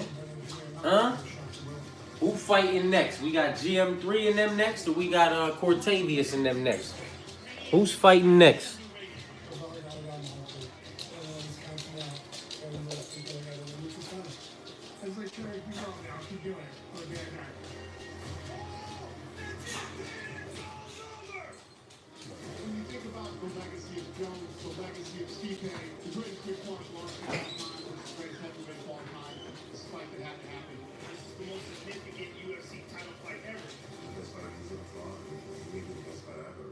So I know Stipe is not going to sit there and get out from it. I may have to take him to those big ones and I believe that he's not going to be able to keep up.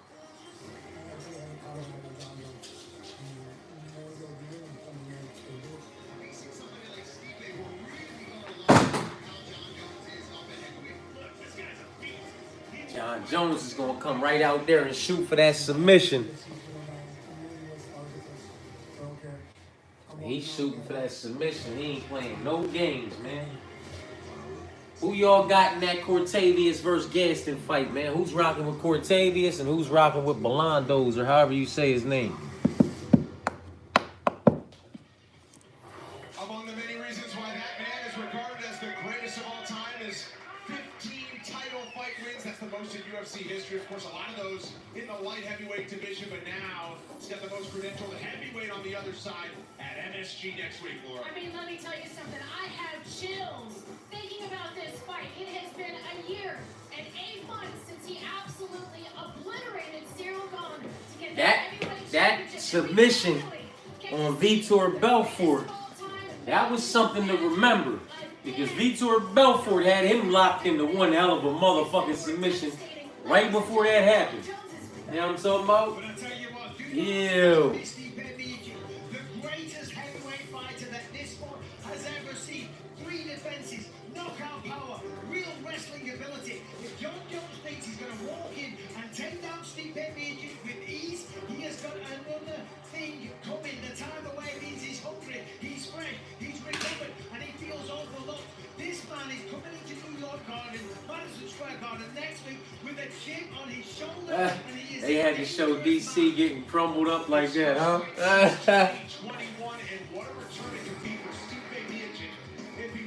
You rocking with Ramius, I can dig it, I can dig it. You got him inside the distance or by decision?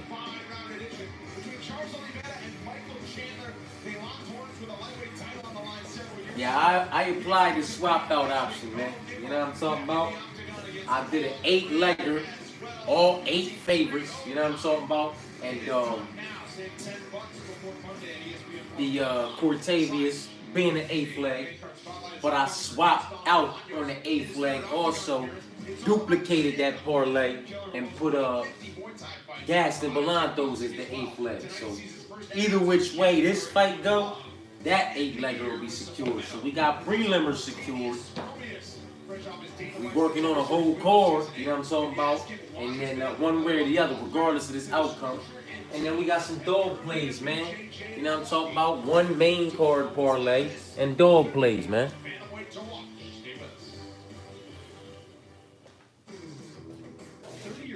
I had one main card parlay that was 5 legs, just because it came in at like plus 554 or something, 559, something like that. It was 5 legs. It came in at plus 5 something though. And just because I said, let me go ahead and drop something on this. It was the main card. It was all favorites with 1 dog and the 1 dog being Gaston. I threw something light on that just because. 5 legs at plus 5 something. I'm a fucking degenerate. You know what I'm talking about?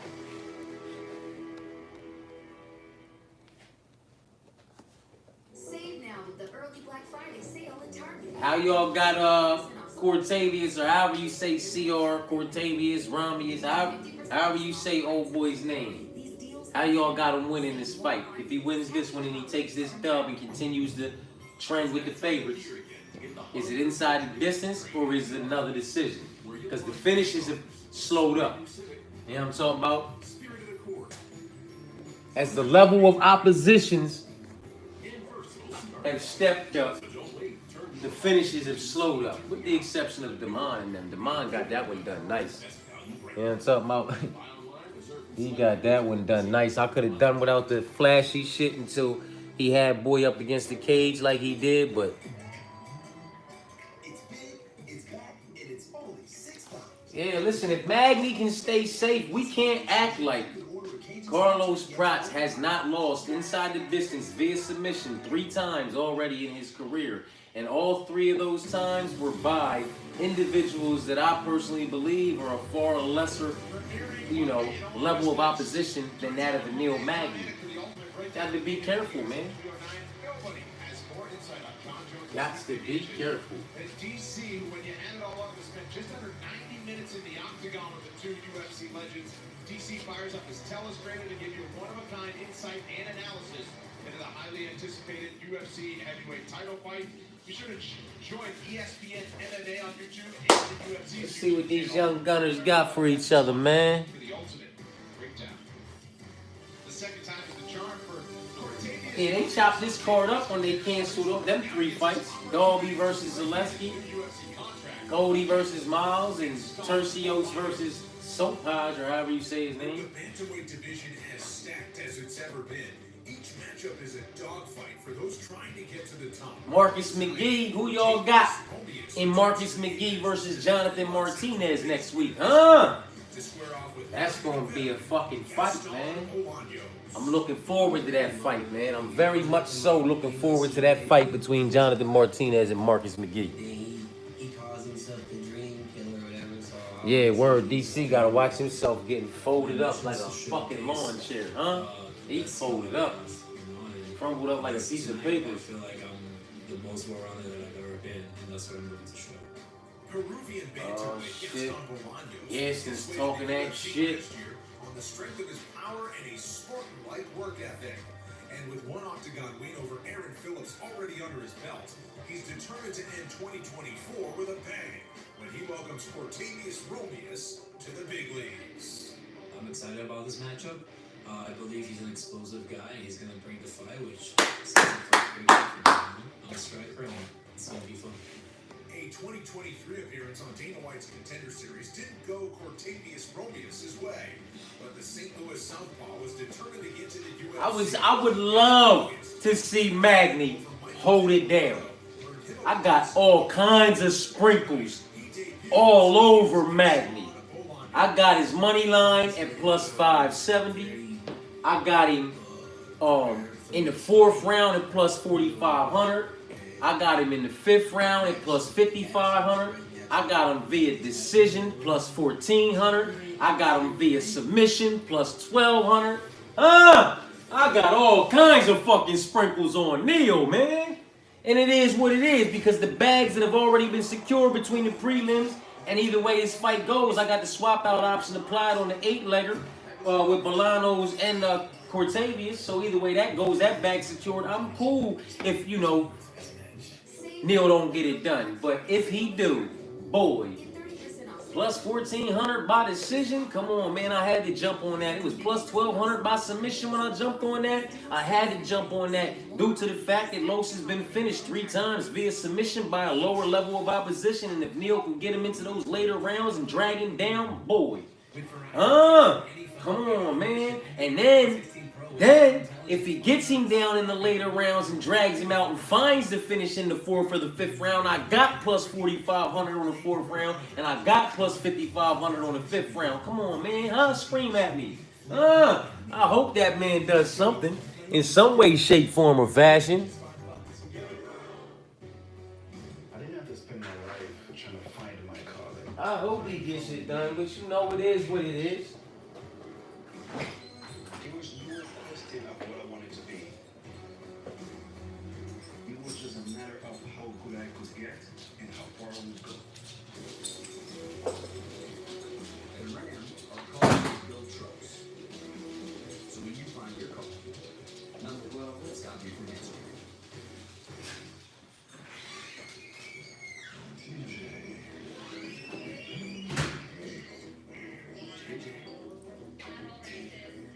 Boy, these dogs don't know what to do with themselves when it's fight night, man. They not used to the activity. They get all anxious. They in the front, out the back, in the front, out the back, in the back, out the front. I'm alright with that 10% chance. I'm good with that 10% chance. Give me that 10%. You know what I'm talking about? Because if he doesn't come through in any way, shape, form, or fashion, that's about the cut. I mean, like, I'm taking no losses. Prelims secured. 6-legger secured. 8-legger secured, regardless of which way this motherfucking outcome comes. You know what I'm talking about? All favorite bag on its way to being secured. This could fumble that up. You know what I'm talking about? And then dog plays, man. It is what it is. If Neil misses, he misses. But for what it's worth, it was, you know, a decent night, man.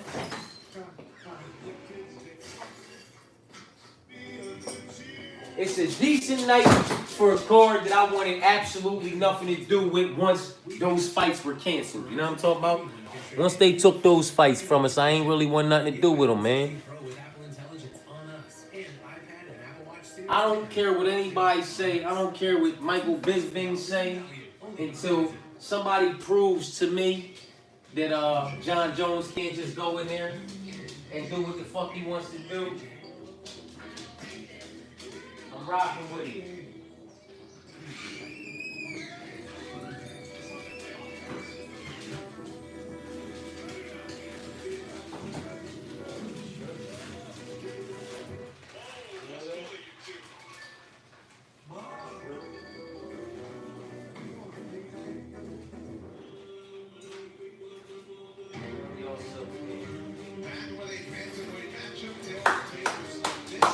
Here we go, man. Here we go. Do the favorites continue to run the show, or does a dog finally bark? Huh? My dogs came in to find out, man. We finna see who's fitting to pop off, man.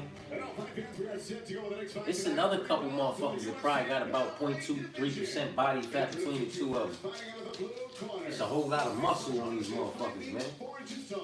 Weighing in officially 136 pounds, his record stands at 9 victories, with 2 defeats, fighting out of St. Louis, Missouri. Here is Cortavia.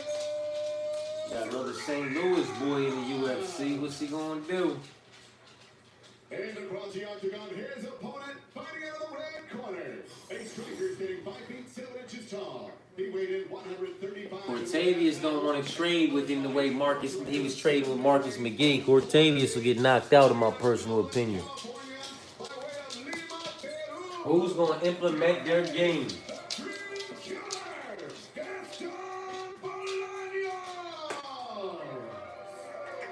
He's from Peru. Who the fuck we got in the UFC from? Where was Kyle Parisian? Where the fuck was he from back in the day? Fights left from Las Vegas. Peru. 100. Bolaños looking to be the quick underdog to cash a ticket tonight. Plays off. Red. Bolaños in red. Romy in blue. So Romy is definitely a much more unconventional style. You don't want to kickbox with this guy, man. Not in my personal opinion. If you got what the fuck? If you got another game, work it. Yeah. I don't know what that was. Let's stop with these knees, though. We need to stop. We need to stop with this flashy shit before it's, you know, need be necessary. Get a motherfucker hurt first. Get some respect in that motherfucker first, man. Right now, y'all look like y'all honestly, old boy could be fighting upper weight class and you could be fighting down. UFC veteran Danny Castillo in the corner of Bolaños, as well as Kieran Fitzgibbons. Bolaños just look. And UFC veteran Zach Otto on the other side for Cortavius Romies, who trains alongside Montel Jackson, is now inside the top 15 of the bantamweight rankings. And Romy is on the contender, a very strong, good conditioning, decent wrestling, wild, aggressive strikes. He needs to work his wrestling and stop trying to strike with this man. But you know, to each their own, man. Do you, scrap. But you don't lose it too much, you know what I mean? You want to get, There you go. Work your game. Implement your game. Lock your hands up. Get him wherever you fucking go. Now, that's good work. Don't kickbox with him. Don't play with him. Put work on him. Put him where he's uncomfortable. That is one of his best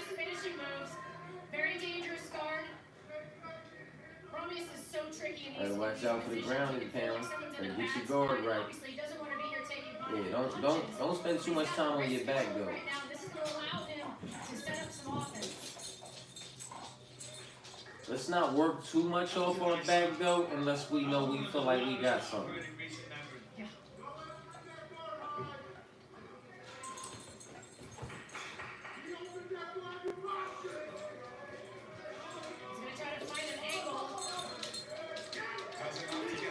This is where he has to watch out for Belongo's, Gaskin's elbows, GB's elbows, man. When he disengages, you gotta be fucking careful.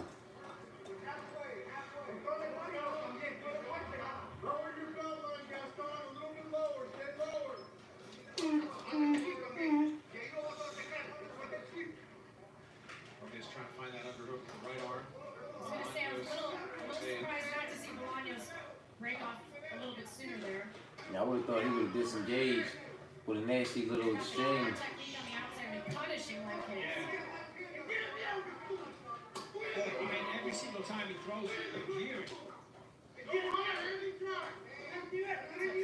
50 plus Muay Thai fights will get them. Roby is just being a little hesitant right now. And he's got to put something out there. He didn't faint hard. He's got to He drive can't strike with GB. You know what I'm saying? Look at that shit. He's going to get slept if he keep playing around with the feet. You can't strike with this man. Roby's going to wait for that, then explode. It's not the look. Relax, yo. Can't strike with this man. He's gonna chew his body up and chew his legs up. Just wait for it and then go.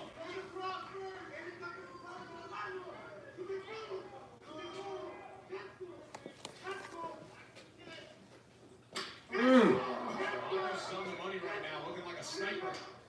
that body can't miss right now. What is he gonna do with it though?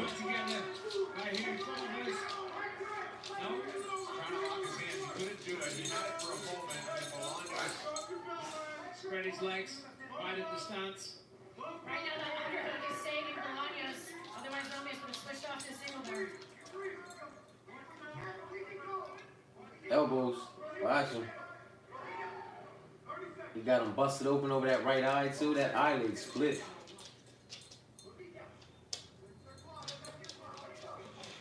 That eyelid split. It's bothering him too. He gonna go to sleep, man.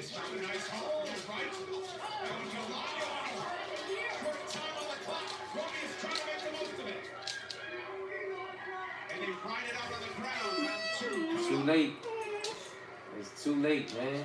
What y'all think, man? Y'all think Romulus lost that round? He had a nice takedown, you know. But he got pieced the fuck up. He got that eye opened up. How y'all feel about that round, man? Y'all get out with a GB or CR? You know what I'm talking about?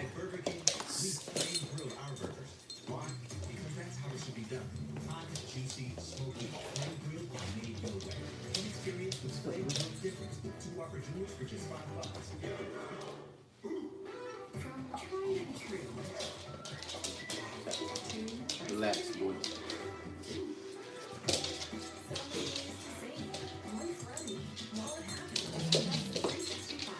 He ain't trying to mess with you right now, man. He ain't trying to mess with you right now.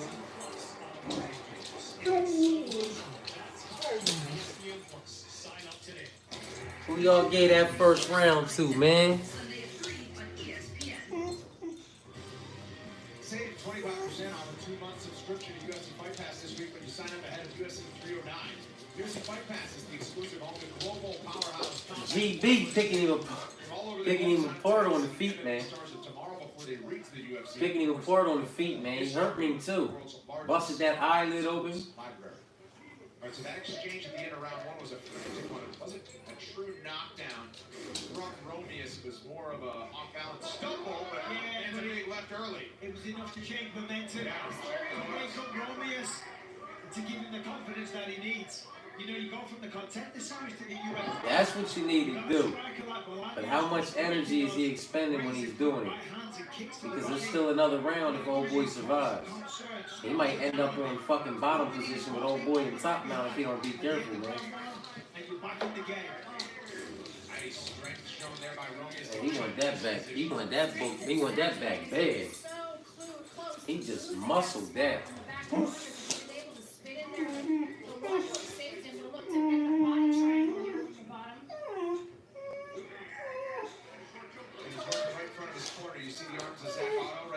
Hold on, Rock. I hear you, dude, but you ain't trying to do. What's up? Come here. What do you want, man? You bugging, bro. You don't want to go outside. You don't want to go out back. You can't have no more treats. You want to play? Come here. Come here. Come here, Scrap. What's up, man? Shut up. Breathe easy. So you're going to get them riled up and then they all will come through.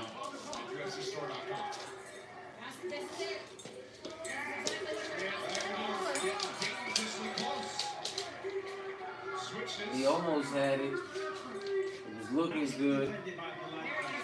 That looked concerning a second ago. Romeus is just going to remain calm. You've got the body triangle. You've got 3 minutes. Listen to your coach. Do what you're told. They're telling you, you don't got it. The corner's telling you to soften him up a little bit. They're telling you to soften him up a little bit, and you're not listening.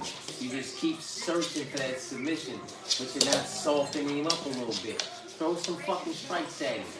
Punch him in his fucking temple. You know what I mean? Rain down like this on the front of his fucking face.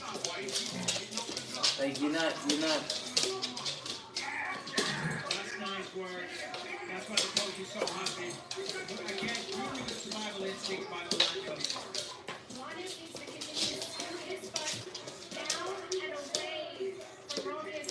This is exactly what he needs. He doesn't get this finish in this round.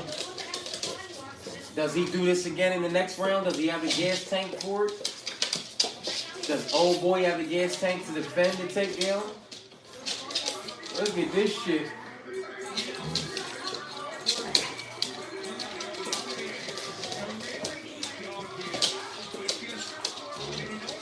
Oh!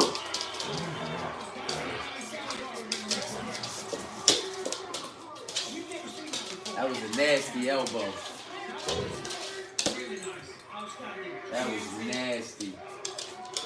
He's hurt. He's hurt. It's over. That fucking elbow to the forehead split him wide open, and he's hurt. He's hurt. He's hurt, man. That elbow, while your head, the back of the head is on the mat, so it can't roll with it, it can't go with it, and you just catch a elbow smooth to your motherfucking forehead like that. Now he's on the bottom. He very well might. Oh man, how y'all got this round? He had a lot of control time, but then he got up. I mean, he got hurt, and now he's on his back for the last almost minute.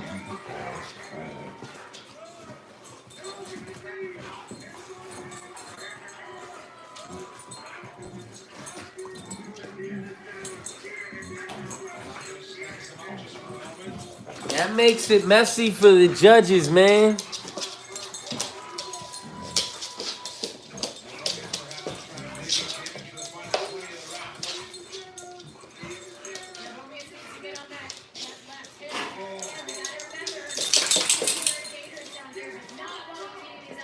Listen, he might have landed a takedown and got some control time and searched for some submissions, but he ain't caused no damage and put him in no compromisable positions like what GB did to him when he got on top of him for just that minute. You know what I'm talking about? That's gotta possibly be 2 rounds to nothing, man. Cortavius might need the motherfucking finish, man. You know what I'm talking about?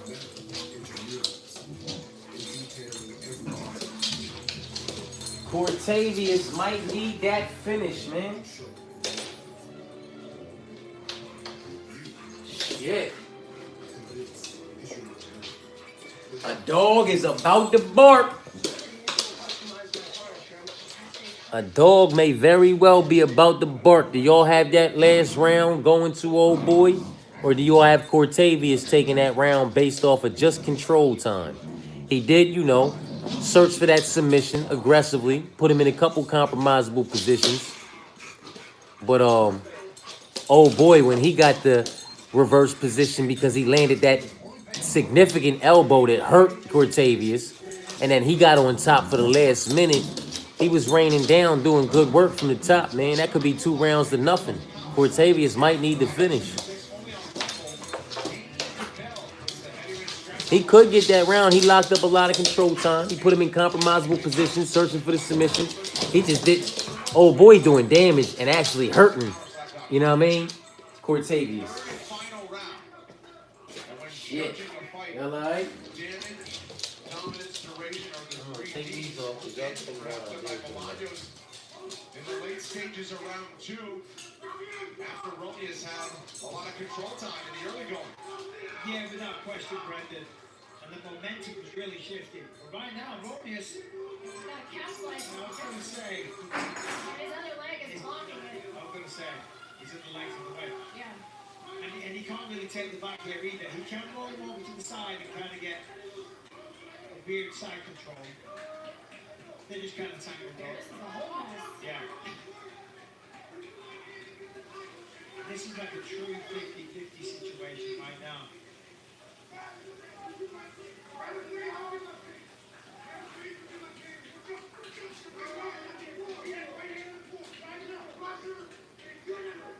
Because of the way nicely done by Bolaños. Now this is great for Romeus. This is exactly what he wants. Y'all got water? You good? You good?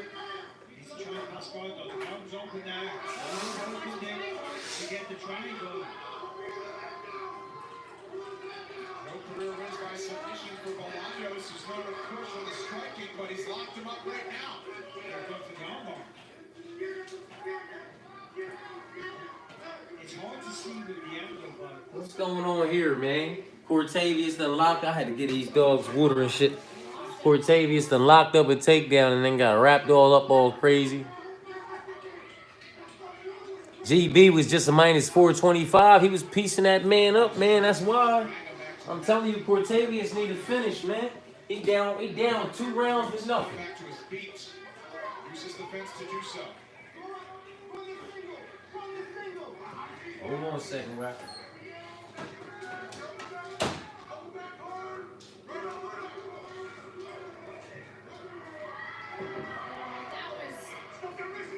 That was a mistake from Romeus. He was trying to hop the back, didn't have enough height to actually get on the back, and now he's finding himself underneath Bolaños.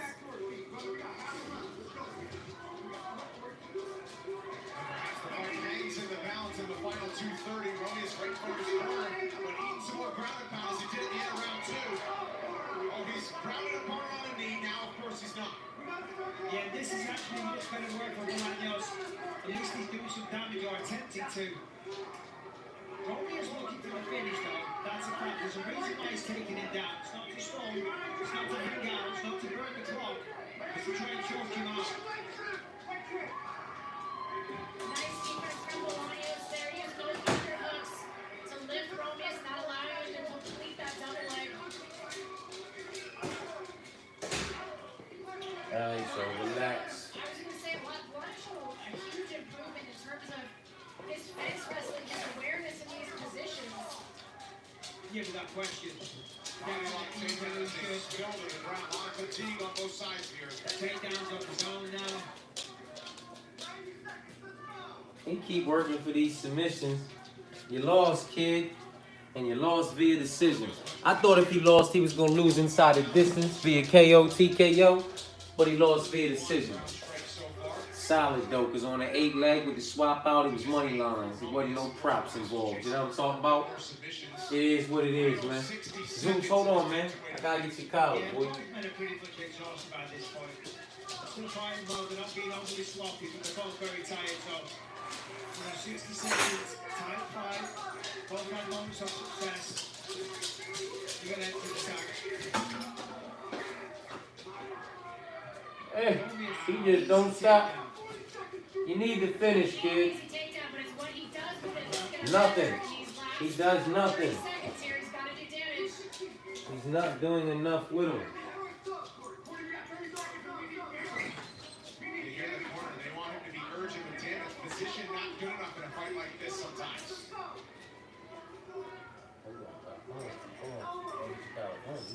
It's been a close fight, but you want to send a message to the judges in the final seconds. He not throwing no elbows or nothing. Come on, kid. You did it to yourself because you got to do better. He did that one to himself, man. You got a 30-20. Who got this? How y'all scoring this fight, man? Come on. Spoil the UFC debut of Cortavious Robius. Will it be Robius or will it be the Dream Killer from Peru? We'll find out when we return to Vegas. Stay with us.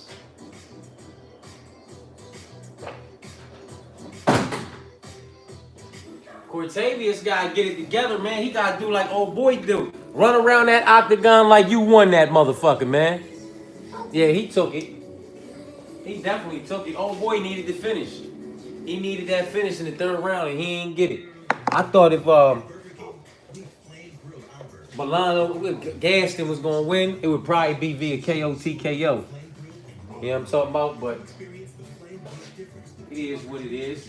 We'll take the decision as well. You know what I'm talking about? The most requested items in homeless shelters. Bombas was founded to help. So for everyone you buy, we donate one. One purchase. That's a self-inflicted wound. It's a lot of individuals in the UFC on their way that just don't belong in the UFC or necessarily even on their way. But it's a self-inflicted wound with Dana White in the UFC and, you know, Dana White Contender Series, road to the UFC, looking for a fighter, Ultimate Fight, so on and so forth. Should have left it alone with the Ultimate Fighter, man. I get it, it's entertaining and all that, but just, I don't know, man. It can't be a route for these lower levels of opposition to get in the UFC based off of beating other lower levels of opposition. And then we put these significant tags on them. And they haven't been in the deep end yet. You know what I'm talking about? Official beer sponsor of the UFC. In a close fight, here's Joe Martinez.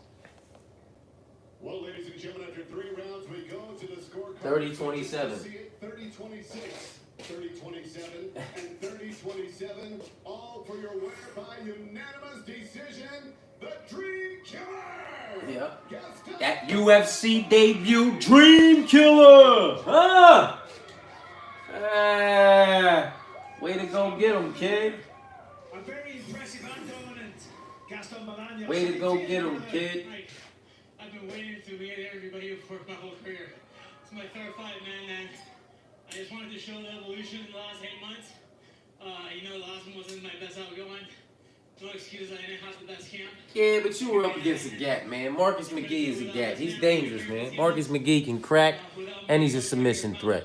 Original Cabo and my coach Danny Castillo, but most importantly, I've been dreaming about One dog bark. to my father. If that's the only dog to bark on the main card, that little joint will pop off too. I saw this man work 3 It's the only dog to bark on the whole card. We can talk about Hail Marys as well.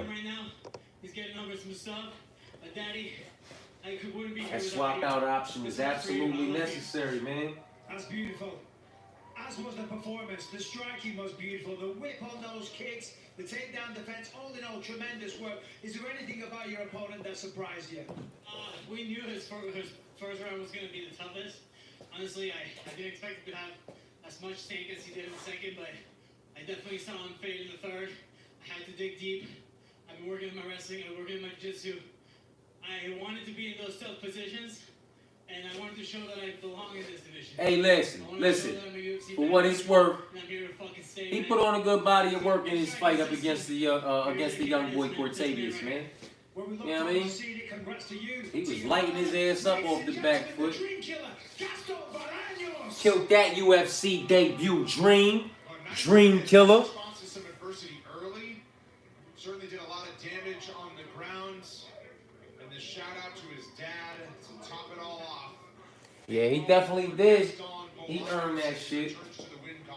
And we got a dog to bark and pop the fuck off. It took us to get to the main card.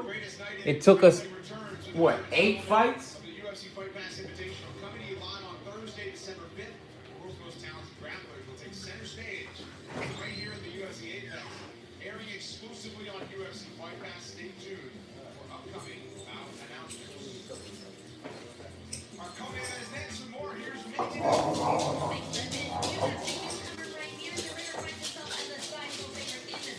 Here we go, y'all. Motherfucking GM3 versus RDR. Huh? Will this dog bark the fuck off?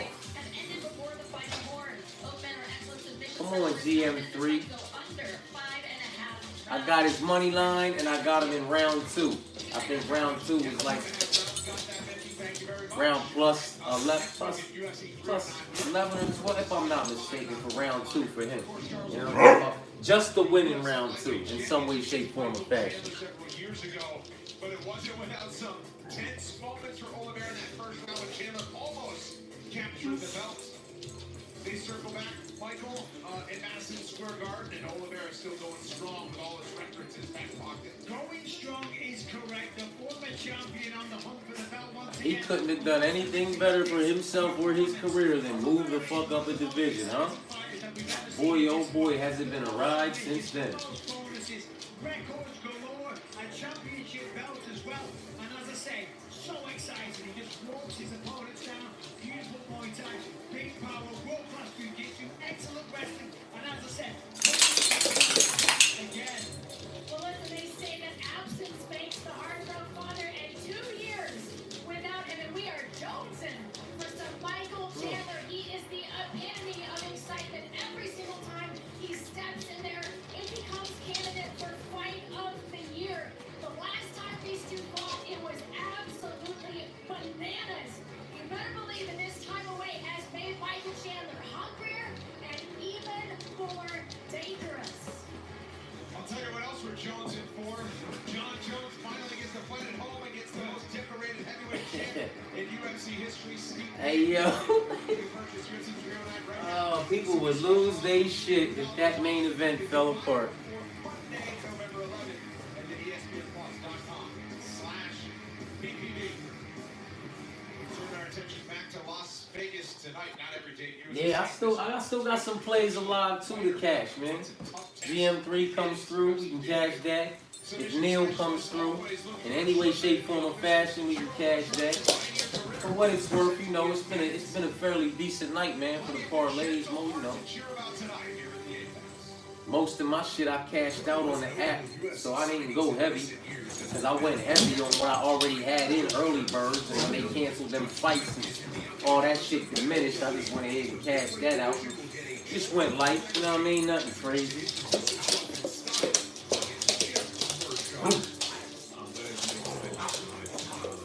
But so far, so good. You know what I'm talking about? Something light can turn into something crazy. You know what I'm talking about? The top dogs in the division, in general, and I think I belong there, so Fans should be excited because we're both looking for the finish. This is a tough guy looking to seize a really big opportunity, and I'm also looking to make a statement and defend the honor of the UFC. The owner of most submission wins in the history of the UFC's 185-pound weight class, Gerald Burchard has been since 2024 as he finished one Margarita and Bosnia. And while Pioneer Dritter comes into the octagon with a lot of height, GM3 is intent on shutting it down.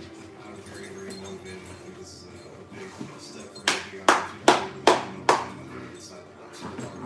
Oh man, I hope this motherfucker shows up and shows out.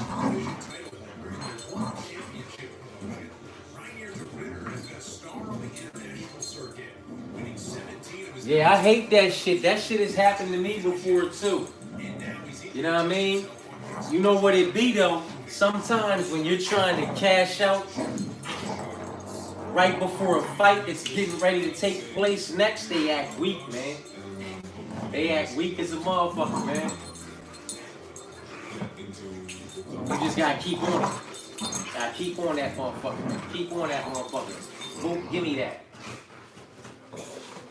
Even after building a vicious reputation for 7 years under the One Championship banner as a double-division champion, I'm just not high on one championship. That's just me though, with all due respect. he was a kid.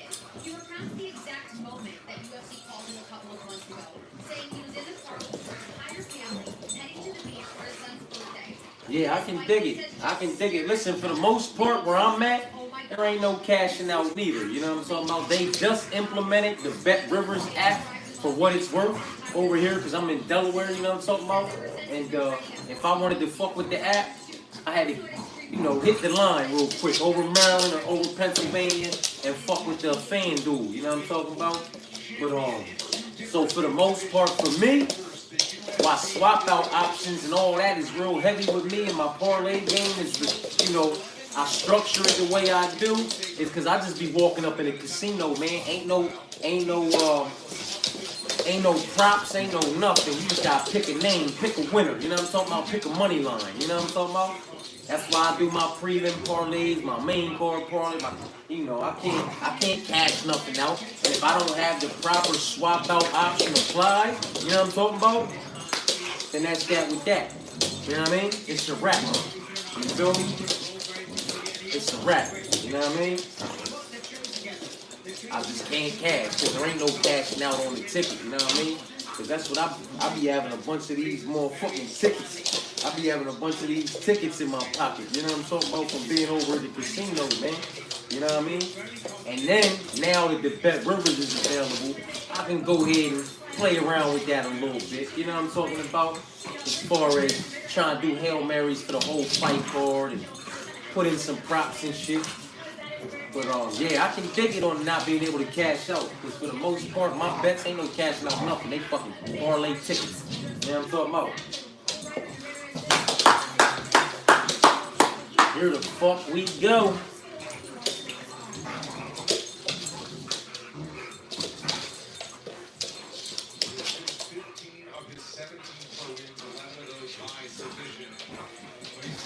Yeah, when you got 11 or 12 subs over there, and you're talking about he got 29 subs over here, I don't know that you want to get entangled with this young man. Maybe the longer limbs will work for him, but we gonna have to see, man. We gonna have to see. I'm okay rolling the dice on GM3.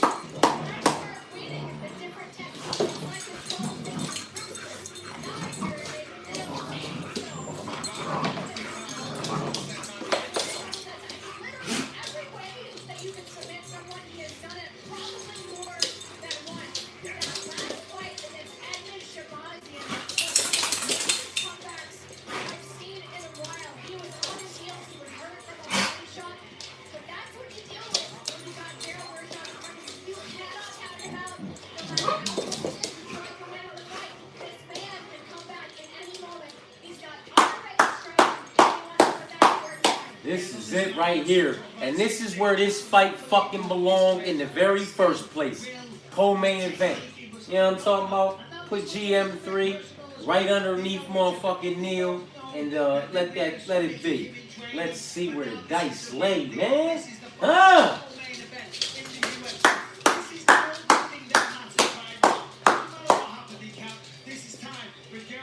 Let's fucking go! Huh? Come on, man. Let's make this a fucking fight. Let's make it a fucking fight, man. Huh? Let's have some fucking fun. Shit. I'm ready for this motherfucker, man. They ready to get the fuck after me, huh? They ready to get the fuck after it, man. 3 rounds in the UFC middleweight division. Introducing to you first, fighting out of the blue corner. Shit, a win's a win. A profit is a profit. Regardless. You know what I'm talking about? Profit is a profit, man.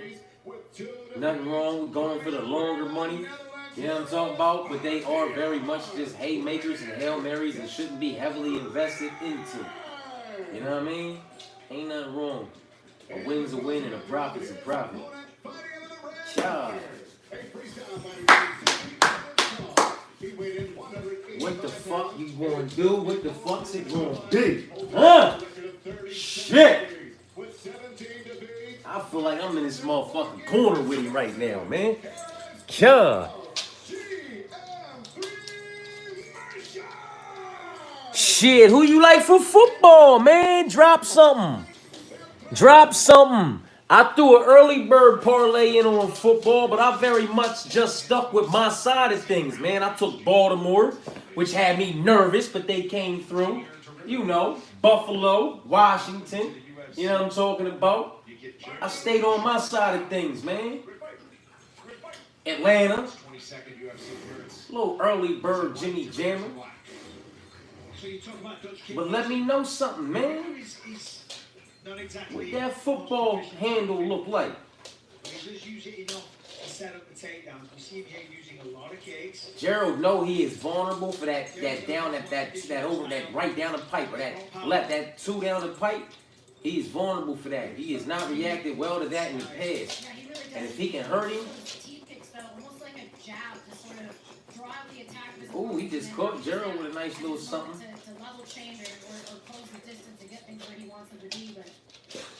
Be awkward, man. You see Gerald is part of it, standing in the southpaw stance. He wants to catch him with that left. If he went to orthodox, he's going to grab that lead leg. He wants that single. Oh, nice. Yeah, really good. Stay focused. Stay focused. He felt like he held the advantage on the feet. Okay, all right, sure. That's a good takedown. They hands together and he got him down. This is I'm intrigued to see this. Yeah. This is where it gets spicy. People avoid the ground here, George, so it tells you the confidence the video has.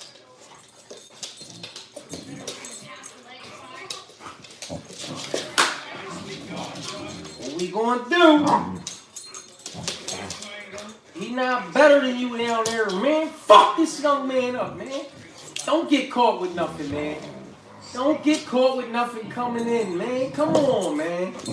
God. Catch him. That motherfucking chin is up. It's vulnerable. If you catch it and string together a combination, boy. Come on, man. Just come on. You pop him with that and then come over the top with the left and rip him with a fucking uppercut. Come on, man. Let's get some good boxing going on in this motherfucker, man. A little slow retreat. Shit! There you go. Rip that body. There you go. There the fuck you go, man. Rip that body. Come over the top and then finish that motherfucker with that hook, man. Let's put some good combinations together, man. Let's fuck him up. Come on, don't get caught with nothing, man. Good work. Stay focused. Stay composed, man. Oh, man. If you, boy, that sloppy shit, you better catch him with something. Fucker. You better catch him with something. Come on, man. String it together. String it together.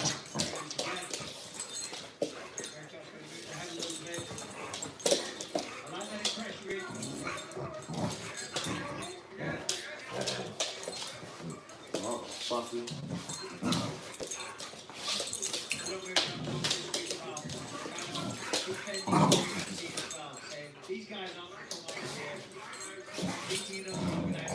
Nice elbow. Nice elbow. Stay dangerous. Stay dangerous. That ain't it. That ain't it. That ain't it. 90 seconds. Stay dangerous. You don't really want that. You don't really want that work. Watch that knee. Watch them limbs. Stay dangerous, man. Stay dangerous.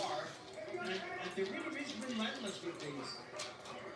Mershard thinking, I was going to say something about an easy Every time that motherfucker want to get in there like that, you just stay dangerous, man. Huh? And when we arrange like that, you land the more significant shots. The damage is showing. The reactions are showing.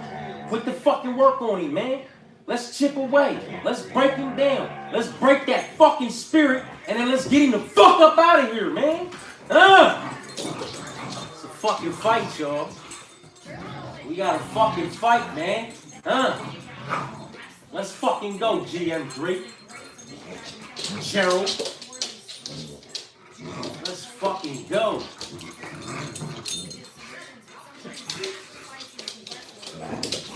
Good first round, man. Good first round. That ain't working over here, Scrap. That ain't working over here, Scrap. Good work. Do some good work. Close out with good work. Hit him with elbow. Oh, shit. The elbow came from the wrong side. Oh, well, there went that round. That was GM3's round until that shit just happened.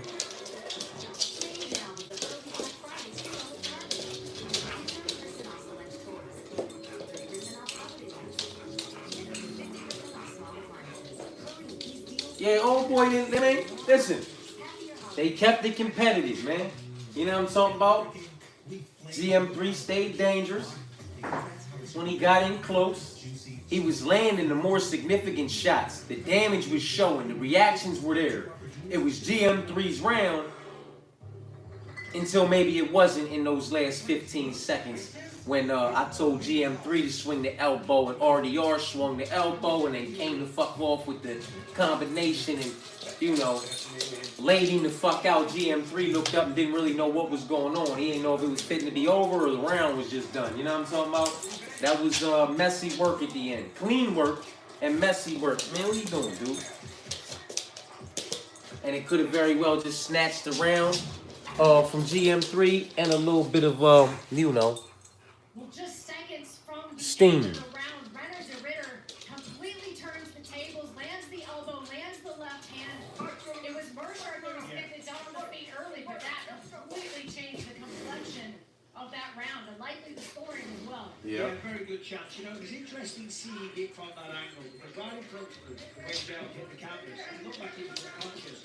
But from that angle there, you can see he was clearly with it, looking at his opponent the whole time. So yeah, not a good visual for the judges, but still very much, you know, with it mentally. So right, if you think back to a few months ago, August 24th, Mershard's last fight, he got rocked in the first round by Evan Strazi and came back to win a performance of the night submission round 2. He has done that several times. That's a really good point, Brandon. And that fight was much closer being stopped, and he came back to win it. yeah, he lands a few shots, does some damage. We're in round 2. He really gets an easy takedown this time. Was pretty much unsuccessful throughout round 1. This time, did it perfect, easily. Hold on, baby. Ritter looking to advance here, but it's going to be these. It's going to be close submission attempts and the strikes on the ground that are going to be able to score him. Got his right arm scooped over the neck there. Let's see that.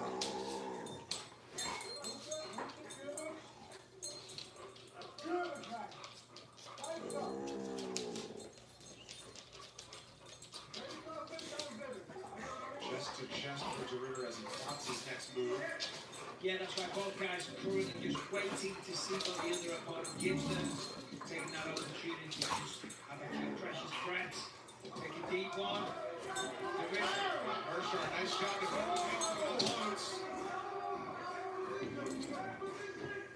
Trip attempts unsuccessful. Hey, get you some top control, man.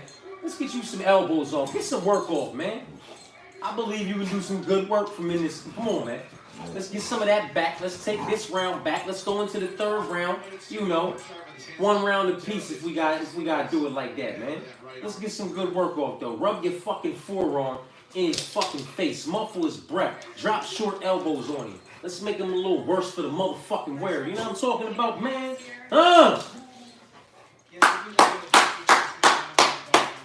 Good work, man. Let's do some good work. Let him do something simple and catch him slipping. Boy, oh boy, wouldn't that be a bitch? Huh? He'd be mad as a motherfucker if he lost his UFC debut via submission. Stay safe. Beat him up from inside his guard like Tito Ortiz, man. You know what I'm talking about? Do good ground and pound from in the guard when the opportunities present themselves. That's muffle his breathing. Be dirty, man. Fuck him up in any way, shape, form, or fashion to make him a little bit worse for the wearer, man. Man, fuck out of here. That's what you want to do from down there? That's what you want to do? 12 days of Christmas. That's popular. No, it's probably till May. Is it really? Yeah. Cracking. Cracking, man. There you go. Give me some little short shots, man. It's been a really high-paced fight with lots of big explosive action. I think both men right here, they're just taking a breather. He want to get dirty. Give him some dirty work, man. We got 90 seconds left. Huh? We got 90 seconds left. Watch that triangle. Maybe try to nose this. Yeah, if he didn't get dropped, it would be 2-0. But that drop in the first round might have cost him the first round. Because he was landing the better shots, the more significant shots. He was causing the damage. He was doing good work. And he got caught. Like, he needs to continue to do good work here for the next 65 seconds and not let anything happen to find himself in a compromisable position where he's fighting off a submission for 30 seconds. You know what I'm talking about? Those lasting thoughts and those judges' memories be a bitch. Here we go. No, don't give him that. Take down to the fight for Ritter.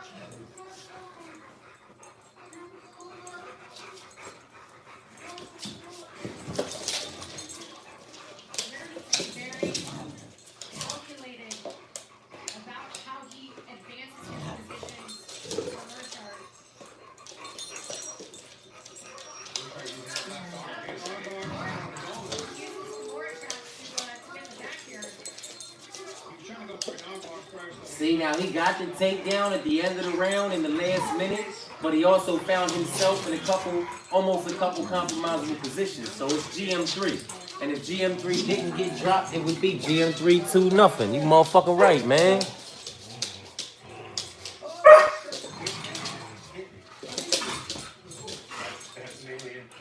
It's definitely a chess match out there, man. They definitely have to be careful. You know what I'm talking about? Have to be careful. What you want, boy? I'm back with it. 30% off select toys, 30% off holiday lights, and 50% off small appliances. These deals end Saturday. Save more on gifts. Happier holidays from Target. At Burger King, we flame grill our burgers. It's a fucking fight, y'all. A lot of motherfuckers thought RDR was going to come in here and knock GM3 out in the first round. Or take him down first time. That was going to be all he needed. He was going to find his submission. It was going to be easy, man. Stop it, man. Fucking stop it. Come on. You got to be more careful, man. 5 minutes left, though. So let me shut the fuck up. You know what I mean? Old boy gotta know it's 1 round apiece, bare minimum. And he need this more than anything else. GM3 know he needed too. Live Friday morning at 8:50 a.m. Eastern on YouTube, Facebook, and Fight Pass. Third and final round between Gerald. GM3 felt something, man. Look how quick he got in close and got entangled with this young man. He felt something when they were entangled and they were on the ground, man. And he, you know, it could be detrimental to not have much respect for him, but I think he don't got much respect for that kid's game, man. And he's like, listen, there's levels to this shit. Them individuals you was over there rolling around with, wrapping the fuck up all quick, wasn't on my level, kid. You know what I mean? Let's see what happens, though. We need good work. We need 4 minutes of good work. Catch him with something in this disengagement, man. Disengage and catch him with something. They're both so defensive. Tired ass trip. So chokes will work, but like arm bars and stuff like that, it's going to be really, really tricky because they'll know which way to move. They'll sense these submissions coming. Looking for a front choke.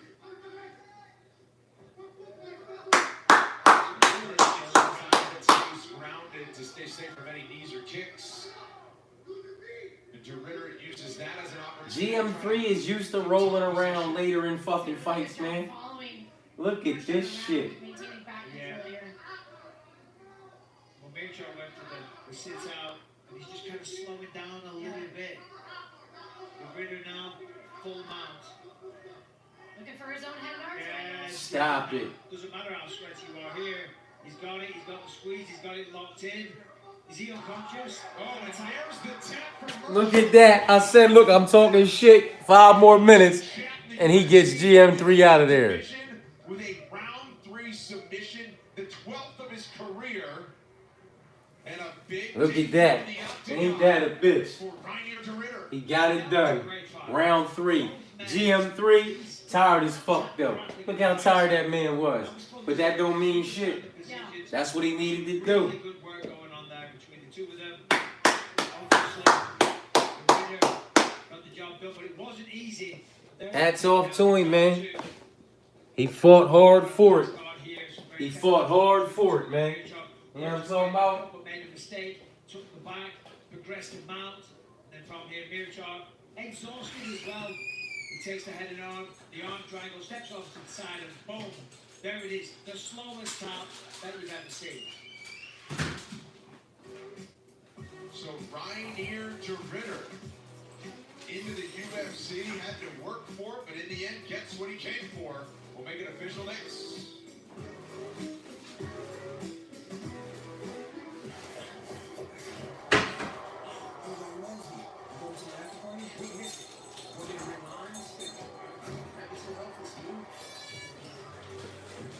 He got that one. GM3 gave that one smooth up. He gave that one smooth up. But old boy had to work hard for it, man, so he earned it, man. You know what I'm talking about? Now we got to see what, you know, what happens in this main event. You know what I'm talking about? If Neil don't pop off in any way, shape, form, or fashion, my dog plays on Neil are dead. My dog plays on GM3 are already dead. My dog play on Gaston was good. And then I had the, you know, 5-legger at +5 something. You know what I'm talking about? That was all favorites with just Gaston winning that I talked about earlier. You know what I'm talking about? So if Los hits, no, we still get something light off of that one.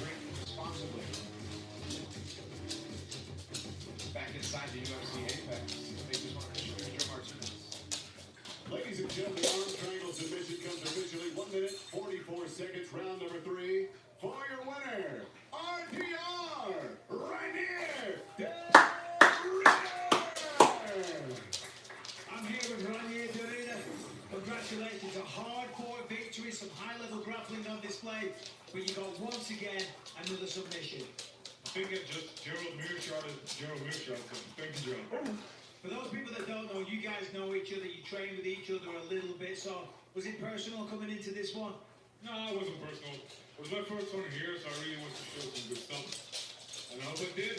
They get hurt. It wasn't really good. Yeah, it still was good. So for those that don't know, you were a champion in another organization. You've got a big reputation. You made the UFC debut. You got the submission. What does the future hold for Rainier DeRitter? I don't know. You talk to the brass maybe, because New York's on the way home. So if you guys need me at, what's in New York? What's it?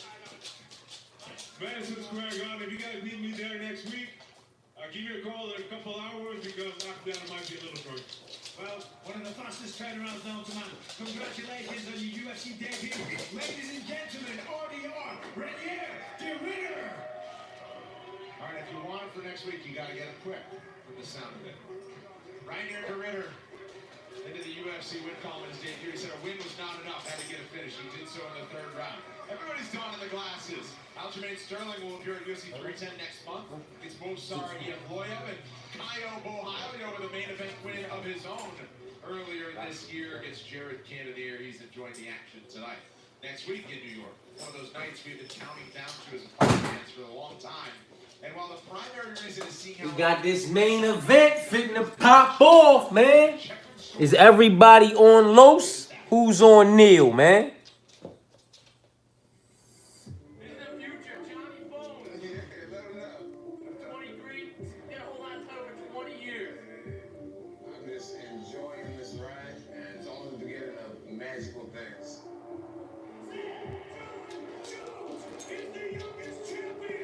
How fast you think Magny's gonna get put out? You think it's even gonna go 3 rounds to get into the 4th or 5th rounds? Or you think he's gonna get him up out of there quick? 1st round, 2nd round type shit. I think I'm just getting started. That's the plan. You're at the end. Am I at the end? Oh, why is that? Because I said so.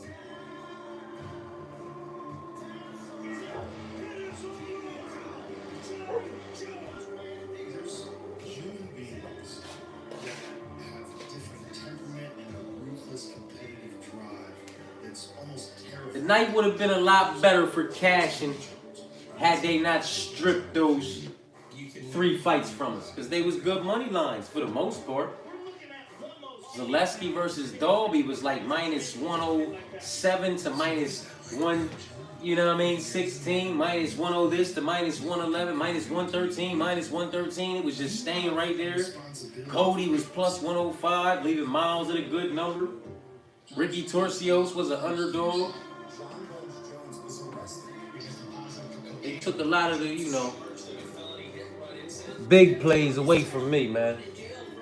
But it is what it is, you know, something light, nothing major. Always better than fucking nothing at all. You know what I'm talking about? I think the little 8-legger, I ain't put nothing, you mean? I ain't put nothing crazy on it. I think that one would have hit for a few hundred, right? But then I swapped out fucking Bolaños and whatchamacallit, where he at, Cortavius and Bolaños, you know what I'm talking about? So the 8-legger, you know what I'm talking about, with Cortavius on it, that joint would have smacked for about 400, you know what I mean? Nothing crazy, because I ain't put nothing crazy on it, you know what I'm talking about? On this 4-legger, I just put $40 on it, but it was all favorites, you know what I'm talking about? And it would have smacked for about 400, you feel me? Now this 8-legger, you know what I'm talking about? It was the same 8 legs, 7 legs, but I swapped out and put Gaston on that joint.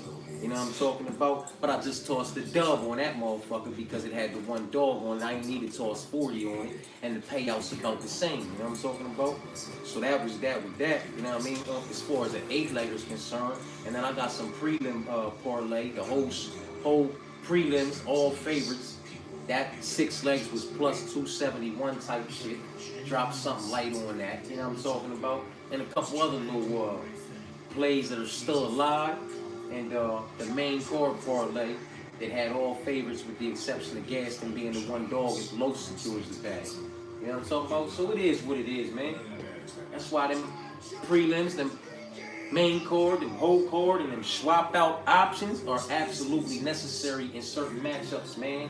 And that Cortavius versus Gaston, that was a swap out absolutely necessary. You know what I'm talking about?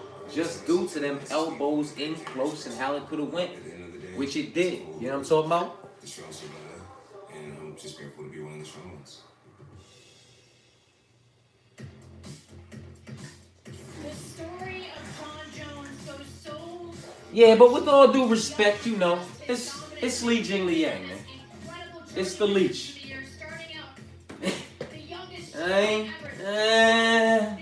It is what it is, man. When you say Los looked good against the Leech and Los beat who he's beating, and I say, well, damn, man, you know, Neil Magny submitted Mike Lott, who had all that steam, and Neil Magny put the work on D-Rod to get him out of there, and Neil Magny beat dangerous-ass motherfucking Jeff Neal, and the list just goes on for Neil Magny. The shit that Los has been able to do does not move me, man. And even with the win over Neil, it does not necessarily move the meter for me. I want these young bloods against these young bloods. And I want these OGs to face these OGs for some legacy fights before their careers are over. Instead of having to fight for their fucking life against these young, hungry, bloodthirsty goons. You know what I'm talking about? Let them individuals fight each other so we have fight of the night. Blood all over the fucking place like UFC back in the day. You know what I'm talking about, man? The level of opposition will seem different once we start putting these individuals that are about the same level of opposition, the same age and the same stages of their career together again like we used to back in the day. That's when this shit's going, the temperature's going to turn up again, man. We gonna see who the real wolves are, man. Who the sheep are, man. We gonna take the fucking trash out. And these OGs, these veterans that earn their spot and pay their dues, man, let them have some legacy fights and fight each other, man, on the way out, man. You know what I'm talking about? This shit's wild. I don't like it. For the same reason I don't like Mike Tyson fighting Jake. I don't like some of this shit. You know what I'm talking about? But that's just me, man. It's gonna be cool, but also intelligent, smart. And I think when I step on the cage, the nightmare come and get the job done. Yeah, I'm all about the money lines, you know what I mean? Because of that, you know, where I'm at and having to go place these bets at the casino for the most part. That's what I've been on since this shit started up. With, you know, being able to bet on it, you know what I'm talking about? And especially over here where I'm at. If I wasn't sliding over the line to hit FanDuel, I ain't have no app here. So it's just money lines. You know what I'm talking about? Money lines. Pick a fucking winner. You feel me? Roll the dice and see where they lay. Hopefully you apply the swap out options to the proper place.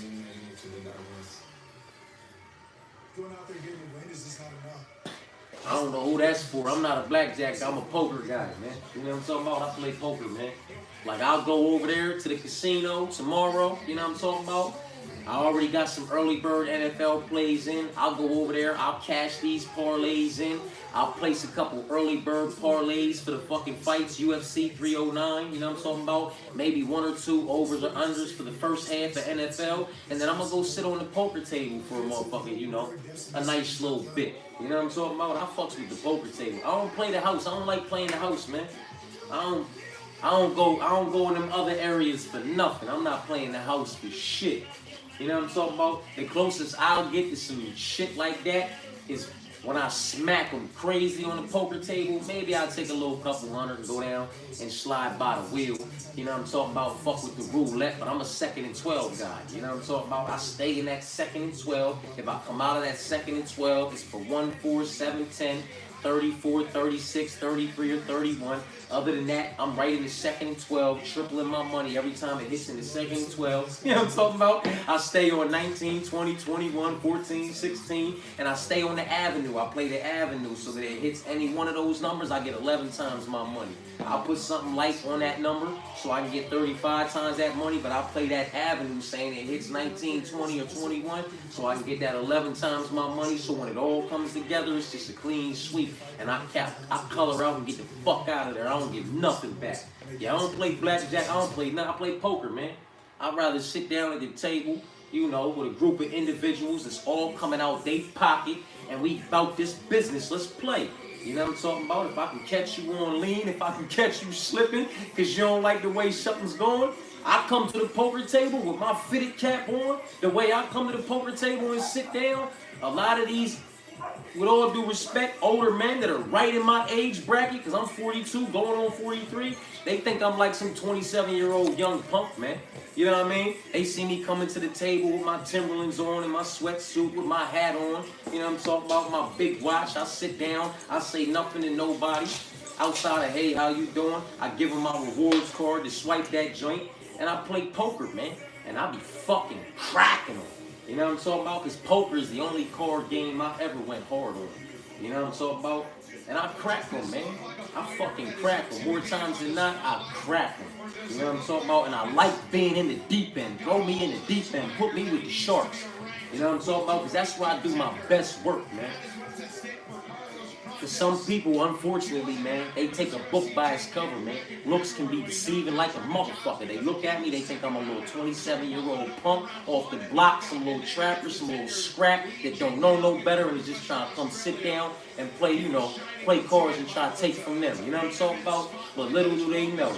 For some of them, I'm fucking older than them. And I got kids half they fucking age. You know what I'm talking about? And for the other ones, I'm the same age as them, or they just slightly, you know, older than me by a couple years, man. And I've been doing it just as long, if not longer, and I'm just as efficient, if not more efficient. You know what I'm talking about? Throw me in the deep water. Put me with the sharks, man. Put me on the poker table. Keep me away from the rest of that shit. I don't want nothing to do with it. I'm not rolling dice. Unless it's, you know what I'm talking about, I'm talking metaphorically with these motherfucking, I'm not rolling no dice, you know what I'm talking about? Give me the poker. When I was in the cane for all that time, 11 years and 10 months, man, I was working out and I was playing poker, man. I was playing handball when I was outside, I was walking the yard, I was on that poker table hard, man, huh? It's poker for me. You can keep the rest of that shit and I'll play chess, you know what I'm talking about? I don't play checkers, I don't play pity pat, I don't play tonk, you know what I'm talking about? I will fuck around and play casino with you, though. I do like casino. If anybody know what casino is, I'll fuck a motherfucker up with some casino. And if I'm fucking with the old heads, you know what I'm talking about? We can play some pinochle or some rummy, you know what I mean? And we can get busy, you feel me? But I'm a poker guy, and I just don't do blackjack. It's crazy because my mom, before I was born, she met my pop as a blackjack dealer in Las Vegas. You know what I'm talking about? That's how she met my pop, man. You know what I mean?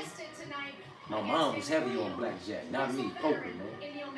He has stayed busy. This is 4th appearance of 2024. He already has eyes on Here the fuck we go, man. Huh? Fuck what I'm talking about. Here we go. But first things first, the main event tonight against Neil Magny. Here the fuck we go. Huh? I hope Neil comes out here and puts on a proper show, man. Come on, man. Come on, man. I mean, Shavkat Rachmanov, he's had to fight. Michael Morales, he's had to fight. Daniel Rodriguez, Michael Malak. And you know what I mean? Come on, man. Come on. The list goes on. The resume's ridiculous. Undeniably incomparable. Regardless of the outcome, put respect on his motherfucking name. In and outside of the octagon, in and outside of any cage. You know what I'm talking about? He's humble, man. He's humble. He down to earth, man. And I know that from personal experience, man. That's a humble motherfucker. Hold on, y'all. He's solid, man.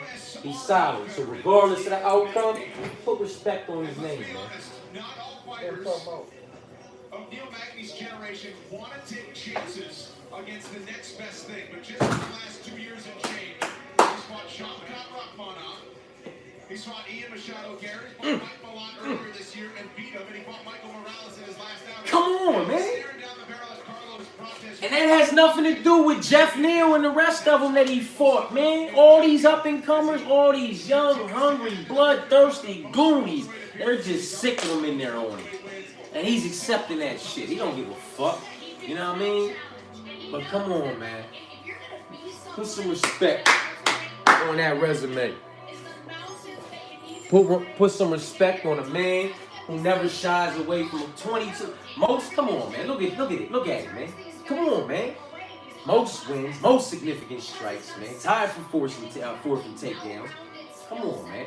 He put in work, and he puts in a good body of work. That shit is to be respected, man. You know what I'm talking about? Look at Andrew back there. Look at these motherfuckers in the mix, man. Hey, yo. Good body of work. And if he can come out here and stay safe, man, and Carlos Prats can beat him via unanimous decision, then we talking about something with Carlos Prats, man. But if Neil can come out here and stay safe, man, he might take this one. Carlos Prats is to slow the roll, to defend his position and prove that he's still got it. Yeah, he's 37 years old. He's got the most wins, the most fights. He's got loads of records. Oh, man, I'm 42 years old, man. Poker's one of the first games I learned how to play. You know what I'm talking about? It evolved, you know, into the Texas Hold'em, but I'm a poker fanatic, so it don't fucking matter. I can play it in the can with all the fucking wild cards. We can go for 5 aces. We can play that, follow the 6 until the 6 don't show no more. If the 6 shows, whatever comes after the 6 is wild as well as it. I mean, we can play whatever the fuck you want to play.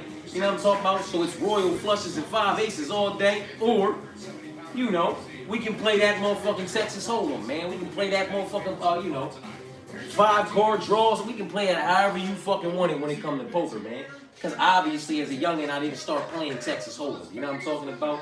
It was 5 card draw and shit like that. You know what I'm talking about? With my G-mom and my G-pop in the midst of playing like, you know, fucking Go Fish and Old Maids, man. You know what I'm talking about? And Go Fish, Old Maids, and fucking poker. 5 card draw.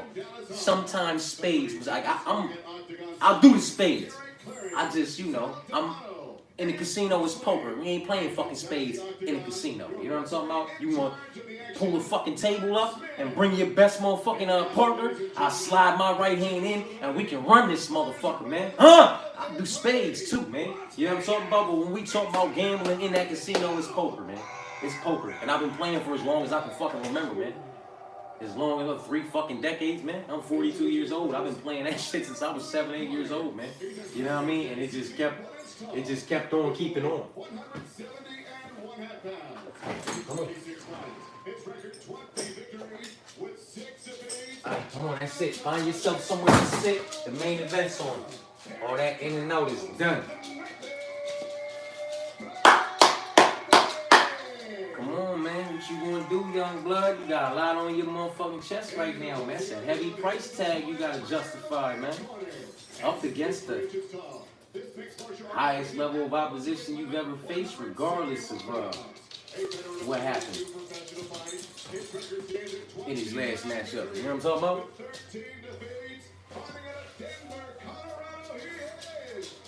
Shit, Gaston lost his last matchup via knockout, didn't he? Look what he did in his little bounce back. And this is Neil, man.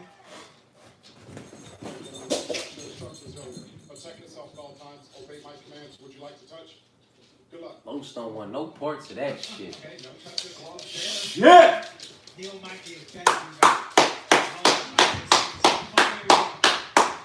Fucking go time.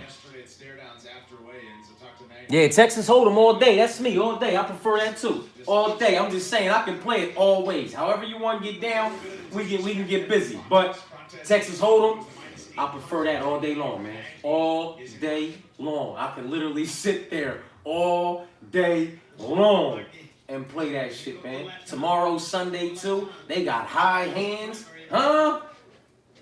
I think on Sunday it's an automatic like fucking 400 or something like that for the high hand, and the starting high hand I think is aces full of kings. So basically, you know, aces full of kings or any quads qualifies you for the high hand. But normally on other days you might have to wait 30 minutes to see if anybody can beat that. But on Sundays, it's an immediate payout, like 400. It might be 500. You know what I'm talking about? Some days it's 300. Some days it's 400. And on one day, I know it's 500. But I think the immediate payout is 400. But for the high hand, if you sit down at the table, what? You smack on the high hand 9 times out of 10. You're taking the motherfucking pot on the table, too. And you got $400 coming to you from the motherfucking man who's running the floor. Man, I'm sitting. You ain't getting me up out of here, man. What? I got parlays in for football, too. Early birds in for UFC next week. I just cashed last night. You not getting me up off this table, man. Don't let me hit the high hand. Oh, I'll be fucking them up. Yeah, Sundays be a good look, man. You know what I mean? Slide over there, do that. I think it's like Wednesdays where it's like 300 and you gotta wait 30 minutes or something like that. Friday, one of them other days, maybe Thursday or Friday, where it's 500, but you gotta wait to see if anybody can match it or beat it. You know what I'm talking about? But Sundays it's automatic, so I'll take that shot of getting an automatic high hand, automatic payout of $400 on top of sitting down at the table and already liking my odds because I like my handle on the poker table. You know what I'm talking about? Yeah.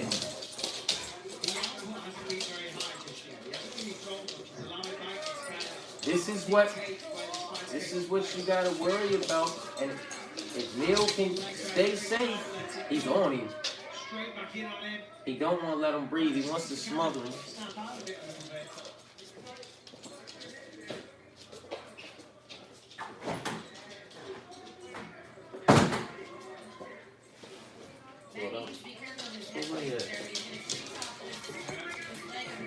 little bit. You alright, baby, my bad. I ain't know where you was at. Cause I opened the door, she said, who the fuck is here?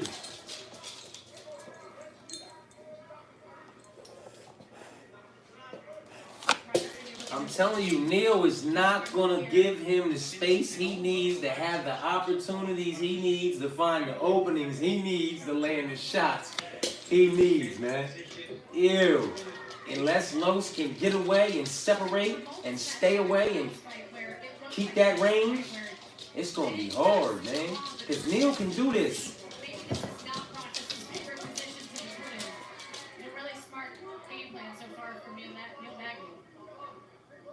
Neil got an 80-inch wrench to work behind the jab, stay off the cage. Stay off the cage. Work behind your jab. Utilize the octagon. Get in close. Smothering. Don't give him the space. Don't give him the opportunities for the openings, man. Don't give him what he wants.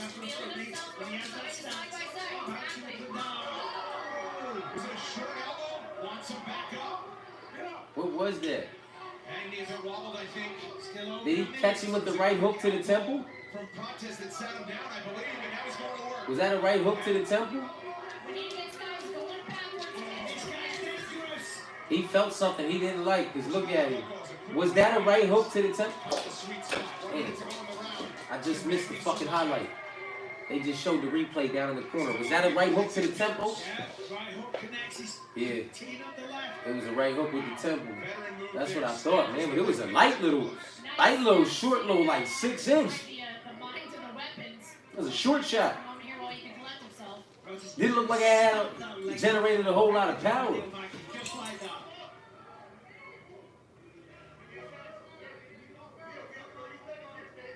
Watch the elbow. Watch the elbow. He looked at the clock. He don't like what that shot did to him to the temple. There you go. Kick him back. Ew. That was like off the head. Like Jamal and Johnny Walker. I mean, he ain't fall backwards that way, but that kind of shot, right?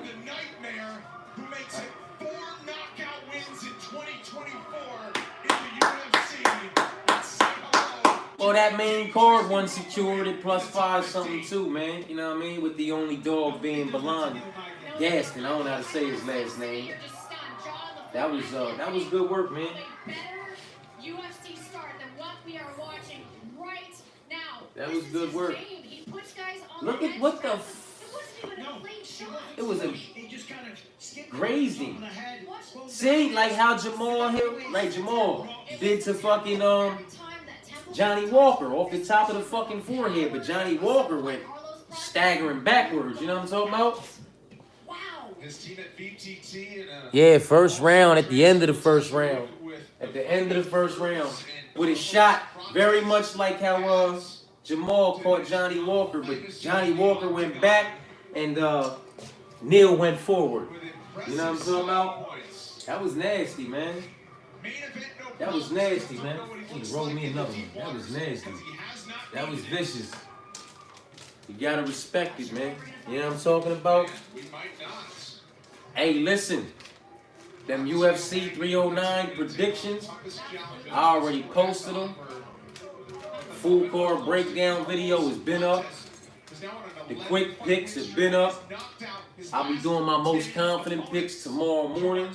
And I'll also be doing a parlay video for that card tomorrow morning so individuals can get on these money lines if they so choose to jump on some of these parlay options that I'm going to have up in there for the prelims, the main card, and the whole card. And the couple light little dog plays that I have for what they're worth. You know what I'm talking about? when I put my early bird parlay in, Jim Miller was a plus 108 underdog. So I caught Jim Miller at a dog tag. And I'm kind of proud of that because I didn't think it was going to last, man. And I do feel like he's going to secure the bag. But that was on my early bird haymaker. But I got the 309 parlay video incoming. And, you know, it is what it is, man. Good fight card. All favorites smacked with the exception of the one underdog, which was a swap out option. And it is what it is, man. I appreciate y'all for tapping in. Y'all already know. Peace and blessings.